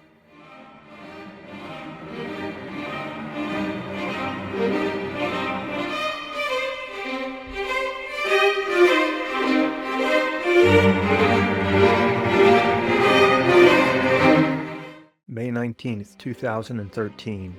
My parents' visit. The sun was already bright when I climbed out of the bushes where I'd been sleeping. Clouds were gathering like small cotton balls, and as they came together, the sunshine could only break through the thin gaps between them. Pillars of light streaked to the ground in 100 places, creating the appearance of scaffolding holding up the sky.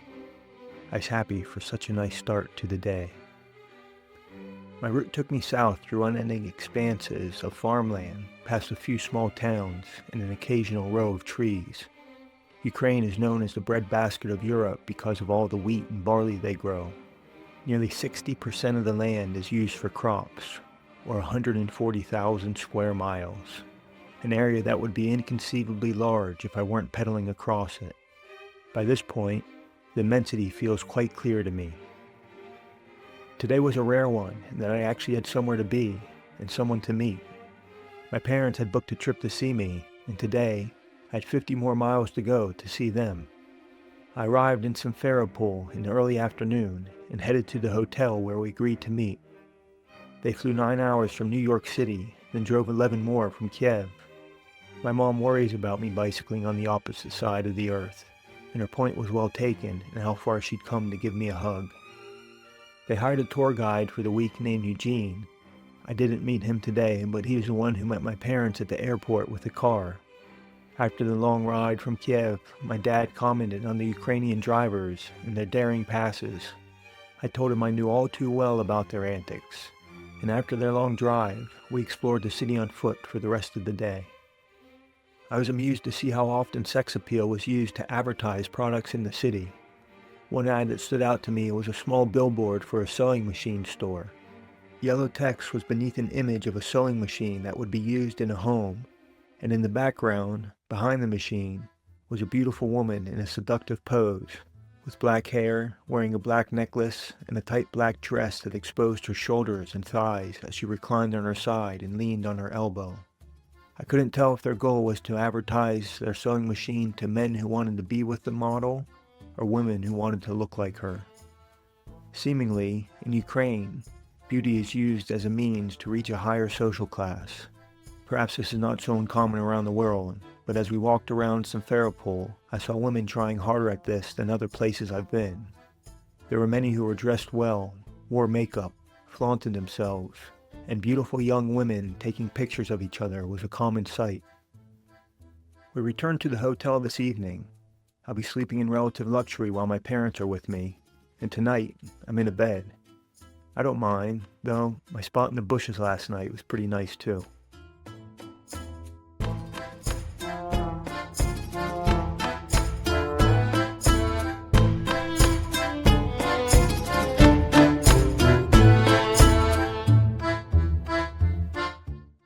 May 20th, 2013, Simferopol. Eugene, our tour guide for the week, arrived this morning to take us around Simferopol. Eugene is an interesting man, thoughtful, energetic, and quick to laugh. He has lived in this area for much of his life. In the past, he worked as an engineer, and then a professor. He looked like a professor. Square-framed glasses rested low on his nose. He wore collared shirts and khakis, and his graying beard was neatly trimmed. Currently, the weak economy has led him to be an English-speaking tour guide. My first priority was to go to a bike shop, and Eugene led the way. I had my parents bring me a new, top-of-the-line bottom bracket to replace the loose bearings that have been bothering me for the past month. With the right tools, the bike shop was easily able to swap the parts. A couple guys were there hanging out with the shop owner, and they enjoyed hearing about my journey as we waited for my bike to be done. I did a short test ride, and I could tell right away the bit of play that had been bothering me was gone. With that chore out of the way, I was able to relax into the break with my parents. We walked through Simferopol, visiting a war memorial along the way. German troops occupied the city from late 1941 until 1944. Shortly after arriving, the Nazis massacred 22,000 of the citizens. including 14,000 people in a single day. The memorial was in a sunny park with an old green tank mounted on a marble stand. Given what happened, I felt the scene needed to be sadder. I wanted the memorial to push people to contend with the cruelty that humanity is capable of, forcing us to face that part of our nature with the hope that reminding us what happened will prevent history from repeating. That's what I was feeling, so maybe the memorial was working.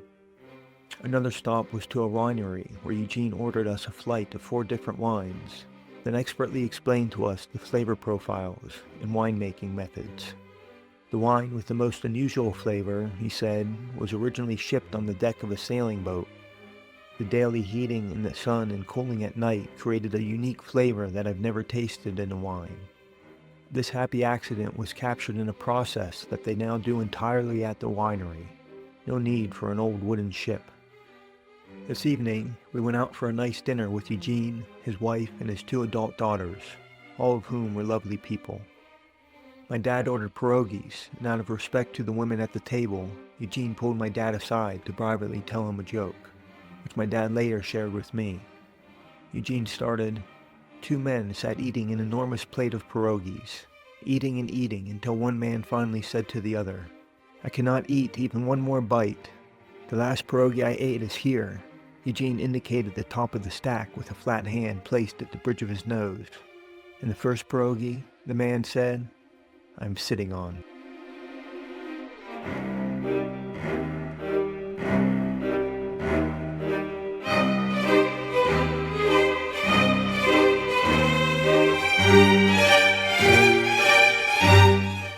May 21st, 2013, Cave City. Eugene arrived in his car this morning to take us to a place that he said was very special to him. We headed out of town past green fields and forested hills, making our way deep into the countryside, eventually onto a road made of dirt and slabs of concrete that was in terrible condition. Eugene said that some of the rural dirt roads get the potholes filled with concrete, but as the dirt continues to weather away, the concrete is left sticking up like a stone mushroom. Where we were going was 60 miles from Eugene's childhood home, and he said he walked there a few times, covering the ground in 3 days and sleeping in the farm fields along the way. He called the place Cave City, and we arrived into a beautiful landscape of sheer white mesas rising over fields of poppies and horse pastures. As we got started, Eugene gave me a handheld GPS device and a Polaroid of a bush with coordinates written on the back. He was taking me on a treasure hunt. I punched the location into the GPS, and together we followed the arrow across the field, then up a wooden hillside. When we got to the spot, the bush in the photo was right there in front of us, except the branches had grown much larger. Using my hands, I dug at the dry leaves and loose soil underneath until a few inches deep, I uncovered a bottle of wine that Eugene hid 5 years before. I felt honored that he would give me a gift so long in the making. I believe he saw some of himself in my spirit of adventure. I thanked him for the bottle and for giving me a story of buried treasure. After finding the wine, we hiked up the side of one of the white mesas. Eugene explained that the people once lived on the flat tops. The cliffs offered protection in a time when battles were won by being higher on a hill. Where we reached the plateau, there was an abandoned village, the most unusual I've ever seen. Dozens of homes were carved directly into the stone. There were staircases and alleyways. Doorways led into large rooms with sculpted stone benches. Some rooms had windows, others had skylights. Ancient specks of paint still clung to the ceiling and walls. A tiny church is carved into a single large boulder. Eugene showed us what he called the honeymoon suite. He confessed, or maybe bragged, of spending nights there with girlfriends when he was young. The room was carved into the lip of the mesa, creating a natural balcony that looked out 50 miles to white glistening cliffs and distant green hills. I thought of Katie. A night in that ancient room is the sort of date she would appreciate. We ended the day in Sevastopol, at a hotel in the city. My parents took me out for dinner and we had a nice meal. So far in this journey, I've kept eating what I know and what I can cook. Having gone out to eat with my parents a few times already, I've enjoyed trying some of the local cuisine. Tonight, I got potato soup served in a rye bread bowl.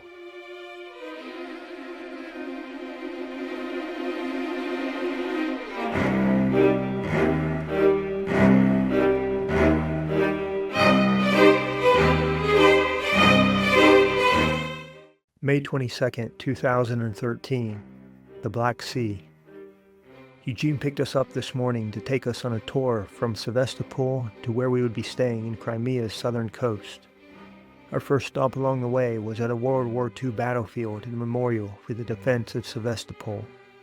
There were artillery pieces on display, still pointing away from the city, in trenches dug into the hillsides. Trees grow there now, but at the time of the war, they would have all been blown to pieces. The battle took place from October 1941 to July 1942.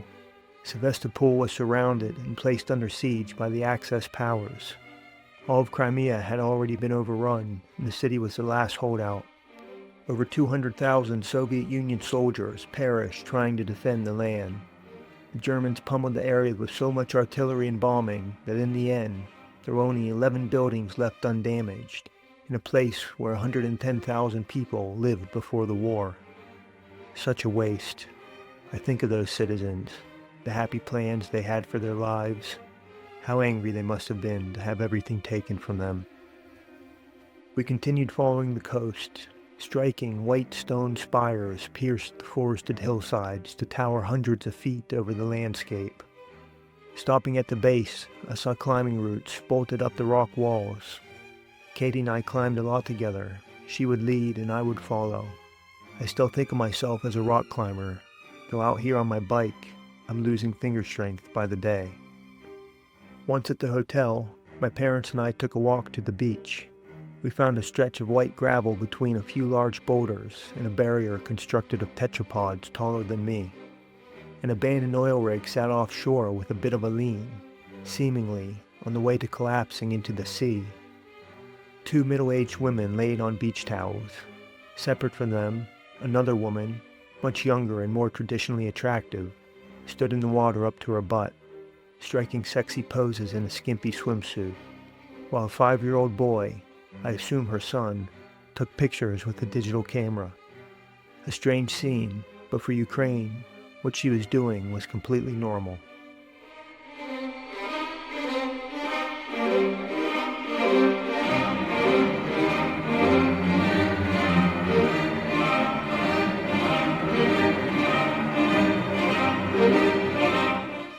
May 23rd, 2013, Ukraine Palace. I explored the Black Sea coast with my parents today. We drove to see the Levidia Palace, which began as a summer home for an imperial family in the 1860s. Apparently, the picturesque Black Sea coast has been a vacation destination for a long time. The opulence was magnificent, and I marveled at the skilled craftsmanship from a time before the help of modern machines. The walls and ceilings were covered in intricate hand-carved flourishes. Chandeliers were made of complex flowing glass shapes. The fireplaces had figurines chiseled into the stone mantels. The grounds around the building held decorative trees, carefully shaped bushes, and flowing white fountains. During World War II, after the fall of Sevastopol, the Nazis celebrated at the Levidia Palace. 3 years later, the same rooms were used for the Yalta Conference. This was the second meeting between Franklin Roosevelt, Winston Churchill, and Joseph Stalin. They came to divide Europe between them and to try to create a new world order that would prevent the tragedy of another continental war. 75 million people had been killed under their watch. I wonder what the weight of that loss felt like. They must have wanted so badly to make things right. Yet within 2 years, tensions from their agreements started the Cold War. Over the next 43 years, proxy battles between communism and capitalism led to another 20 million deaths. How terrible these world leaders are at their jobs. Not killing tens of millions of people seems like such a low bar to pass. This evening, we opened the bottle of buried wine from Eugene, and I got out my guitar. I played a song for my parents. Never having shown any interest in music as a child, this would have been the first time in my life that I performed for them. I sat on the balcony, strumming my guitar, and as the sun began to set, a rainbow appeared, arching gracefully between the sea and the towering white cliffs. The The scene was just perfect.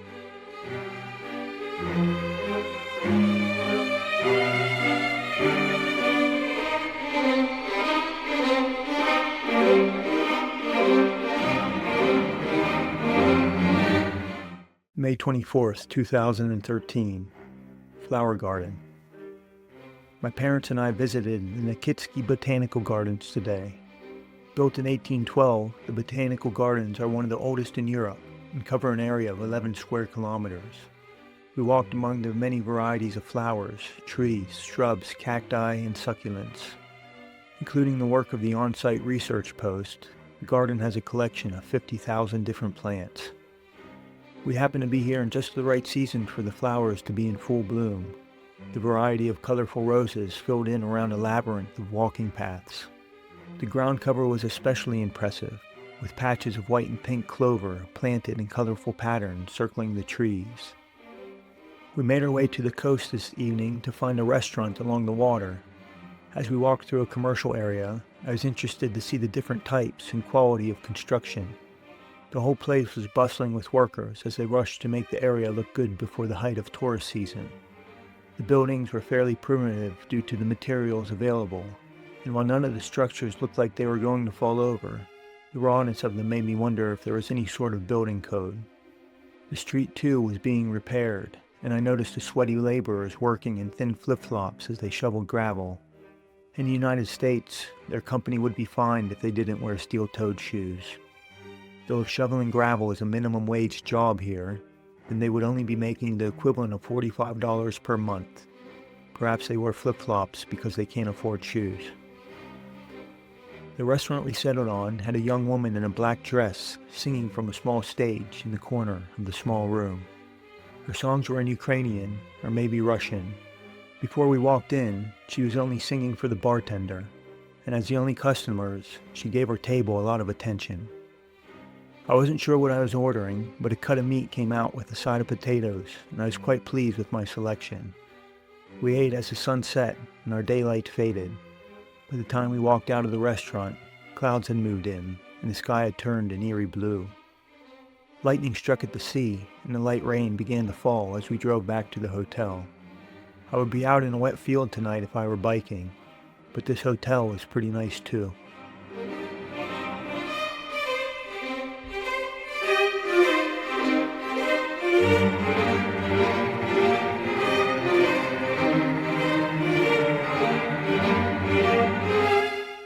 May 25th, 2013. A barbecue with Eugene. On the final day of my parents' visit, Eugene invited us to join him for dinner at his home with his wife and 2 daughters. We drank wine and ate barbecue pork kebabs in his backyard. Eugene taught me a few of the local drinking customs. He told me that empty bottles never go on the table. They are placed on the ground and called dead soldiers. When we drank cognac, the chaser was a slice of lemon coated in sugar. Perhaps his most sage wisdom was to never drink alone. But, he said, if you have to, get a mirror so you can drink with a good man. His advice for my journey was equally useful. He said to never eat more than half of my food in a sitting. This way, I'll never run out. As the night was winding down, Eugene borrowed my guitar for a song. It began with a sad melody, soft and lonely. With his eyes closed, he started to sing in Russian. His voice was clear and moving, the lyrics delivered with heartfelt emotion. A sorrowful song of loss and mourning. I was moved, even without understanding the words. When he ended, I asked what the song was about. He said it's the story of a skier who is sad that the ski season is over. When the party was ending, I thanked Eugene for taking me around and sharing his knowledge. I'm always passing through places without knowing anything about them, so having him along was a treat for me. Eugene shook my hand and wished me luck for the rest of my journey. My parents were happy to be guided around as well, and they were especially glad to get to see me. They were nervous about me heading into Russia. Their worries weren't distinct, just unease about what I'm doing. They could imagine Europe, but now that they don't know what's ahead for me, that's scary. I understand their sentiment, but I'm undeterred. The nature of this journey is to go into the unknown, and I trust myself to handle any situation I get myself into.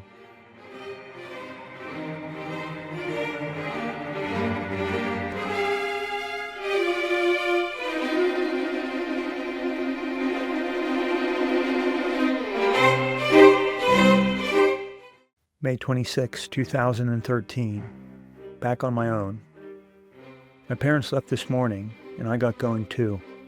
I was feeling refreshed and excited to start pedaling. My gear was feeling refreshed too. My bike was running smoothly with the new bottom bracket. My parents had brought me a new headlamp to replace the one I lost, and I added another wrap of clear tape around my guitar tube. My mom also loaded me with 35 pounds of canned raviolis and cheese from the United States. I keep my food in my right pannier, and I could feel my bike listing as I started down the road. Up to this point in my journey, I've avoided carrying extra weight by only purchasing enough food to get me to the next place to buy more, usually 1 or 2 days worth. I didn't fully realize that what this was doing was forcing a sense of scarcity on myself. That habit broke today. The glut of meals from my mom gave me a wonderful sense of abundance.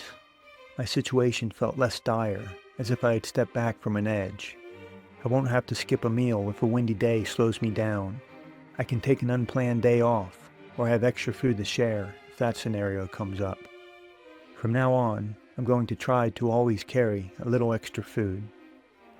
Being off of my bike for several days also gave me some time to recover. My nerves have calmed, my legs are rested, nagging pains in my wrist, knee, and neck all feel better. These first few months have proven to be a breaking-in period. Small, repetitive use injuries are healing as I strengthen to the task at hand. But the process of sculpting my body is a slow, persistent task. Tomorrow marks 100 days on the road, and I still arrive each evening on weary legs. I didn't realize bicycling around the world would be so tiring. I've set up my camp between farm fields tonight. After a week of sleeping in hotels, I am happy to be back in my hammock. A pleasant breeze is sweeping across the land. The stars are shining. I feel good to be on the move again.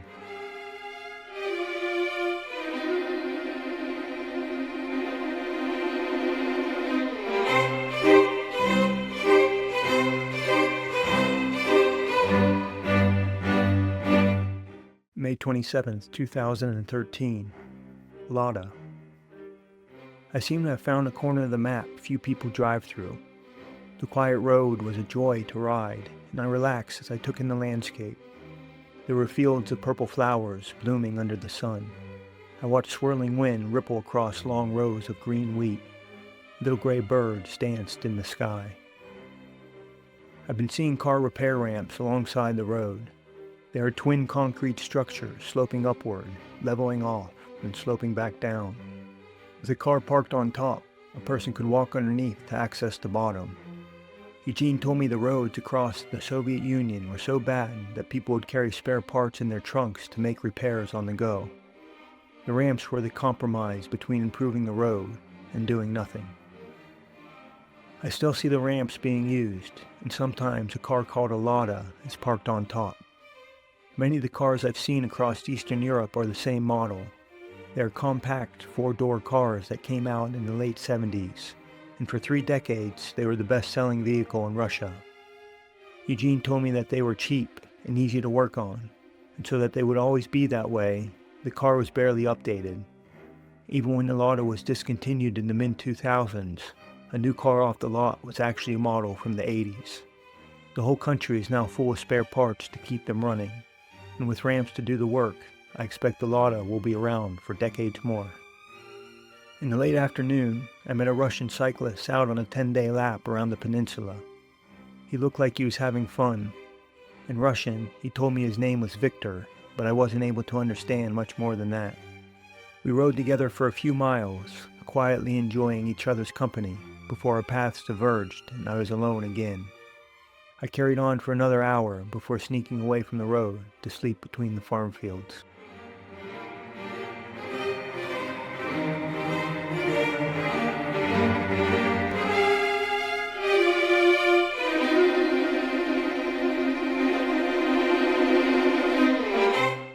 May 28, 2013. Into Russia. Last night, a few drops of rain blew in. My hammock bobbed up and down as the trees flexed in the wind. I laid in the darkness, listening to the whipping rain fly until I had the good idea to hang my water bottles from the corners of the fabric. The extra weight tensioned the rain fly and muted the worst of the flapping. I was so proud of myself. After 3.5 months of trying different things, I finally figured out how to get a quiet night's rest.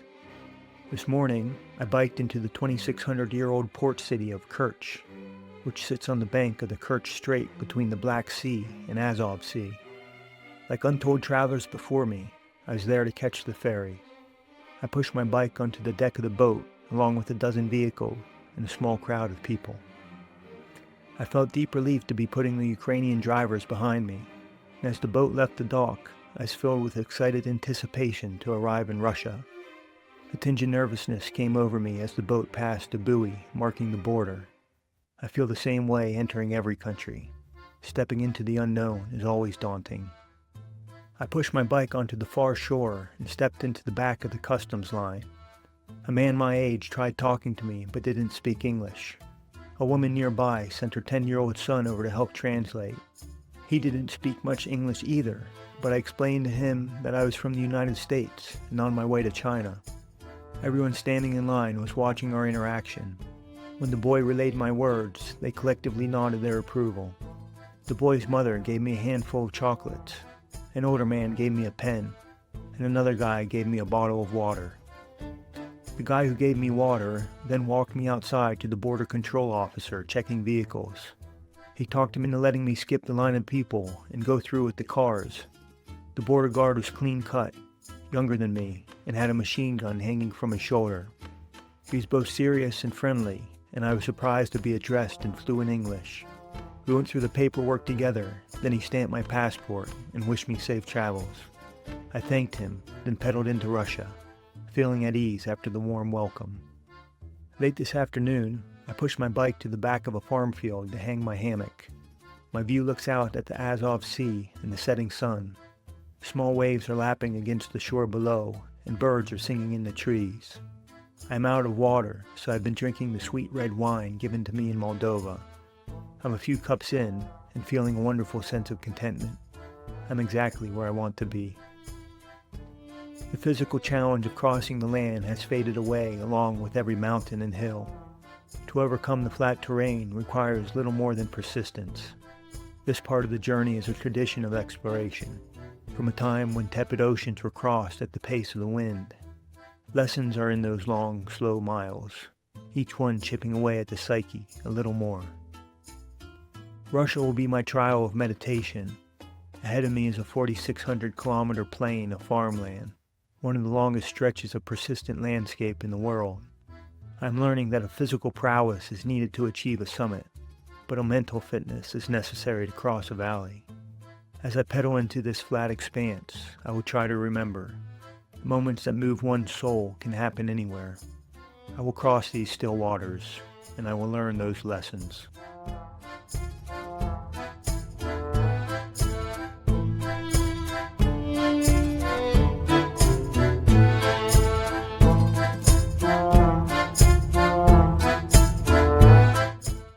May 29th, 2013. A good lunch. The small Russian towns today felt friendly and inviting. People were riding bikes and walking on the sidewalks. Shops were busy. The vibrance was a welcome change from the last few countries in Eastern Europe. The vitality obviously came from Russia's higher standard of living. A sure indication of the richer economy was that the grass on the side of the road was being mowed by maintenance crews instead of gathered for animal feed. Throughout the morning, I followed the coast of the Azov Sea, past fields of grapes and patches of poppies growing wild on the roadside. A man on a motorcycle took an interest in me and pulled over to talk. He didn't speak English, but that is slowly becoming less of a barrier. Without actively trying, I've been developing new habits of communication. I'm now much more animated in my speech. I never used to talk with my hands, but now I flail about descriptively. My facial expressions are also more exaggerated as I try to make the emotions behind them easier to read. Without exactly understanding the man's question, I pointed behind me and said Portugal. Then I pointed ahead and said China. I tried to tell him I've been going for 100 days by pointing at the sun and holding up my right index finger and pumping my left fist twice. But I don't think he understood. The man offered to buy me lunch, so I followed him down the road for 10 minutes while he slowly drove ahead. We arrived at a cafeteria-style restaurant with pre-made plates of food lined up for us to choose from. I followed my friend's lead and filled my tray with a fish fillet, vegetable soup, egg salad, cake, and grape juice. We sat at a small table which became so full with our food that when I bumped my plate, the glass of grape juice fell into the man's tray and pooled beneath the dishes. I was embarrassed, but the man seemed unfazed. He tossed a napkin into the puddle and went back to eating. I tried to have a conversation while we ate, but I really struggled to communicate. Soon we were both sitting in silence, and I was racing to keep up with the pace he was eating. My tendency is to stretch out my meals while I rest and watch the clouds drift by. Lunch with this man was over in 5 minutes. Before leaving the restaurant, I tried filling my water bottles in the sink, but my friend didn't like that idea. Instead, he bought a couple bottles of spring water for me. I still haven't broken my habit of getting water from sinks. I've decided that the risk of getting sick is acceptable to avoid purchasing so many plastic bottles. I'm just going to do my best to find clean water sources and trust in my iron stomach. Outside of the restaurant, I took a picture with the man and told him I would post it on my blog. He gave me a smartphone to type in my website, hammockeering.com, a word I made up to fit alongside mountaineering and canyoneering, but with hammocks. I looked at his phone, but the keyboard that popped up had no N, R, or I, so I was unable to show him. I shrugged my shoulders and handed back the phone, a fitting end to our whole awkward interaction. I thanked him for the meal, then went on my way.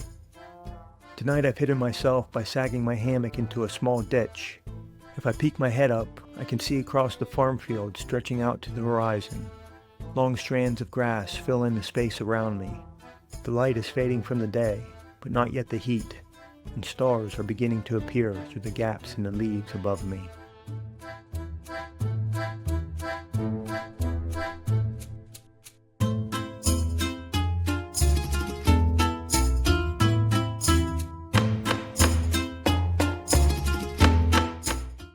May 30th, 2013, Moscow Pool.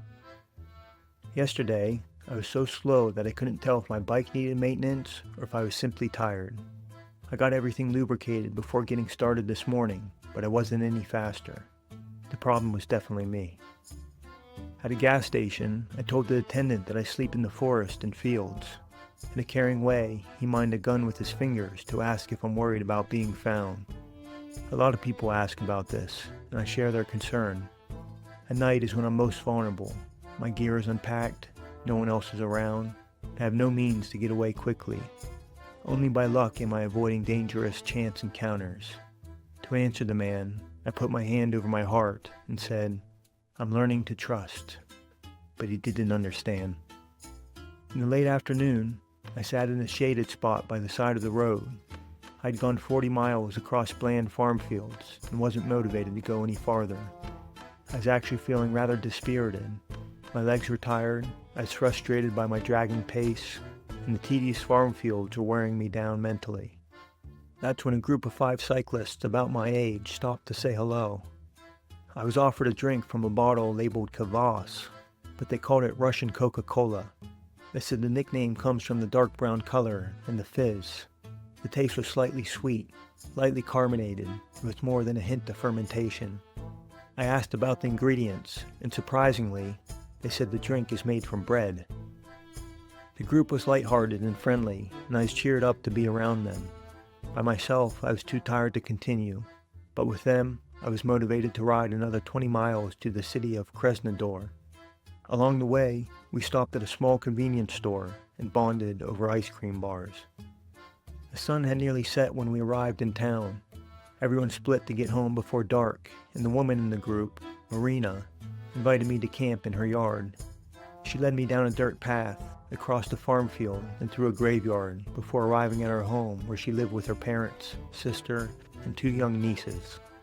She went inside while I hung my hammock in the backyard between trees full of sweet ripe cherries. I was eating them when Marina came back outside to invite me in for dinner. We had potatoes and pork, strawberries, 2 types of pastries, cucumbers, bread, and cherry juice. I was served a drink that they made by smashing strawberries into the base of a wide mug, adding an extra strong shot of cold black tea, a spoonful of sugar, and topping the cup off with hot water. We also had a glass of homemade wine, and when I told the father I was impressed with the flavor, he proudly presented me with a plastic 1.5-liter bottle of wine to take along with me. Collectively, the family spoke just enough English for us to have a conversation. The father worked as an engineer and built the house we were sitting in. He smiled easily and had gleaming gold teeth. Marina was a committed cyclist and rides in events that go for hundreds of miles. She and her mother both exuded a quiet kindness. As the evening was winding down, the father invited me into the basement for a game of pool on a table he built himself. The pool table was the largest I had ever seen. The pool balls were also bigger, but the pockets were narrower. He called the game Russian Pool and taught me the rules. There were 15 white balls and 1 red cue ball. The first one to use the cue ball to pocket 8 of the others wins. The game was fun, but short. He beat me 8-1.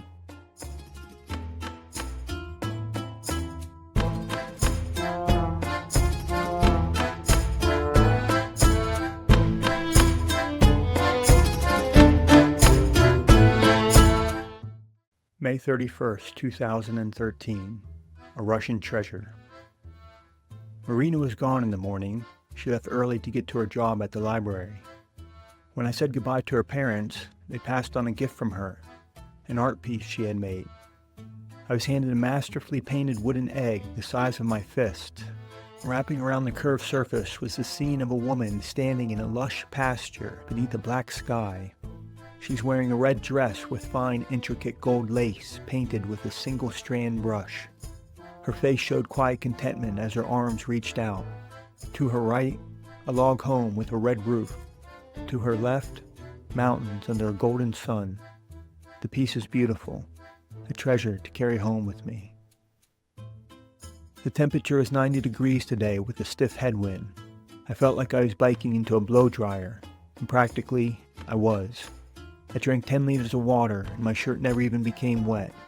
I only got a sense of how much I was sweating when I stepped into a gas station. In the still air, my skin became saturated so quickly that I could feel the beads of sweat running down my face, arms, and legs, leaving a trail of drips across the floor behind me. I picked an ice cream out of the cooler, then walked to the sales counter where I discovered that today was the store's grand opening, and I happened to be their very first customer. Watching the sale were 15 employees and managers in a half circle around the back of the cashier. With all eyes on me, I became self-conscious of how wet I was and felt embarrassed when sweat began to drip from my nose onto the brand new counter. I wiped the drops away with the hem of my shirt. The cashier kept to her script. In Russian, she tried to upsell me a rotisserie hot dog. I declined. When I was handed my change, the 2 managers gave each other a congratulatory handshake. I imagined them framing my sweaty ruble to hang on the wall, commemorating their first sale. I met a guy named Oleg out on his first day of a local bicycle tour. We stayed together for a couple of hours in the afternoon. He didn't speak English, so we rode in silence, but I enjoyed having someone to look around with. At the gas station, we sat in the cafe to eat ice cream and attempted a conversation over Google Translate. We tried, but his translated questions were near gibberish, and the answers I got from him didn't correspond to what I was asking. He seemed to be as confused as I was. On my way to finding a place to sleep between the farm fields, I came upon a full ripe mulberry bush. Finding the wild bounty gave me great joy. The fruit was sweet, and I gorged myself until I could skip dinner. I was reminded of my childhood computer game, The Oregon Trail. In the game, I was a settler in 1848, navigating an ox-drawn wagon across North America. I remember being thrilled when my character found berries along the trail. The game was essentially a story about traveling very far, very slowly, and was perhaps pivotal in shaping my sense of adventure. I've got my hammock hanging now. The sky is dark and the birds have gone quiet.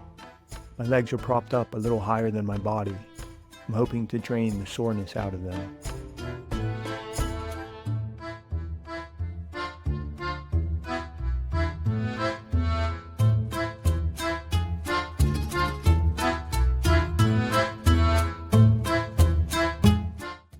June 1st, 2013. Avoiding the rain in Russia.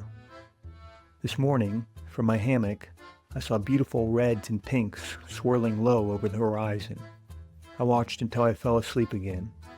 When I awoke a second time, the sun was up and I was already sweating. I followed the flat, quiet road past expansive fields and patches of forest. The many shades of green beamed in the bright sunlight. Small towns came and went every hour. I tracked the weather drifting across the wide open landscape, and in the early afternoon, I spotted a thunderstorm coming my way. Just as the rain started to fall, I tied my tarp to the low branch of a tree, then huddled beneath. Lightning cracked overhead, and I slowly became soaked as the rain came down on my makeshift shelter. Once the storm passed, I started down the road only to see the rain change direction and come at me a second time. I raced to keep ahead of the downpour before pulling into an empty bus shelter. While the rain fell, I was content to wait. The time was peaceful in a way. I sat for hours with nothing to do and doing nothing. When the last few drops of rain had wrung from the sky, I left the bus stop to ride late into the evening. I pedaled hard in the wake of the storm, riding the wave of air being sucked along behind, splashing through puddles the whole way. As I've been going north and the summer solstice approaches, I have significantly more daylight than when I started. In February, the sun was up for 10 hours and 45 minutes. Today, I had 17 hours of daylight. I was able to pedal late into the evening, almost to 10 p.m., and with the last bit of light, I pulled into a farm field to hang my hammock in a dark patch of trees.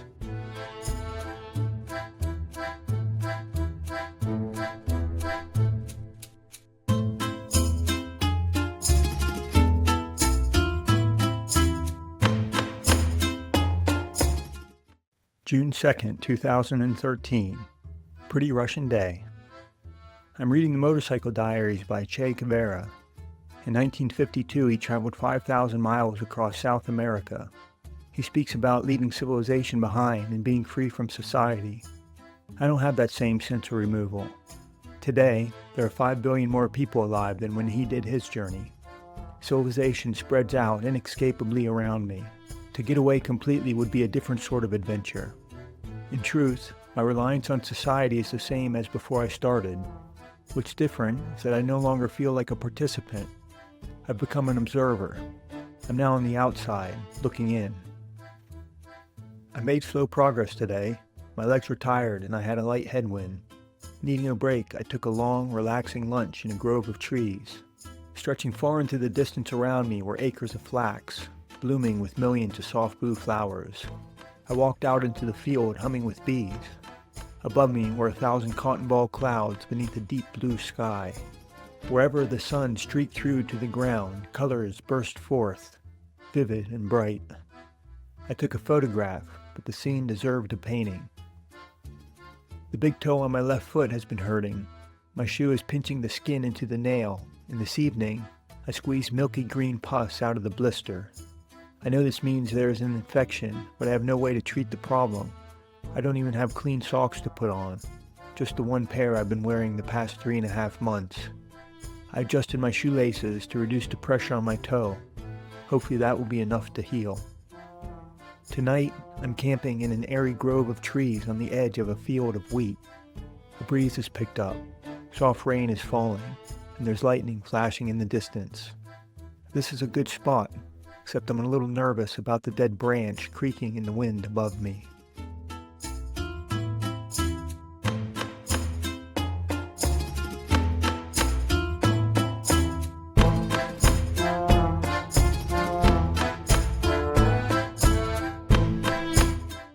June 3rd, 2013. Towel. I left with a push from the wind to spend the day surrounded by magnificent farmland and sky. Fields of wheat stretched out to the horizon like an ocean, and under the bright sun, currents of air sweeping across the grains were revealed as beautiful golden waves. In one exquisite moment, I matched the speed of a gust blowing straight at my back. The world around me danced and swayed, yet I was in perfectly still air.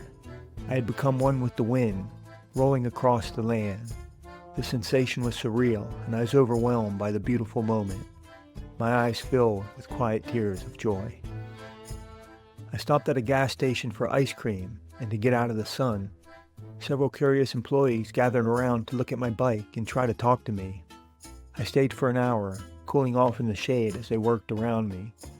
When I was ready to leave, the group came back together to see me off with a gift, a towel with the gas station's logo. I didn't want a towel, but they are well known to be about the most massively useful thing one can carry. I accepted graciously. Before beginning this journey, I feared the loneliness of being by myself would be too much to bear, but I'm not fully alone. Interactions like the one at the gas station are fun and meaningful, and they happen every day. What I have lost is someone I can know, and who knows me, but I don't feel lonely. I feel light. I've shed the burden of time, energy, and care that goes into relationships, as though they are fires I am no longer tending. I now sit in the dark, but I'm free to just sit. As I've persisted in my isolation, I've begun to recognize subtle aspects of this experience. One nuance is that I am living without social influence. I don't exist in society enough to infer norms, and by not being with people, I have removed myself from their judgment, good or bad. I view this as a positive. My impression of the world has been freed from the consensus of thought around me. Through my isolation, I'm learning to be exactly myself, undirected except by my own morals and principles. I wonder who I will become. Tonight, I'm in a narrow strip of forest looking out from my hammock at the purple twilight. A mixed herd of goats, sheep, and cows are moving through. 2 shepherds are here as well, but they pass by without seeing me.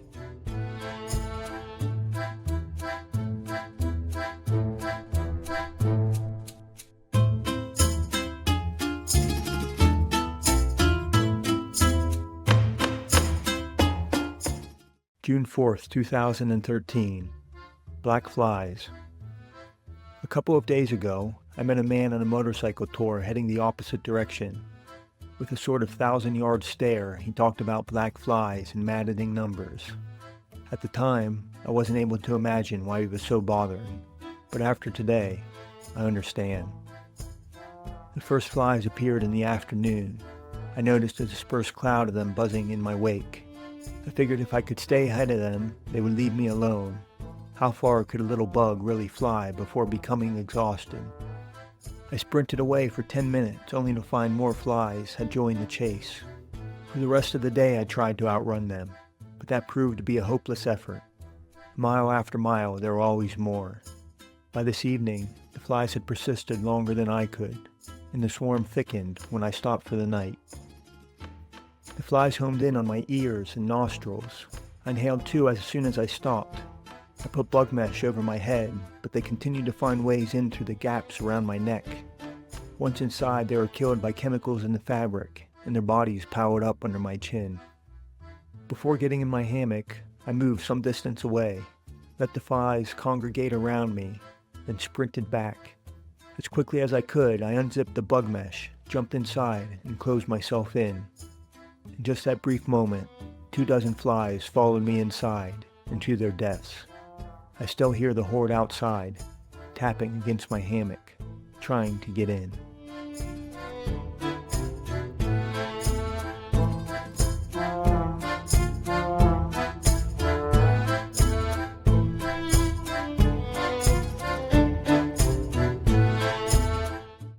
June 5th, 2013.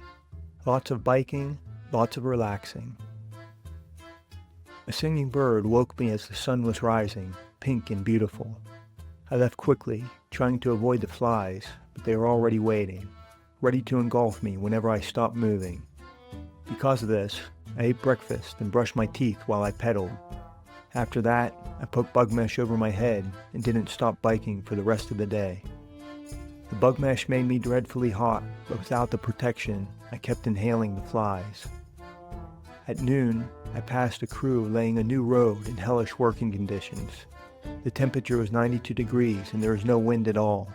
Toxic fumes rising off the molten macadam filled the air. The laborers were afforded no safety equipment and paid so little that they didn't wear shoes. Many had on plastic flip-flops. One man was barefoot. The fresh blacktop must have felt like walking on hot coals. Boiling drops of tar splashed at their feet. They didn't even wear hats or sunglasses to fend off the relentless glaring sun. The worst part must have been the tormenting flies, endlessly crawling into their ears and nostrils. I knew they were in a bad situation because I was out there with them. As I passed, the men all looked up from their work. I smiled and waved, and they all waved back. The landscape has dried out since yesterday. Well-maintained crops have given way to open pastures of weeds and short grasses. I passed cowboys on horseback moving a herd of cattle. Cowboys have such a large cultural footprint in America that I was comforted seeing the full-brimmed hats, jeans, and leather boots. For a moment, I felt like I was somewhere familiar. By the time I stopped in the early afternoon, the flies had pursued me for 90 straight miles. I was getting tired, so I decided to find a place to sleep before entering the more populated outskirts of Volgograd. I set up my hammock on the edge of a farm field, crawled inside, and haven't left since. In the future, I don't expect this day to be a memorable one, but right now, I find great satisfaction in being patient and persistent. Today feels like a job well done. My reward for the 9-hour effort is a lovely endorphin high. My spirit feels light, and my mind is at ease.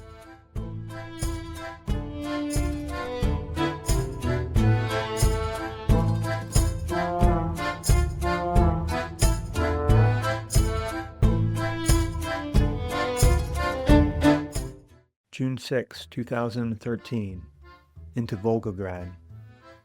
Today I entered the city of Volgograd, known during World War II as Stalingrad, the site of the deadliest battle in the history of humanity. As the namesake of Joseph Stalin, the city became a symbol not to be lost under any circumstances, and to Adolf Hitler, a prize to be taken. Extensive bombing reduced the buildings to rubble. Fighting became ferocious, close-quarters mayhem. In a little over 5 months, more than 1.5 million people died, 10,000 per day.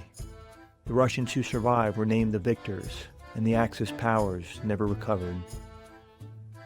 The city is best described as industrial.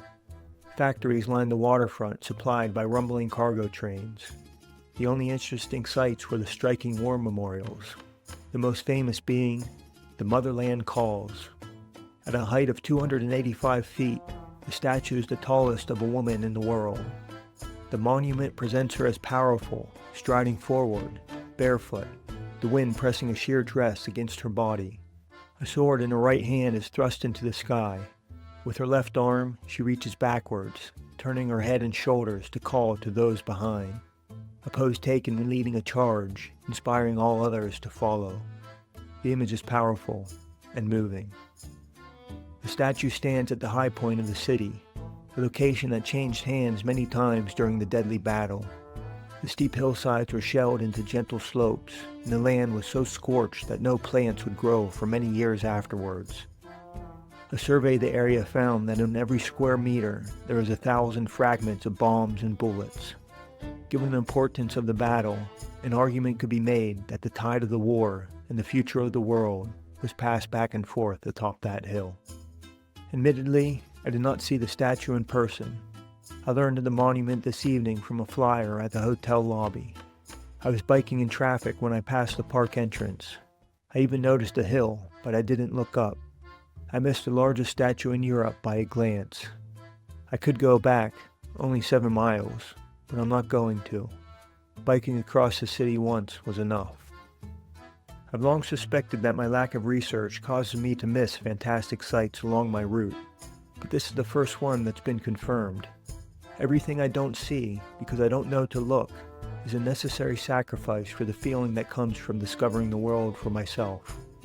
To maintain my wide-eyed sense of awe, I can't know what's ahead of me, and I can't be sure of what's around.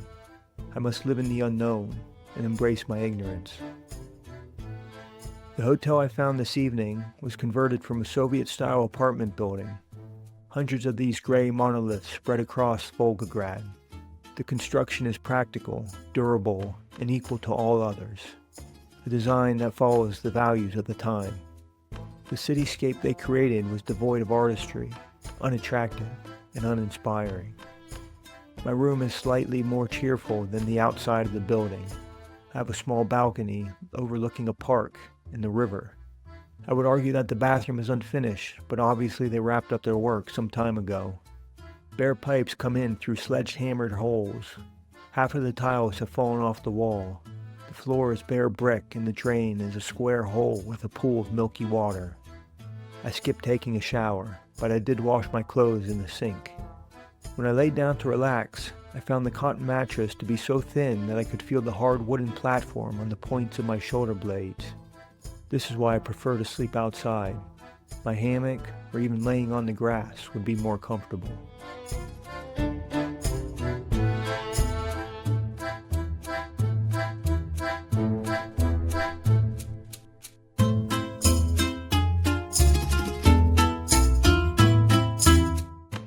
June 7th, 2013, leaving Volgograd. I talked to Katie this morning and it felt good to connect with her. I merged forward knowing she's waiting for me at the end, yet I also sense how tenuous that truth is. She and I have never talked about our future together. Since we started dating, the most far-reaching plan I've made for my life took me to the beginning of this journey. Now that I've started, I don't think about anything farther off than the next place to find food. I'm not sure what I want after this journey. I don't know what Katie wants either. Leaving the hotel this morning, I was again struck by the drab and depressing city architecture. The roads were deteriorating and the traffic was heavy. Dirt footpaths had formed where I expected sidewalks to be. To get out of the city, I had to cross the Volga River along the lip of a hydraulic dam. There was a pedestrian walkway separate from the road that was too narrow to fit my bike, so I was forced to cross with the cars, riding on the white line pinched between the traffic and the guardrail. Normally, I can steer off the road if a truck forces me to, but on the bridge, I lost that option. I could only go forward. The river was 1.5 miles wide and my adrenaline got me across in record time. On the far side, I turned off the highway and breathed a sigh of relief. For the rest of the day, I crossed a vast plain of farmland and dry grasses. In 40 miles, there were only 3 slight turns, and not even a speed bump to climb over. I was bicycling north with the sun on my back, and as the hours passed, I was entertained watching my shadow slowly sweep around me. I am a sundial, and today, I became patient enough to notice. When the time showed 7 p.m., I pulled into a thin stretch of forest between farm fields. I set up my hammock, made noodles with a can of black beans, and retreated to my hammock to eat lying down, protected from the flies. As I lie here, I've been watching the stars appear in the darkening sky.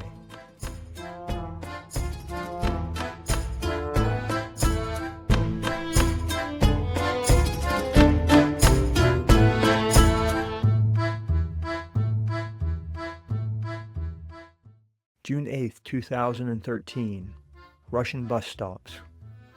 In my attempt to be self-sufficient on this journey, I decided that I never wanted to rely on power outlets to charge my tablet. My solution was a dynamo hub, which creates a charge whenever my front wheel is spinning. The dynamo does charge my tablet, but keeping the system working has been a source of frustration. The constant road vibration breaks the thin wires running from the hub to the battery in my handlebar bag. Today again, I spent an hour tracking down a break and splicing the wires back together. Keeping my tablet charged feels especially important because that's what I use for a map. I've considered getting paper maps as backups, but every week I travel 350 miles in one direction. If I followed paper maps, I would constantly need to be buying more, and that assumes they are even available. Since starting in Portugal, I have not seen any maps for sale. Today again, I followed a road pointing straight to the end of the horizon. On my left and right, rows of shrubs and trees blocked my view of anything more. Occasionally, a gap in the forest would let me see out to a field of dry grass. The one interesting view was a glimpse of the mighty Volga River. The dark water stretched an impressive 3 miles across, and on the far side, the land had eroded to create a bank of white cliffs. Oddly enough, the one thing I do get excited to see are the bus stop shelters. They are decades old, the paint is faded, and bits of gravel and broken glass pile in the corners.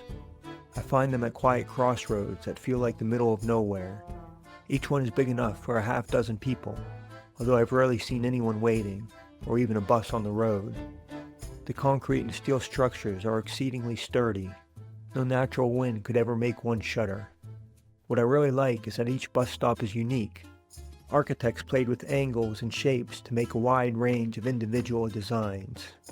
I think the reason for the creativity is that in this vast plain without natural landmarks, the bus stops themselves become the way people distinguish where to get off. Adding to their charm, many of the stops are decorated with wonderful mosaics of abstract landscapes. Compared to the Russian cities, the colorful facade seems out of character. My favorite one depicted birds in flight over a village on a blustery day. With a skillful touch, the tiles were placed in sinuous flowing lines and represented the wind. Sadly, the piece sat unfinished, abandoned years ago. Where the tiling ended, there remained a painted sketch of what was left to be done. I saw the uncovered wall as ambition beyond reach. After 10,000 tiles, the artist failed to place another. I've told a lot of people that I'm trying to circle the earth on a bicycle. I've painted a grand vision across the map of the world, and now I must fill the line in. Not one tile at a time, but 1 mile at a time. The artist of that mosaic was creating something beautiful. I wonder what caused them to stop.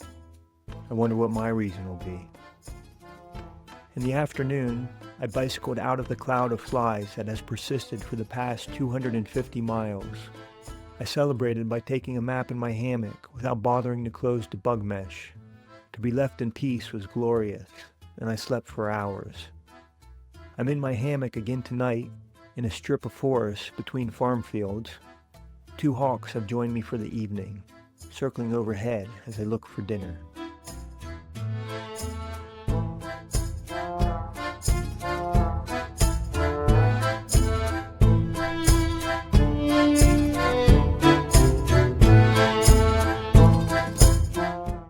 June 9th, 2013. Friendly Captains. I got up with the sun and bicycled 15 miles to where an arm of the Volga River branched out across the land. When I arrived, a ferry was chugging away, just 100 yards from the dock. I'd missed the boat by 3 minutes. In a little shack next to the dock, there were a few people eating smoked fish and drinking vodka. They told me the ferry would be back in 2 hours. Not wanting to wait, I pointed to a decaying wooden rowboat with an outboard motor. This got everyone's attention, and they gathered around while I haggled for a ride. The man I talked to was about 50 years old. He wore track pants and a white shirt with horizontal blue stripes. He was barefoot, and though I was there early in the morning, he obviously had several shots of vodka in him. I asked about the price, but he waited for me to make the first offer. I thought about the going rate for a ride in a little boat in Russia. I had no reference point. I didn't even know how much the ferry cost. I offered him $9, and he gladly accepted. My bike and trailer filled the whole boat. The man sat on the back rail with the motor while I sat on the nose. A big yellow dog also jumped in with us. The man tried to get her out, but she bit at him, so he let her ride along. We pushed away from the dock to cross a mile of gentle water, and 20 minutes later, we arrived at the far shore. I was pushing my bike up to the road when the father and son who operate the ferry invited me in for tea. The ferry is big enough for half a dozen cars, and there was a cabin where the men lived. I joined them inside where we sat at a cramped table in a little kitchen. They brought out a plate of pickles, fish they caught in the river, and shots of vodka. Neither of them spoke English, but I stayed for an hour, and we managed a decent conversation. They asked how much I paid to cross the river. Their boat would have cost me $3, but they thought I got a fair price. Like other times in Eastern Europe that I've been invited into people's homes, I was offered a place to take a nap. I haven't figured out if it is a cultural nuance or if I simply look tired. I declined the nap, but only because the time was 9 a.m. They gave me a gift when I left, a photocopy of a periodic table with the elements replaced by different types of alcohol. I've seen similar posters in freshman dorm rooms, except this one was written in Russian. I thanked them, and added the paper to my treasure trove. After I said goodbye to the captains, I had the road all to myself. The ferry was holding up traffic, so I didn't see any vehicles for an hour. Then a group of cars all came at once. 2 hours after that, I was passed by several more. The world was noticeably quieter without the traffic. I could hear the breeze through the leaves and the sound of my bike.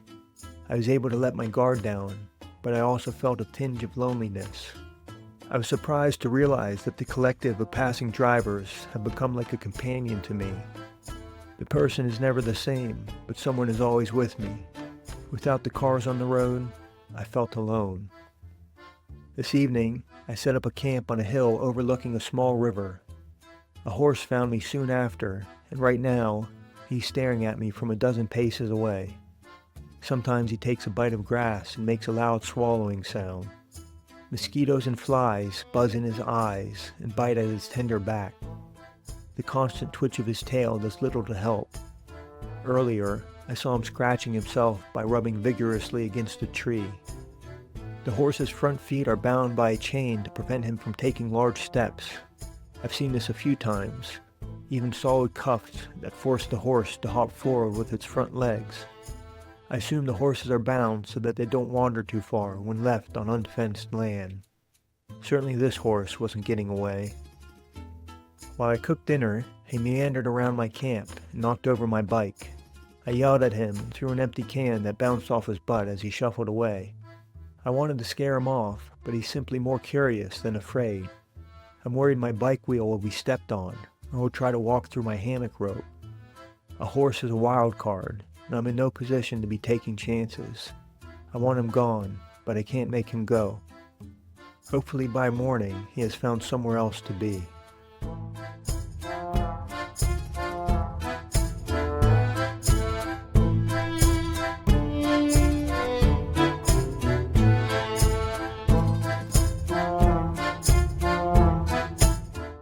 June 10th, 2013.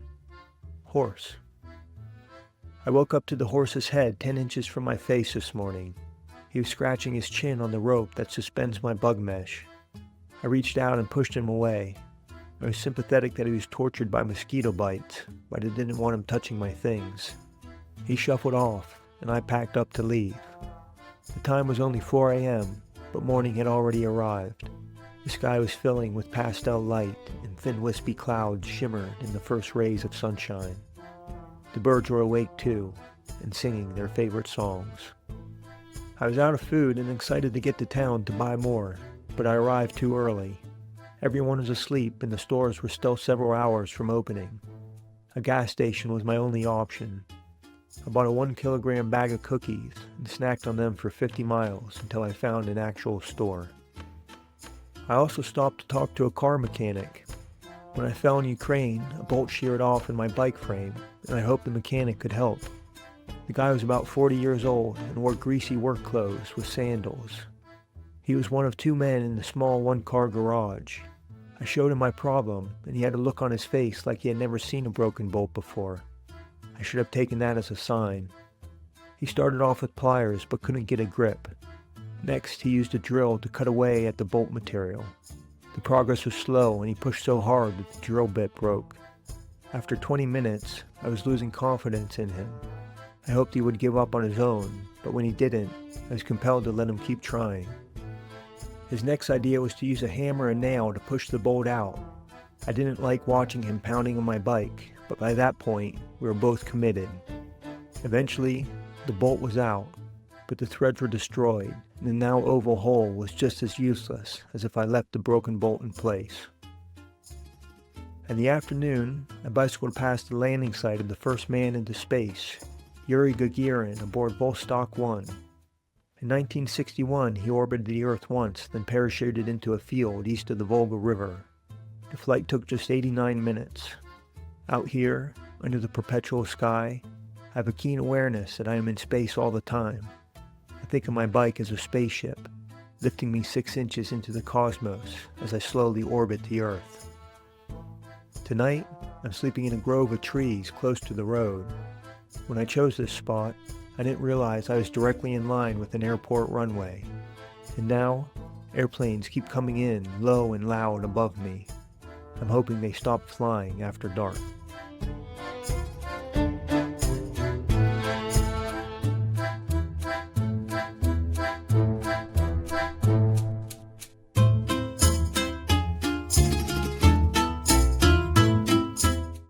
June 11th, 2013. A quiet day.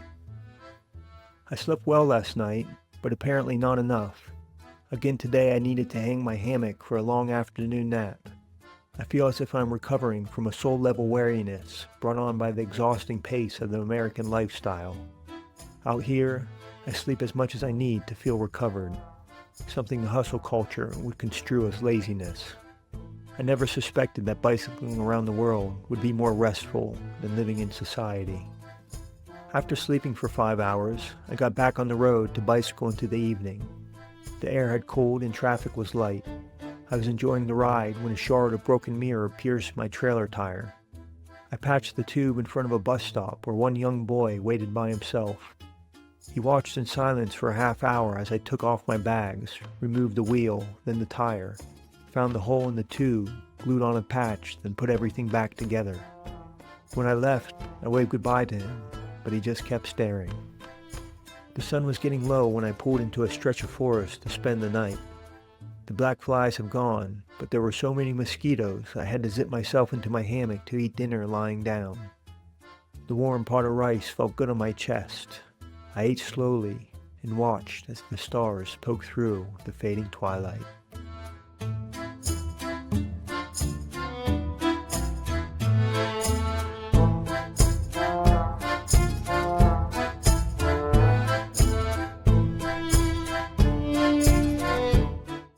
June 12, 2013.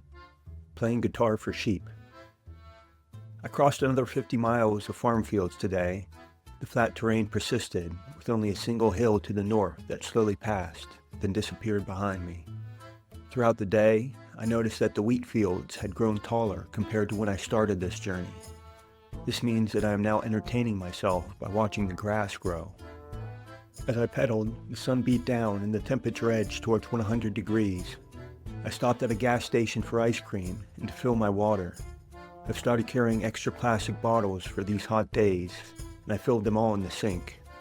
A mile down the road, I noticed that the water tasted like a pond. Upon further inspection, the water is the same hazy brown color as the water in the canal I was next to. The gas station is also next to the canal. I dumped all my bottles and sat by the water and used my filter to refill them again. After I finished pumping, I stayed in the shade to wait out the midday heat. I got out my guitar, and as I was strumming, a shepherd came by with his sheep and cows. He took a seat in the grass facing me, and I told him about my journey as best I could, pointing to where I was coming from and where I was going. He smiled when I played guitar for him. I liked his company, but the work of a shepherd never lets him be still for long. After a few minutes, the animals moved on, and he was obliged to follow. Rising to his feet, he waved goodbye, then walked away. I watched as he and his flock slowly moved into the distance. The day never did cool off, and this evening, I laid in my hammock for an hour before I stopped sweating. I passed the time looking out at the farm fields and listening to the birds in the trees. Now, a small animal was wandering in the nearby brush. I'm guessing a porcupine. More than any other animal, I've seen a lot of dead porcupines on the road, so there must be living ones around here too. I'm not worried. I've got my hammock high off the ground tonight.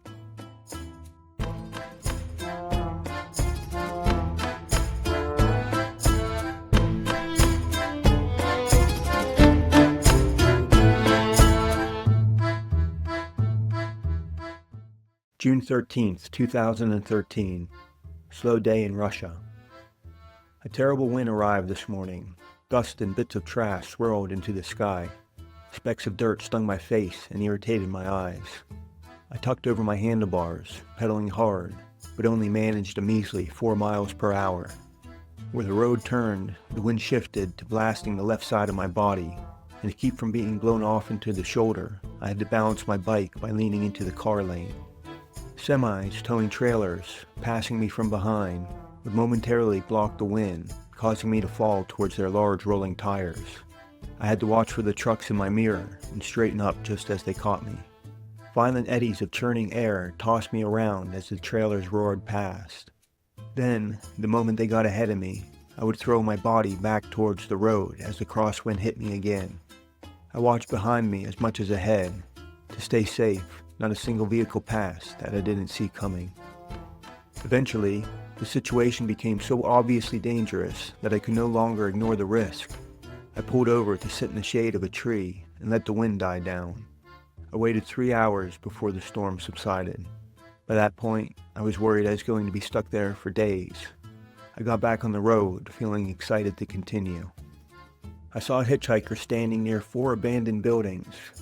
The wind was 100 degrees and the sun was unrelenting. As I passed, he mimed drinking from a cup to indicate that he was thirsty, but I didn't stop. I was thirsty too, and already rationing the little water I had left. Any that I gave away would only make my own situation more precarious, and I wasn't even sure when I'd be able to get water again. On the other hand, a thirsty man asked me for water. I considered my options for 100 yards before turning back. The man was in a piteous state. He had nothing with him except the worn-out clothes he was wearing. His lips were chapped, and from the way he was slouching, I could tell that he was weary from the heat. I wondered if he was looking at me, thinking all the same things. I handed him the bottle off my bike with the last of my water. He obviously wasn't familiar with the way a squirt bottle works, and I was grossed out when he sucked on the nozzle. He drank only half of what was left, which I thought was courteous of him. A half hour later, I saw the man again. He had caught a ride ahead to the next intersection. As I passed, we smiled and waved to each other. I would have felt mortified if I had snubbed him, then we met a second time. In that moment, I learned that karma follows too closely to ever deny water to someone who's thirsty. Given what I'm doing, there's a chance I'll be in his shoes sooner than I think. I was on the lookout for more water to filter when I unexpectedly came across a fancy new hotel. There was no towns around, and the place seemed too extravagant for the local farm community to support. With water bottles in hand, I stepped into the impressive front lobby. I was silently questioning the business sense of the owners when they walked out of the back room to greet me. The man was in his mid-40s, and his wife was a little younger. They wore fashionable clothing that seemed out of place in the countryside. When we struggled to communicate, the woman called her daughter, who speaks English, then handed me the smartphone to talk. The moment I stepped out of the hot wind, I'd begun to sweat profusely. I hesitated, but without another option, I placed the phone against my wet face. The daughter asked me if I wanted a room, but I told her I was just there for water. I was embarrassed to hand the phone back to the mother with sweat running down the screen, but she didn't seem to mind. I drank 2 liters of water, and then packed 8 more into my bags. The couple came outside to see me off and gave me a cold green soda for the road. They were nice people. I hope that hotel works out for them. Late in the afternoon, I left the road following a tractor path in search of a place to sleep. Out in the farmland, I found a spot in a peaceful grove of trees along the bank of a dry river. I filled the evening lying in my hammock, watching the lingering sunset and appreciating the silence.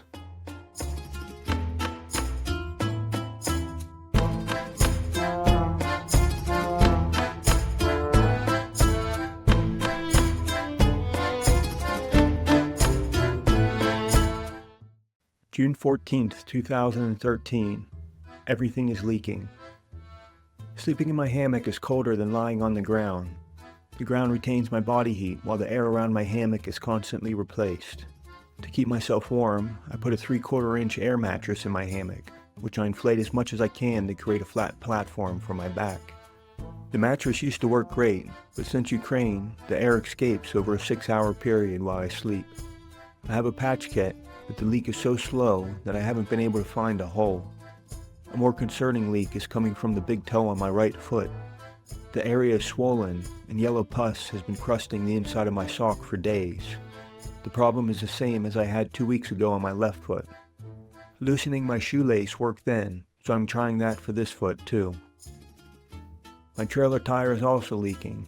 I didn't realize until I got to camp yesterday that the tube had almost no pressure. All day long I had a dragging pace. Usually I blame my bike when I'm going slow, even though my tired legs are always the culprit. Having learned that lesson, I assumed my legs were tired yesterday too, but this time the problem actually was my bike. I patched the tube last night, but the tire was flat again this morning. I found a second hole, patched the tube a second time, then proceeded to tear the stem while I was pumping. The stem couldn't be fixed, so I got out a spare tube and started all over. The whole exercise was a frustrating start to the day. I left my campsite pedaling into a stiff headwind. The land was flat, but to get anywhere, I had to pedal as hard as if I were climbing a steep mountain. I decided to alternate an hour of biking with an hour of resting, with the hope that the wind would subside before I ran out of energy. I played guitar on the first break, napped on the second, and read a book during the third. In some ways, I'm on a very leisurely adventure. A tick, crawling on my neck, woke me up this morning. I tossed the parasite out of my hammock, wondering if that was the only one. I hadn't been thinking about ticks, but this evening, I couldn't help but notice I was walking through a lot of tall grass and brush to get to my camping spot. I would check for them on my body, but I never take my clothes off. Instead, I've decided to simply do what's easiest and ignore the possibility altogether. I'll just find them on me when I feel them. Today stands out as the first day of the journey that I did not speak to anyone. The road skirted around towns, and I didn't stop at any stores or gas stations. Perhaps the more interesting perspective is that I've talked to someone new every day for the past 120 days. I'm both out here alone and more social than I have ever been.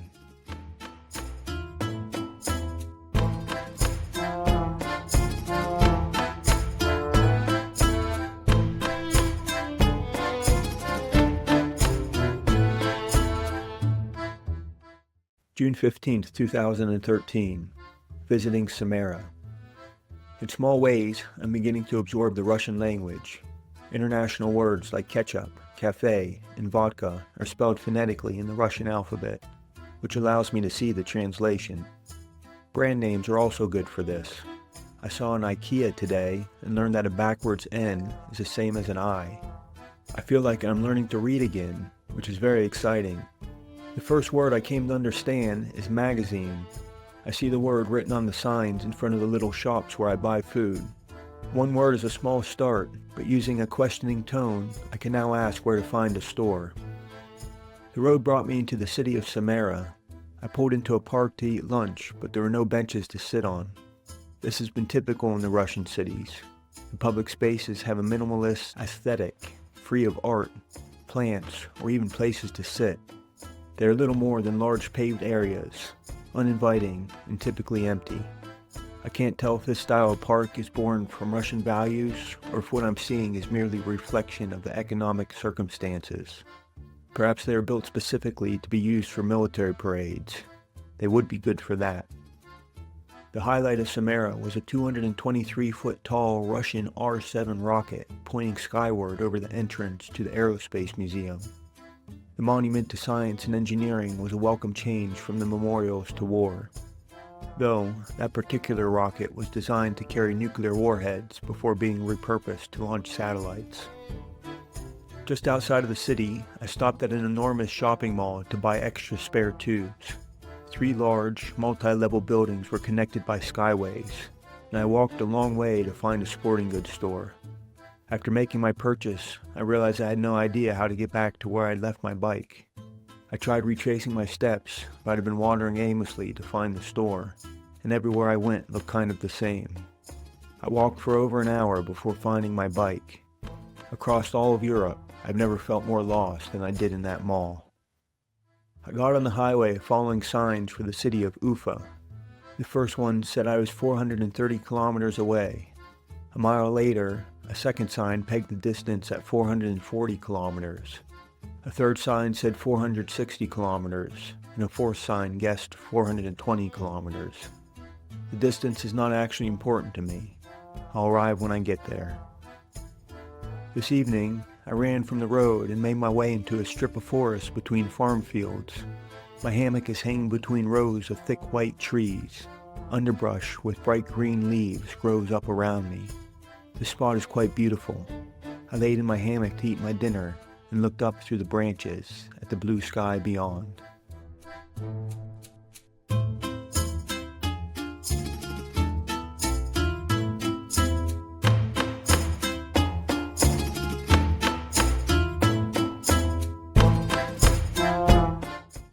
June 16th, 2013.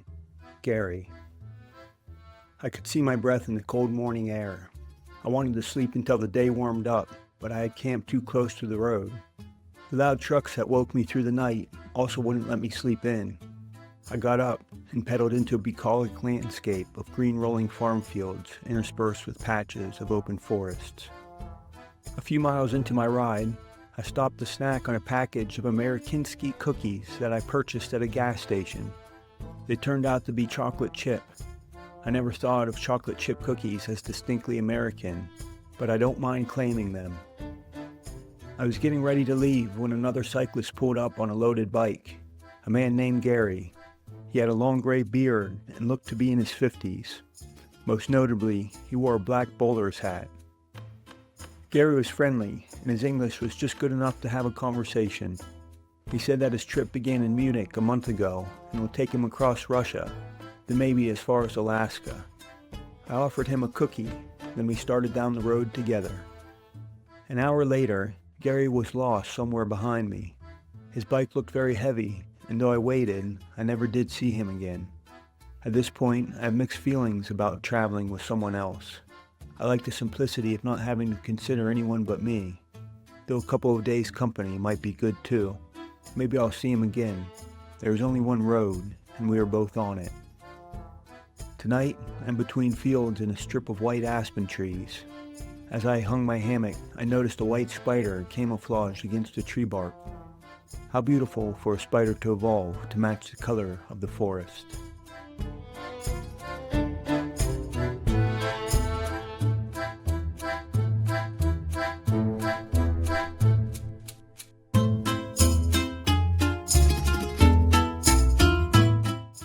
June 17th, 2013. Pretty hills. The rolling hills grew larger through the day as I edged into the Ural Mountains. From the top of each climb, I was struck by the lovely view. Delicate clouds drifted across the deep blue sky. Tall, feathery wisps of golden grass shone in the sunlight. Butterflies danced on the wind. Getting into the hills has been particularly good for my butt. I'm blistered and bruised from so much sitting, but in the hills, I naturally stand more often. After just a couple of days, my butt is in a lot less pain, but my legs are much more tired. Powering up the climbs has been hard for me. The past 5 weeks of flat roads have acclimated me to a much gentler resistance. I passed a few small towns today, but they were always a couple miles from the highway. Yesterday was the same. I haven't detoured into the villages, but I do visit the truck stops. I sit with my bike in the shade, and usually, someone will come over to say hello. Today, a trucker approached me to say that he had seen me biking yesterday too.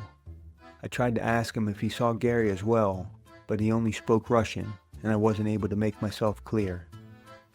I was wet with sweat when I pulled into a truck stop this afternoon. The temperature had been nearly 100 degrees for hours, and both my pants and shirts were striped with salt lines and covered in road grit. I felt like such a mess that I was embarrassed to go into the store, but my thinking changed when I saw a rotund trucker climb down from his cab wearing only soggy white underpants. I realized that we were all struggling out here in the heat together, and I could hardly be held accountable for my appearance. Feeling blameless, I walked into the store to buy ice cream. At least I was wearing pants. This evening, I pushed my bike far from the road to find this beautiful, quiet spot. I hung my hammock where I can look out at the dark farm fields and star-filled sky. I feel wonderful and tired.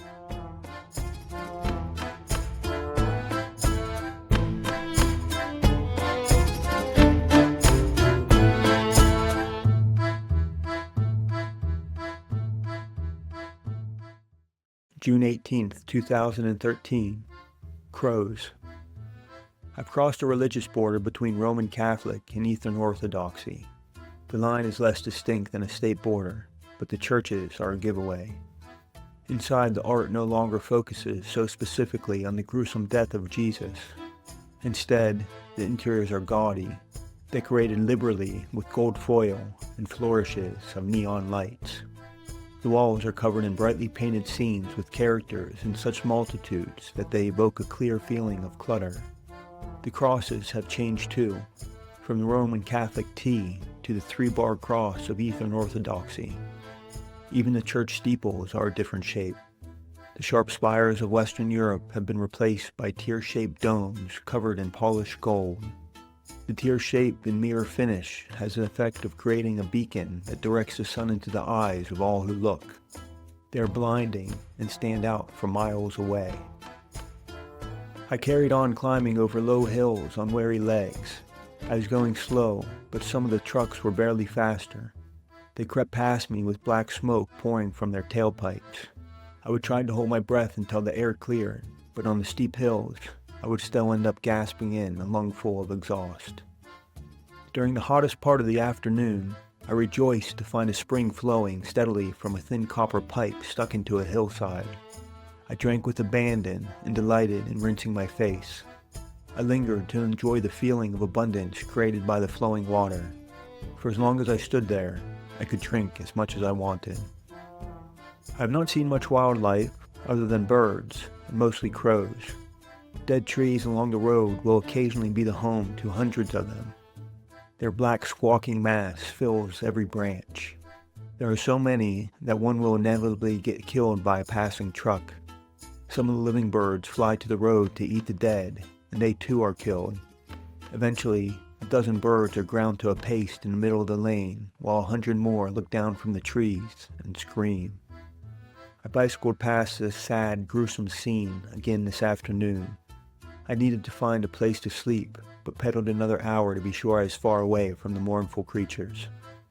Eventually, I pushed my bike into a narrow strip of forest between the farm fields.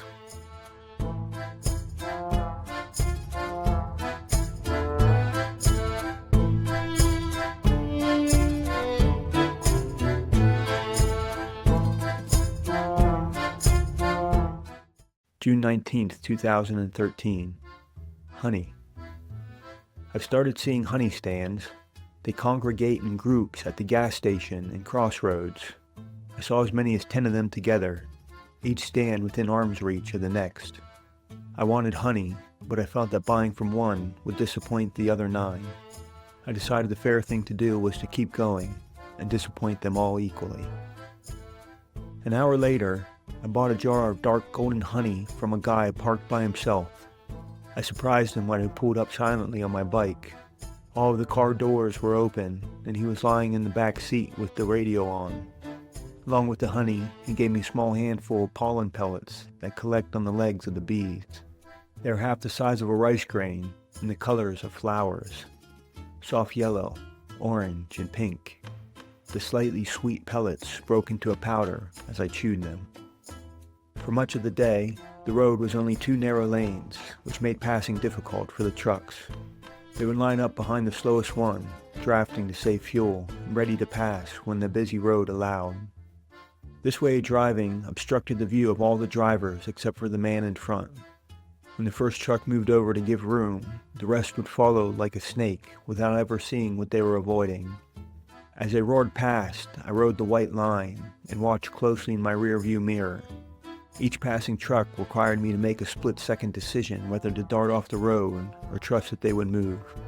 The situation was undeniably dangerous, but in the moment I felt calm and in control. After months of practice, I've become quite good at playing in traffic. I was getting stomach pains in the afternoon. I may have been overheating or dehydrated. Perhaps something was in the unfiltered spring water I filled my bottles with yesterday. Or maybe the unrefrigerated cheese I've been eating had affected me. The pain was sharp, but I managed to pedal for a couple of hours more until finally setting up camp in a strip of trees between farm fields. I only began to feel better after an hour of resting and drinking water. Not a breath of air is blowing, and just lying here in my hammock, I'm dripping with sweat.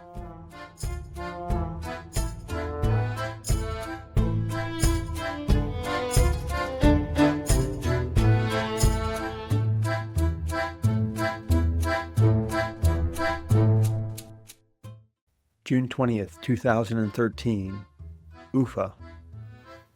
I arrived in the city of Ufa this afternoon. The highway brought me to a busy intersection without a traffic light. I waited for 20 minutes before sprinting through a narrow gap in the cars. For a Russian city, the experience didn't even seem out of place. I found a hostel and walked in to see that the clock hanging in the lobby was 3 hours ahead of my bike computer. I'd crossed 2 time zones without noticing. Seemingly, more than just losing track of time, I've lost any reason to keep track in the first place. Another touring bike was parked at the front door, one that I recognized. Gary, from 5 days ago, had beat me there. I underestimated him, deceived by his long gray beard. The first day we met, he biked late into the day and passed me while I was camping. He called out into the trees looking for me, but I set up my hammock too far from the road to hear him. He's been ahead of me this whole time and was even fast enough to arrive at the hostel yesterday. In the evening, we went on a walk together to find a bike shop. Gary needed tires and I wanted more tubes. The city was plain, with the vast majority of buildings being simple white rectangles, efficient and dull. I'd become worldly enough to know that they looked very Russian. I talked to Katie tonight. We are approaching the opposite sides of the earth. The sun over her is illuminating the moon over me.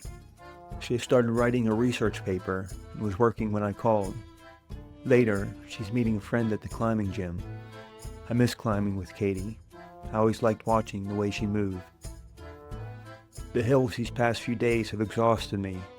I was planning on resting at the hostel tomorrow, but I like Gary's company, so I told him we can go together in the morning. I'll try to sleep a lot tonight, though this old mattress I'm on is much less comfortable than my hammock.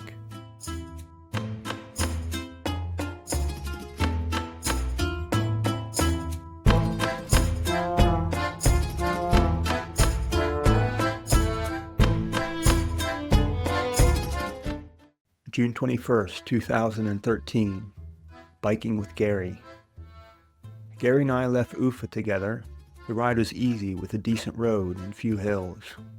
The fields that I've grown accustomed to seeing were gone, replaced by a grand forest of spruce, fir, pine, and aspen. I've reached the southern edge of the taiga, the world's largest biome which circles the earth like a crown. The new landscape was a welcome change. Biking with Gary was a nice change too, though I'm reminded that there is compromise in relationship. He is slower and takes frequent short rests, while my habit is to stop every couple of hours for a long break. Today, we kept to his pace to better deal with the heat. The temperature hovered around 100 degrees, and I drank so much water that my bike was noticeably lighter by this evening. In the afternoon, I was with my bike at a truck stop when a woman approached me to ask where I was going. I told her Mongolia, and she raised her hand to her forehead in astonishment. Feeling inspired to help, she pulled 2 boiled potatoes out of a plastic bag and placed one in each of my hands. I thanked her, and when Gary came back outside, I shared the bounty. We sat next to each other on the curb in front of the truck stop, eating the warm potatoes. The moment was a happy one. Today is the summer solstice, the longest day of the year. The sun dropped over the horizon at 10 o'clock, and the light lingered for another hour. This far into my journey, I'm struck by how much the sun has become a character in my life. I spend every waking moment under the fiery gaze. The first rays in the morning wake me up. During the day, the star becomes my compass, and across months, I've now watched the burning sphere climb to a high point in the sky. I pay attention because the sun's presence is impossible to ignore. I have little doubt that the first story of all mythos was told about the sun. Created at the dawn of humanity, the tale would have been the first attempt at explaining the mysteries of the universe. The collective knowledge of the human race would require another 300,000 years to set the record straight. This evening, I got my hammock set up on the edge of the forest, and Gary has his tent next to me. We followed a quiet dirt road to get here, but I'm instinctually uncomfortable that we are still in view of the passing cars. Gary has a big orange tent that is difficult to hide, and he seems less concerned about people finding him. Now that I'm not alone, I kind of feel the same way.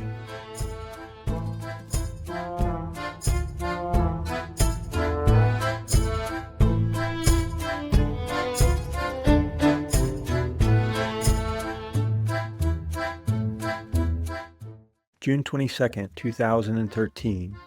So many hills. This morning, I found wild strawberries the size of peanuts. I ate a few, then showed them to Gary. He wouldn't try any, saying that he's afraid of getting worms. I hadn't considered that. The berries were deliciously sweet. I guess I'll find out if they were worth eating. At least once a day, I pass a little roadside market of open-air booths. Up to a dozen people will be selling all the same cheap gifts and snacks, along with one item that isn't sold at any of the other markets. These special items include dried fish, teapots, bread, giant stuffed animals, and beach towels printed with women in bikinis. The specialty items are unique to the market, but they are still sold by every vendor there. Today, rings are being sold, but the sales pitch is more elaborate. Between towns, I came upon a man pulled over with his hood up and waving for me to stop. Two more men and a woman were sitting inside the car. The guy said he needed money to buy gas and tried to sell me the ring off his finger, which was thick, gold, and embedded with large shining gems. The jewelry was either fake or cost $50,000. Either way, I didn't want a ring. He wanted me to inspect the quality and kept trying to pass the ring to me, but I wouldn't put my hand out. His sales pitch became more desperate and pleading the longer I stood there. Eventually, I needed to go, and biked away wondering if that was really the best way for four adults to make a living. Why didn't they set up a ring booth at one of the markets? Less than half a mile down the road, another car was pulled over with its hood up. As I pedaled past, two young men waved frantically for me to stop. Bright gold rings on their fingers gleamed in the sunshine. Not even the scammers get a monopoly around here. I was stopped by a father and son out sightseeing for the weekend. The son spoke English and asked if he could take my picture. He already got a picture of Gary from somewhere down the road behind me. While I posed with my bike, he asked a question that I get a lot. Why are you doing this? I know why, but even for me, I struggled to believe the answer. I said I'm here to ride my bike and sleep in my hammock. They looked at me skeptically, wanting more. I feel the same way. I left a really decent life, my career, my friends, Katie, all so that I could pedal and sleep. Stated so simply, I can't help but question my decision. I know that what I'm doing brings me great joy, but like these two men, I struggle to believe that is enough of a reason. Abandoning the life I had to do what makes me happy feels ultimately selfish. If I were forced to justify this journey, I could only point to the smiling people I leave in my wake. Certainly, the father and son were happy to spend a minute pondering my bike ride around the world. I got out ahead of Gary today and felt better to be going at my own pace. Every dozen miles or so, I would wait for him at a gas station. The temperature was 100 degrees under the searing heat, and at each stop, we bonded over a shared love of ice cream. Like connoisseurs, we recommended our favorite brands and spoke at length about the preferences for ice cream on a stick versus in the form of a sandwich, chocolate dipped or plain, with or without nuts. My favorite Russian ice cream is called Lakomka, a vanilla log with a soft chocolate outside, the consistency of styrofoam. Through the day, we climbed a vertical mile, one short steep hill at a time. I felt exhausted and would have stopped sooner, but Gary's in more of a hurry than I am. He's traveling to a commune in eastern Russia where they don't consume alcohol, drugs, or even eat meat. He says the land is so clean that the people drink from the rivers. His birthday is in a month, and he's eager to arrive before then.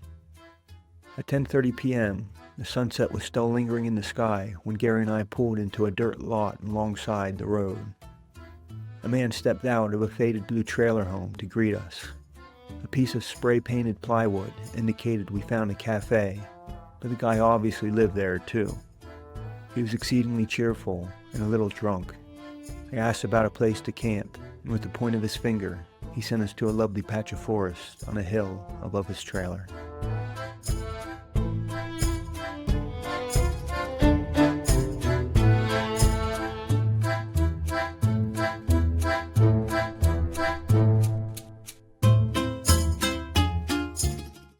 June 23, 2013. pretty day in the Ural Mountains. There's a cultural tick that I've noticed at the Russian bus stops. Like bus stops everywhere, people look down the road while they wait. And in the plains, they see me coming for 10 minutes before I get to them. When I finally arrive, I'm completely ignored. Nobody turns their head or even follows me with their eyes. But as soon as I pass, I watch in my mirror to see a dozen heads pivot in unison as every person turns to look. I find this to be the perfect reaction. In Romania and Serbia, I didn't like how much attention I got. And at the same time, I silently judged anyone that didn't think I was interesting. In this way, I left myself no room to be comfortable. The Russian people have found a sweet spot. They both ignore me and give me the attention I desire. In the afternoon, a local man bicycled with Gary and I for a few miles. I've been on this highway for over 800 kilometers, and Gary for 1,000. Today was the first time that either of us had seen another cyclist besides each other. We are pedaling for months, risking our lives in torturous heat to bicycle across the vast and unchanging Russian plain. Of all the people in the world, we're the only ones who want to be here. The road has not passed directly through any towns, and at this point, Gary and I have both run out of food. We are relying solely on the sporadic and questionable truck stop cafes. Twice today, I filled up on delicious baked bread stuffed with meat and vegetables. Gary is vegetarian and is having a harder time finding food. Yesterday, he didn't find anything to eat, and today he got a plate of cabbage with sliced tomatoes. I could see his frustration as he chewed on the dry leaves. I'm sure he was hungry.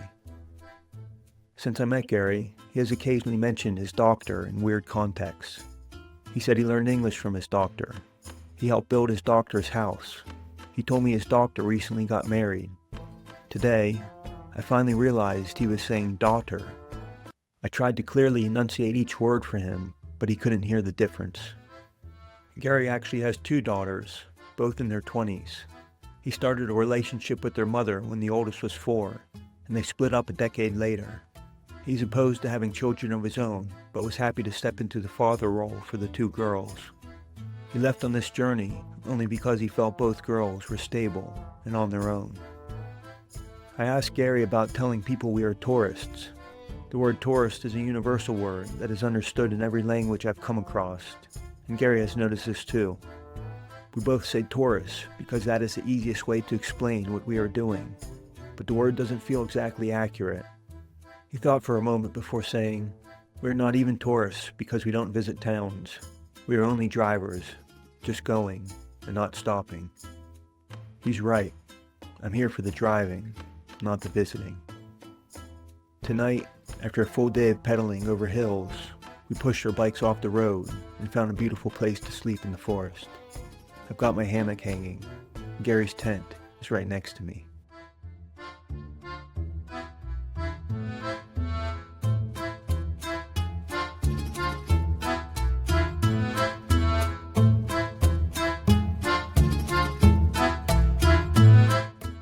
June 24th, 2013, Asia. Gary wants to live in Russia, and so he's more active in practicing the language than I am. At one of our ice cream stops, he chatted with the cashier who told him that in February, a meteorite exploded over Russia and landed in the lake across the street. I remember seeing the dashcam videos in the news. The space rock burned across the morning sky, and the sonic boom broke windows on the ground. I even saw pictures of the snow-covered lake where the debris landed, which was suddenly right in front of me, now fully thawed. Stepping back outside, I looked upward suspiciously, checking for signs that the sky was about to fall. I was relieved to see that all the clouds appeared to be in the right places. The road through the mountains has signs marking the grade and length of every hill, but the grade was always wrong, and the lengths were consistently off by a kilometer or more. Someone went through the trouble of making and installing hundreds of these signs, but ignored the part that made them useful. Even on short hills, where the top was clearly visible from the bottom, the signs were obviously wrong. Doing nothing would have been better. At least the drivers wouldn't be deceived. Gary and I are deep in the Ural Mountains, which marks the border between Europe and Asia. Neither of us have ever been to Asia before, and we were both excited to arrive. Gary asked at a cafe where Asia begins, then relayed the man's reply. He said Russia is not Asia, only Kazakhstan and Mongolia are Asia. The cultural demarcation seemed to not match the geographical one. I had little hope that there would be a sign, but in the afternoon, I crested the last hill of Europe to discover a marker made of concrete, stone, and steel. One side read Asia, and the other side, Europa.